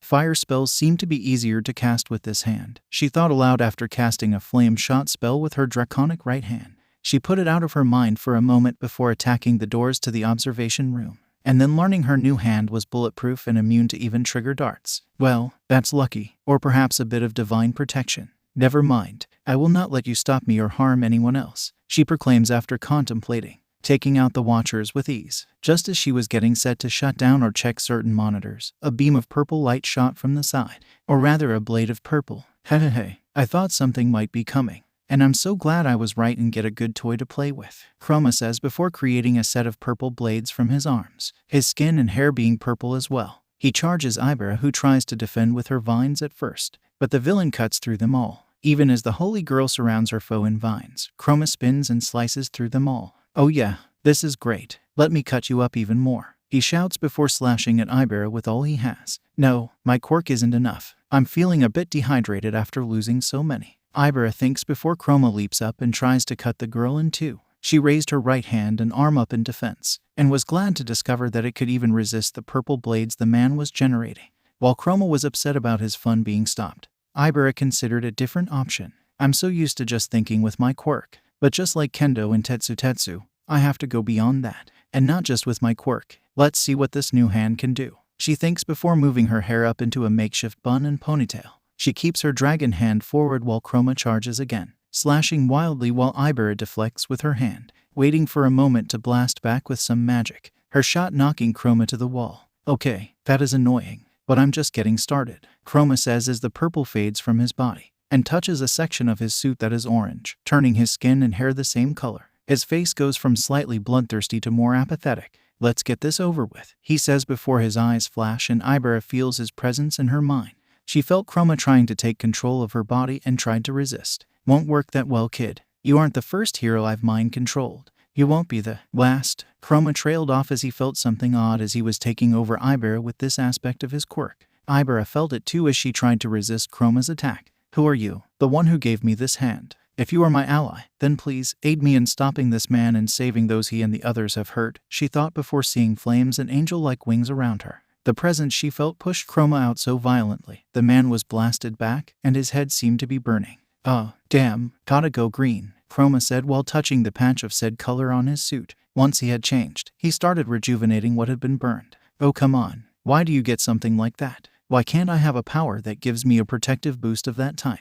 𝗏𝗲 shouted while feeling the effects of his new color. Before it could go too far though, he changed colors again, this time to indigo. The holy girl did not capitalize on her foe's weakness, because she was still trying to figure out what was happening with her. She could see the creature that had bonded to her, a dragon of flame with angel wings. 𝗬𝗪m, They often called us relics for our belief, but you are proof itself. 𝐈𝐵𝗃 looked to the creature with some reverence, but then shifted it to a prayer within her mind, praising God and thanking him for the gift and partner before her. Do not assume he is fully aligned with you. He simply acts because I said to aid the one who believed reverently. For now, use what strength he has to stop the one who has given in. The holy girl heard this amidst her prayer and felt blessed once more, and she understood the message. You do not fully trust me, but you are willing to support me for the time being. I ask you this, will you appear and help me to stop this foe? 𝗵𝗃 asked the creature with her own fire burning. The seraphim let out what seemed to be a sigh before nodding slightly as a bright light filled her mind, and thus she came back to the physical world,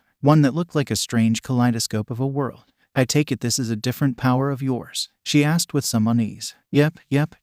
You won't be getting out of this easy, 𝗏𝗏 said in a cheery tone. 𝗵𝗃 could understand as she was struck from behind by the man, who seemed to be laughing while he was attacking. Luckily for me, I am not alone, and I doubt this one will be swayed by your tricks. Before 𝗏𝗏 could ask what she meant, he was struck in the stomach. This done by the tail of the seraphim as it stayed close to 𝗵𝗃. It could see the man due to two reasons. The first being that it wasn't quite on the same plane of existence. The other reason was thanks to its strong senses, letting the creature sniff out the villain attacking her possible master. The villain decided to try and go for broke, touching a red section of his costume, the effects making him angry, but also letting him strike with increased strength and power. He rushed 𝗵𝗃, aiming to finish the fight with a few brutal punches to her face, only to be stopped while she was praying. Even as she started punching faster and faster, 𝗏𝗏 couldn't get close enough to the holy mage to faze her, finally realizing what was going on when his fist was caught, and he could truly see the visage of the seraphim behind 𝗵𝗃.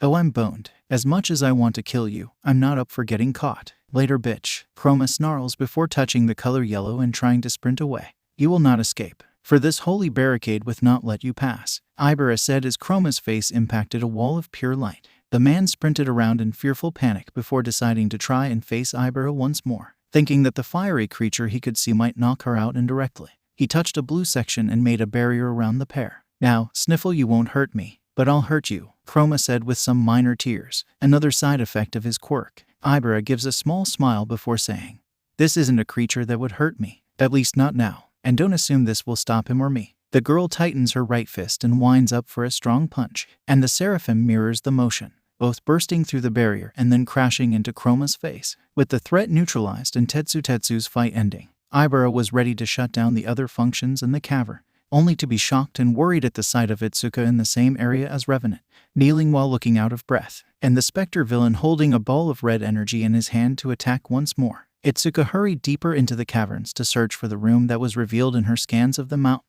I don't know exactly what it is, but it can't be a good idea to just leave it, she said while knocking out a few more goons that hadn't run outside. Once she was there though, her eyes were wide. It was a large production facility, but not just for making trigger and other drugs. So that's what some of the metals got used for, 𝗧𝗃 said to herself while walking around and looking at a few sections of the facility. In one area there seemed to be a press making thousands of counterfeit bills, and the plates to make them were made from an alloy that she recognized from the raid with Ryukyu. Another section had a strong set of bits and grinders that were breaking down the ingredients to make trigger, and a third had machines to make weapon parts. Whoever is behind this, they want to get into every type of trade. But where did they get all of this? This is more than a single officer or a few goons can get their hands on, she said while putting a hand on a stack of money. Slow and steady wins the race, girl, and rushing in leads to danger. 𝗧𝗃 suddenly felt something prick her neck before being blasted by a beam. After she shook out of the pain and shock, she saw Revenant glowering at her. Who are you? She asked while shaking her head a bit.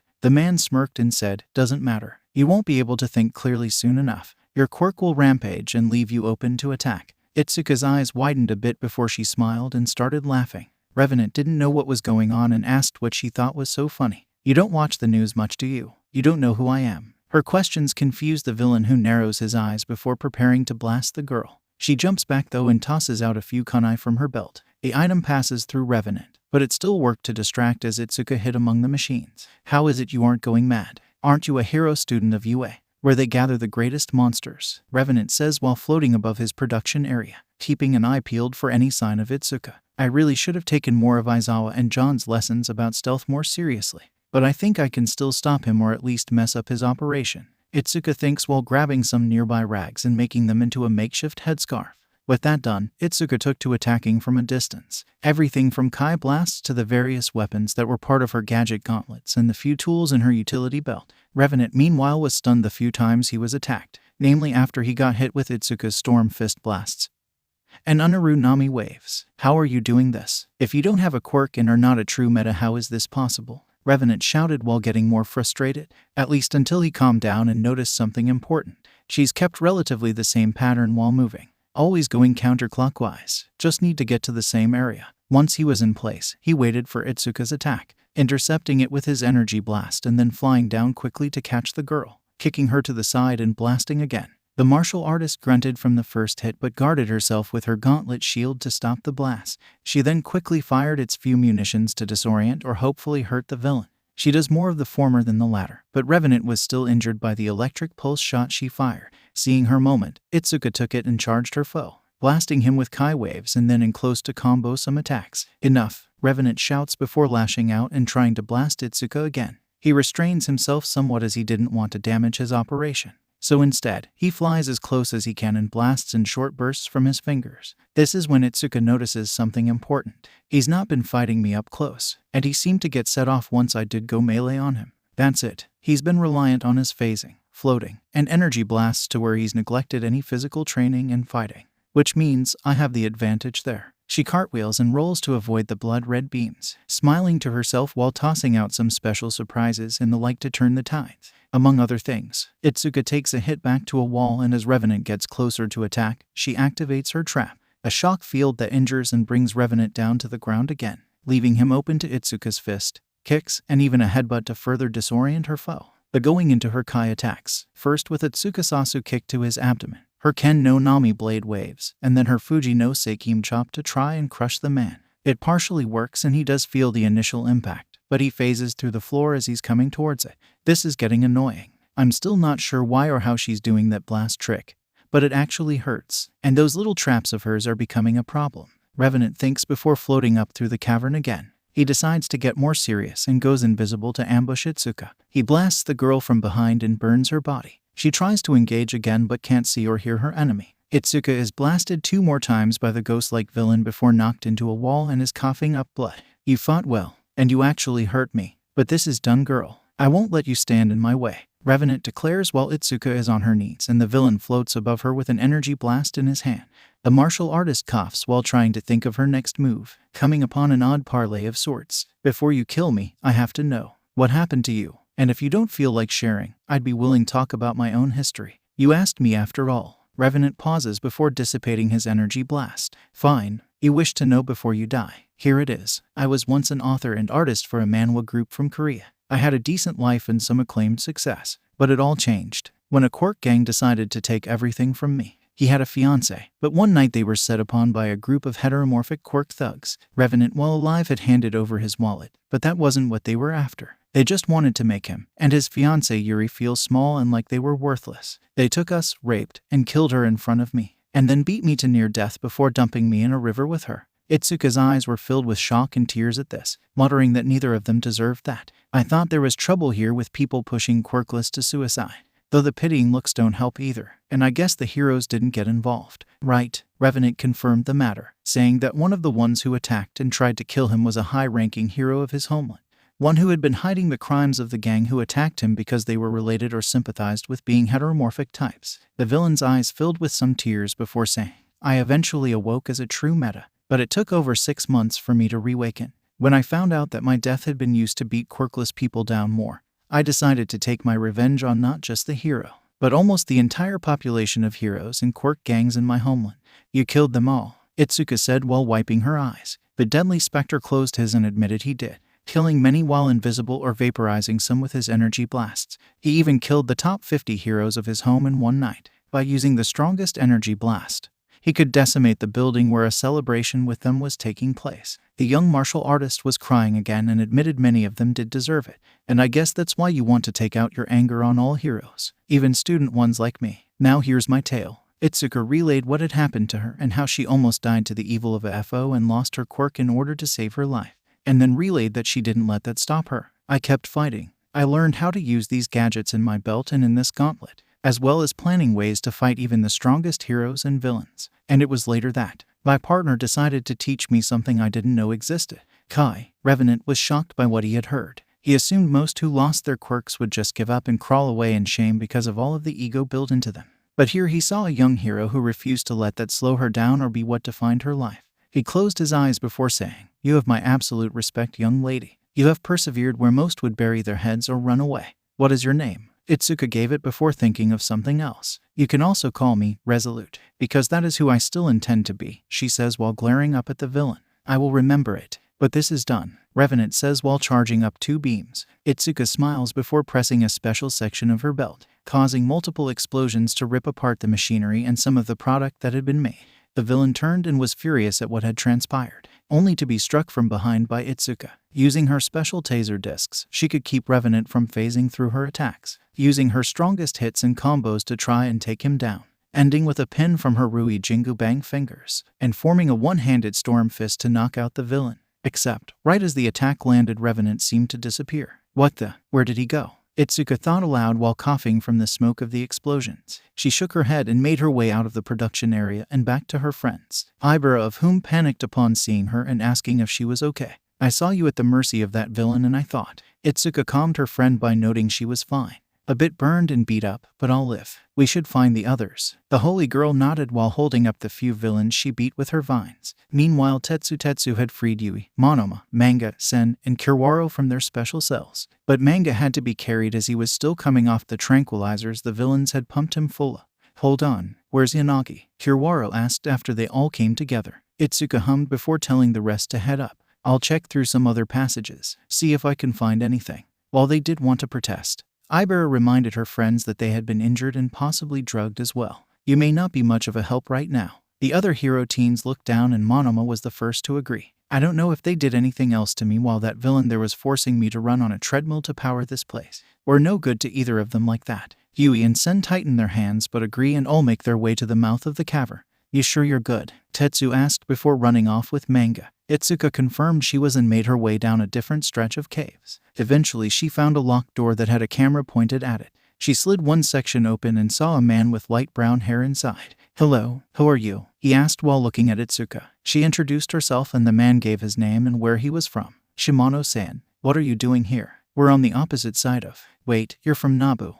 My classmates were also doing a work study there." "Talk about coincidence. Anyway, stay back. I'll take care of the door," Izuku says before putting a small amount of sticky explosives on the lock, blasting it and releasing the man. He stumbles out a bit before asking where he was. Izuku told him the rough area of Hokkaido he was currently in. "We'll get you home, sir, but I need to find someone else. She was taken like you." The man hums before asking if it was a girl Izuku was looking for. After confirming the fact, he says, "I think they moved her down this way. The boss or whatever from what I overheard had an interest in the girl." Izuku was afraid at hearing that and asked if the man could find his way out to her friends. "I need to get Ryuko somewhere safe." The man nods and notes he could find his way out. Izuku gives him an energy barrier from Melissa just in case. "Thank you, young lady. You truly are a resolute hero," Shimano says before making his way to the mouth of the cave. Itsuoka found the last exchange odd but put it out of her mind to find Ryuko, eventually finding the room where she was held. "Have you just been reading manga and manhwas this whole time?" Izuku said upon finding the girl casually reading a book. Ryuko blushed before saying, more or less. I couldn't do much else." The martial artist groaned before telling her friend to come with her, but not before noticing Revenant's photo album and seeing what the man used to look like before he turned, and the woman who stood next to him. She really does look like you. Come on, let's go." Ryuko blushed and was worried about the idea that the villain might become obsessed with her. "We'll cross that bridge when we come to it. For now though, we've shut them down and I think our job is just about done." Izuku smiled before escorting her friend out. Once out, they were surprised to see that not only were a number of thugs beaten but there were some other heroes and officers in the area. The lead hero being Oki with his sidekicks. The wolf-like man was upset though. "This was happening in my home region, and I missed it or knew nothing about it," he said in frustration. Flyby meanwhile tried to bring up his spirits while Cold Snap was helping others in restraining the various thugs and other villains that had been captured, loading both Amp and Chroma into maidens. Once that was done, questions could be asked about Shimano and details given about what happened with the villains around Korra. "You did exceptionally well, but are you sure everything was destroyed down below?" an officer asked Izuku. She grumbled a bit about it but said it should. I used enough explosives to probably deal with any pieces that were dangerous. If the equipment is still down there, it might not be useful." The officers and heroes nodded before making their way down to collect anything they could for evidence or similar. Meanwhile, Shimano would be escorted out and back home by the police who were leaving with the villains. The man again thanking Izuku for freeing him and stopping the villain. Just as he was getting into the car though, his eyes flashed red and a different smile came across his face. The teens were given a few days to recover and would then head back to UA to continue their second year of school. "This has been one weird assignment," Setsuna said while practicing with her quirk. She and the others had returned to mostly normal just before they left. "My guess is that they were counting on the rampaging killing their targets. That or it was still in the test phase," Rin said while looking towards his backside, thinking about the tail he had grown in response to the strange form of trigger. Ʒiroda had his hair and fangs back, and Juzo no longer had lips or a nose. "You know, I'm not sure how I feel about that. It wasn't bad looking normal at least. I looked less like a skeleton that way," Juzo said while on the plane back to Mustafa. Others though were coming to terms with what they had learned or gained. "So, any idea on how you're going to keep that hidden?" Kanoko asked 𝐈𝐵 while looking at the girl's dragon hand. 𝐈𝐵 blushed and admitted she had no idea. "I'm hoping that 𝗧𝗏 may know something.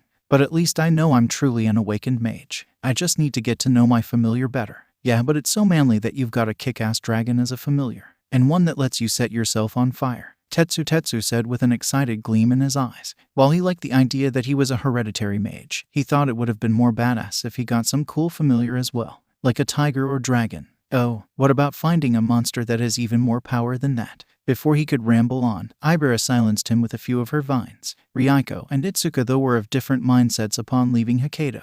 The former felt sympathy and a bit of fear of the one who had kidnapped her. "He saw in me his lost love. That just makes me worried he'll come after me more, especially since we didn't actually catch him," she thought while remembering the series the man had written. Izuku though had a funny feeling upon leaving the region. "He called me resolute, and it felt intentional, given he said it in English rather than Japanese. But I never told the others that was what I had chosen to be my hero name." Unless, as much as she wanted to follow up on the matter, she was still on a plane heading south, so no phone calls. "This isn't good. I'll have to get in touch once we're back in Mustafa," Izuku thought aloud before settling in for the rest of the flight. Once they arrived, however, she was surprised by who was there to greet them. 𝗧𝗏 and 𝗲, the teens of 𝗵𝗃 said upon seeing the genie. She smiled before going over to hug Izuku. "I'm here to get you guys back the rest of the way. If you've got your bags, we're good to go." And with a snap, all of 𝗵𝗃 was teleported to Heights Alliance in a puff of smoke, though some landed better than others. How about a warning next time, teach?" Tetsu said while getting his face out of the dirt. 𝗧𝗏 smiled before snapping again and bringing Tua to the dorms as well, and then asking what happened. "Well, let's just say things got more complicated than we expected, though I wonder if it was the same for you," Izuku said while looking at the genie, who narrowed her eyes before asking what happened. After being given the rundown, 𝗧𝗏 nodded and relayed what had happened at Nabu. "So I was right. The two incidents were connected, if only minorly," Izuku said while following Saria into the Tua dorms. "What is this all about though? What else could be brewing behind the scenes?" A new voice decided to answer those questions in a cryptic way. "If we had all the answers, we may be too scared to act. And if we don't act, then the situations might happen anyway. Sort of a damned if you do, damned if you don't scenario." Izuku, 𝗧𝗏, and all the others turned to see someone they weren't sure they would see again. Standing in the kitchen with an apron and his usual sunglasses on was Justice or John Dimitri Svoboda. He smiled before bringing out some of what he cooked to address the rest. "Sorry it's been a while, but things have been complicated out there. That's one way to put it," another new voice said as the young man was sitting in a chair. Jaws dropped all around as a woman came out from the showers in a bathrobe. A very tall, very muscular woman with long blonde hair. She shot the kids a confident smile as she put an arm around John's shoulders. Izuku and Melissa all but fainted, and most of the others weren't too far behind them. "Why is the world's strongest woman here? Why is Star and Stripe in our dorm room?" the students of Tua shout out, as the two newly arrived American just smile in their direction. "I hope that surprised enough of you. I want to do more with her character, and we'll get into what is going on with the next arc I'll be releasing. At the same time, I hope you all caught on to the mystery and trouble that is coming the students' way in time." All of the teens were shocked to see not just John, but the strongest woman in the world in the Tua dorm room. And it was more enjoyable for certain perverts, given Star and Stripe was currently just in a bathrobe. "Why is it just him?" a few shouted in their minds while their noses bled. For the returned student though, he was less amused. "All right, Kate, you had your fun. Please don't do that," he said while gently moving her arm from around his shoulders. The hero had a laugh before saying, "They made it just too easy, especially these two girls, and whoa. As she was speaking, both Izuku and Sahara pounced on Jon, first kissing him and then slapping him. Oh, okay, you're clearly back to normal. Or at least you're kind of normal. What's going on? Izuku asked while shaking her hand from the pain of striking her. Boyfriend? No, not right now. I'm too mad for that, she thought as Jon chuckled. Izuku shook out of shock to ask the same question. And it really is an honor, ma'am. Can I get an autograph? Izuku asked while holding out one of his notebooks to Bates, who looked at it funny before grumbling and signing the page Izuku had opened. I told you it'd be the second thing he asked, Jon said with another chuckle. After she finished signing, Star sighed and pulled out a 20 from her robe. Yeah, you were right, she said while pouting a bit. Of course, pulling that out sent a few others over the edge again. Nosebleeds sending both boys and girls backwards. Jon facepalms and takes the moment to remind her to put some clothes on. Sahara let out her own angry breath before asking, what the hell have you been doing for the last few months? The brick house hero takes a moment to lean back before saying things had become complicated. Obviously, I had that warning from Asmodeus and the other demons. At the same time, I was worried about what the LOV and Forgotten had stolen from me. Just one of those energies could be devastating. So, I felt I needed to go out and find out more, as well as recovering the energy if I could. Not long after I hijacked the plane Nezu had arranged for me, I landed in a small South Asian country. I'm used to traveling, so it wasn't hard to blend after I ditched the plane. Jon adjusted his pack after getting out of the plane, avoiding the heroes and authorities swarming about the craft. The young man narrowed his eyes at the group before heading into the city itself. After converting some of his money, he bought some clothes and melded into the crowds. Gotta get closer to the rougher sides of town. That's the best place to listen in on trouble, especially if they think I'm nothing but a drifter, he muttered to himself while making his way there. Once there, he settled into a few patterns to keep track of the local crime groups, providing some information to shut down some of them and follow the trail he was after, though it came with having to move to another country, and another. I found out where some of the canisters that held my energies were, though it took over a month and hopping between 6 countries to find one of my old power sources. In the strangest of places, Jon looked around Lolka and then up towards the Himalayas. What could they possibly be trying to do with the energy they stole from me up here? He asked while making his way to the south base camp of Mount Everest, shaking his head that the area was still a hotbed for those looking to scale the highest peak in the world, though there were also those who were willing to shortcut by employing certain quirk users, which helped Jon in learning more about his quarry, a group who wanted something big brought to the top. Yeah, 2 days ago. Not sure what it was about, but they had me take up some big bucks while they climbed along, a large man with clawed hands said. Jon narrowed his eyes before giving the guy some cash for the info. Not what I wanted to hear, he thought while looking up at the top of the mountain. The young hero stocked up on supplies and started his climb up Mount Everest. While it would usually take weeks to make the climb, let alone the dangers, Jon was able to make use of his Kai connection to expedite it, mostly by making large leaps that would take careful maneuvering, enhancing his body to circumvent the exhaustion and low oxygen conditions, and punching into the sides of the glacier walls. It still took him 10 days to reach the summit. Okay, finally got here and, shit, Jon said upon seeing the setup that the apparently villains had built atop the mountain, let alone the number of others they had killed to keep what they were up to a secret. I'm no genius like Sahara, but even I could make out what some of the equipment would be used for, namely, the laser emitter, powered by my gamma energy. Gotta keep out of sight until the right moment. I'm not invulnerable right now, Jon thought aloud while sneaking along the rocks and snow of the peak. There seemed to be a few on lookout duty, but they had expected climbers to make it up the usual way. Since he had come up a different route, they weren't looking for him. He made his way to the few tents they had set up and found the plans for the laser system. Okay, how cliché can you get? A laser built atop the tallest peak and threatening multiple regions with devastation if they don't comply, he said while looking at the scripts that had been written. It won't work right away, but they'll believe when we finish our first attack, a voice said behind Jon. He grunted before turning around slightly. A large man was behind him with a gun to his back. Well, at least you aren't trying to intimidate me with a quirk, Jon said while putting his hands up. The man grumbled and admitted his quirk didn't have that type of capability. I can just hear really well for about 100 yards. Can't do much more than eavesdrop, he said while directing the young hero out of the tent, who noted that he really shouldn't have been talking to himself. At the console area of the laser emitter was a man who was adjusting the commands and codes. He looked over Jon with a confused but critical eye. Who are you? You're not just another climber, the man asked before refocusing on the console. The young hero narrowed his eyes before saying it was complicated, about like this whole setup. What are you hoping to achieve here? He asked while subtly drawing on some Kai for his moment. The man looks back before saying they would prove they had true capabilities. We all have weak quirks and were told we had no use, even in the fields we chose to focus on. So, we'll show them all with this operation. Yeah, my face was fairly flat upon hearing that too. Not that I didn't get what they were talking about, but it still doesn't help in the larger scheme. Luckily though, he didn't recognize me. Jon saw his moment as the laser was charging up and preparing to be bounced from a handful of satellites that the scientist had hijacked.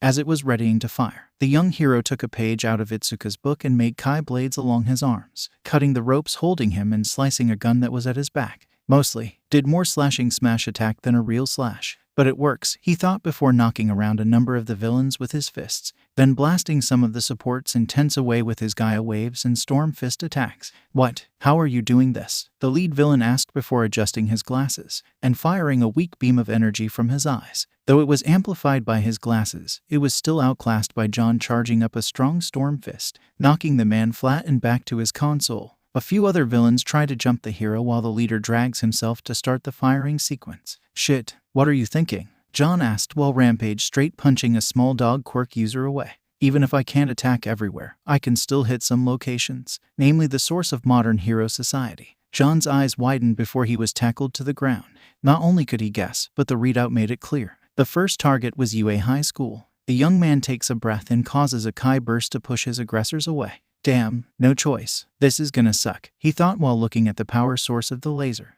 the energy field that was stolen from him and contained in a large power cell. Jon ran at the cell while building up his power. Even as other villains tried to intercept him, he knocked them away as he charged up his best Rampage straight. Though it ended up impacting on a woman with a shield quirk, she started to celebrate as she saw the energy dissipate from Jon's hand, only to see him winding up for a new attack, that being his cross-cut kicks that sliced into the shielding of the power cell. As it started to explode, Jon grabbed the woman and threw her away, while taking the full brunt of the power. No, that's pure nuclear energy. It'll take us all out. The leader shouted in fear as the explosion happened and the energy started to flow outward, his men running to avoid the backlash of the power involved. They were all shocked though when the power seemed to reverse and flow back into the energy cell. Or more accurately, Jon was pulling as much of the power to him as he could, straining to pull it to him. Haven't had to do something like this for a long time. Damn, I'm rusty, he thought while charging himself up with nuclear energy. Once he does though, he can already feel the effects. His coat and shirt were torn away,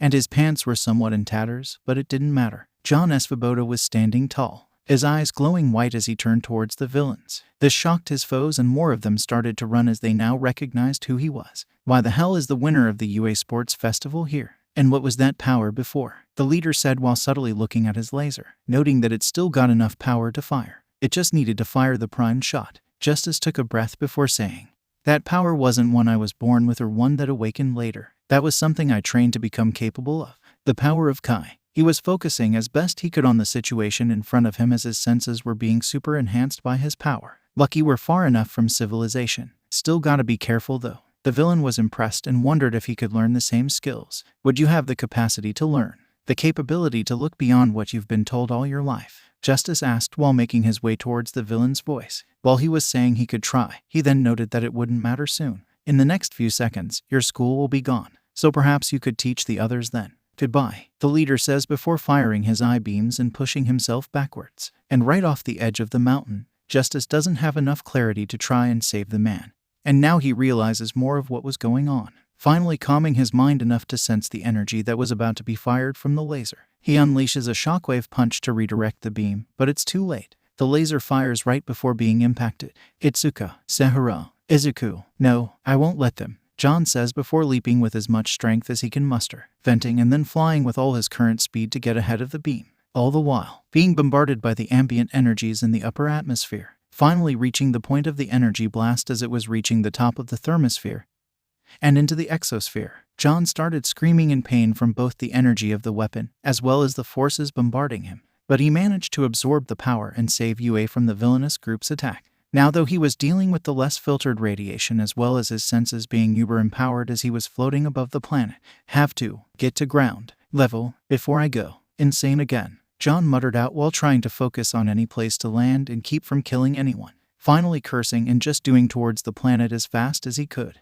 His body burned as he hurtled towards the ground, but the bombarding by the various energies beyond the planet were no longer assaulting him. Jon finally finished his descent and impacted on the ground. But that wasn't the only thing he impacted, he would find out a few seconds later, as Jon was catching his breath. He suddenly heard the clicking of multiple gun safeties being switched. He could smell the burning of metal, gas, and some munitions nearby, and could feel numerous bodies around him. One though stood out. She stalked toward the crater Jon had made and called out to him. "So how the hell did some naked kid end up crashing into our base like it was nothing?" she said while cracking her knuckles and looking down at the young hero. Star and Stripe introduced herself before asking Jon to identify himself. Once he did, most of the soldiers stood down. One of the first quirkless or rather true metas who are attending classes as heroes. "What the hell are you doing here?" she asked while being surprised.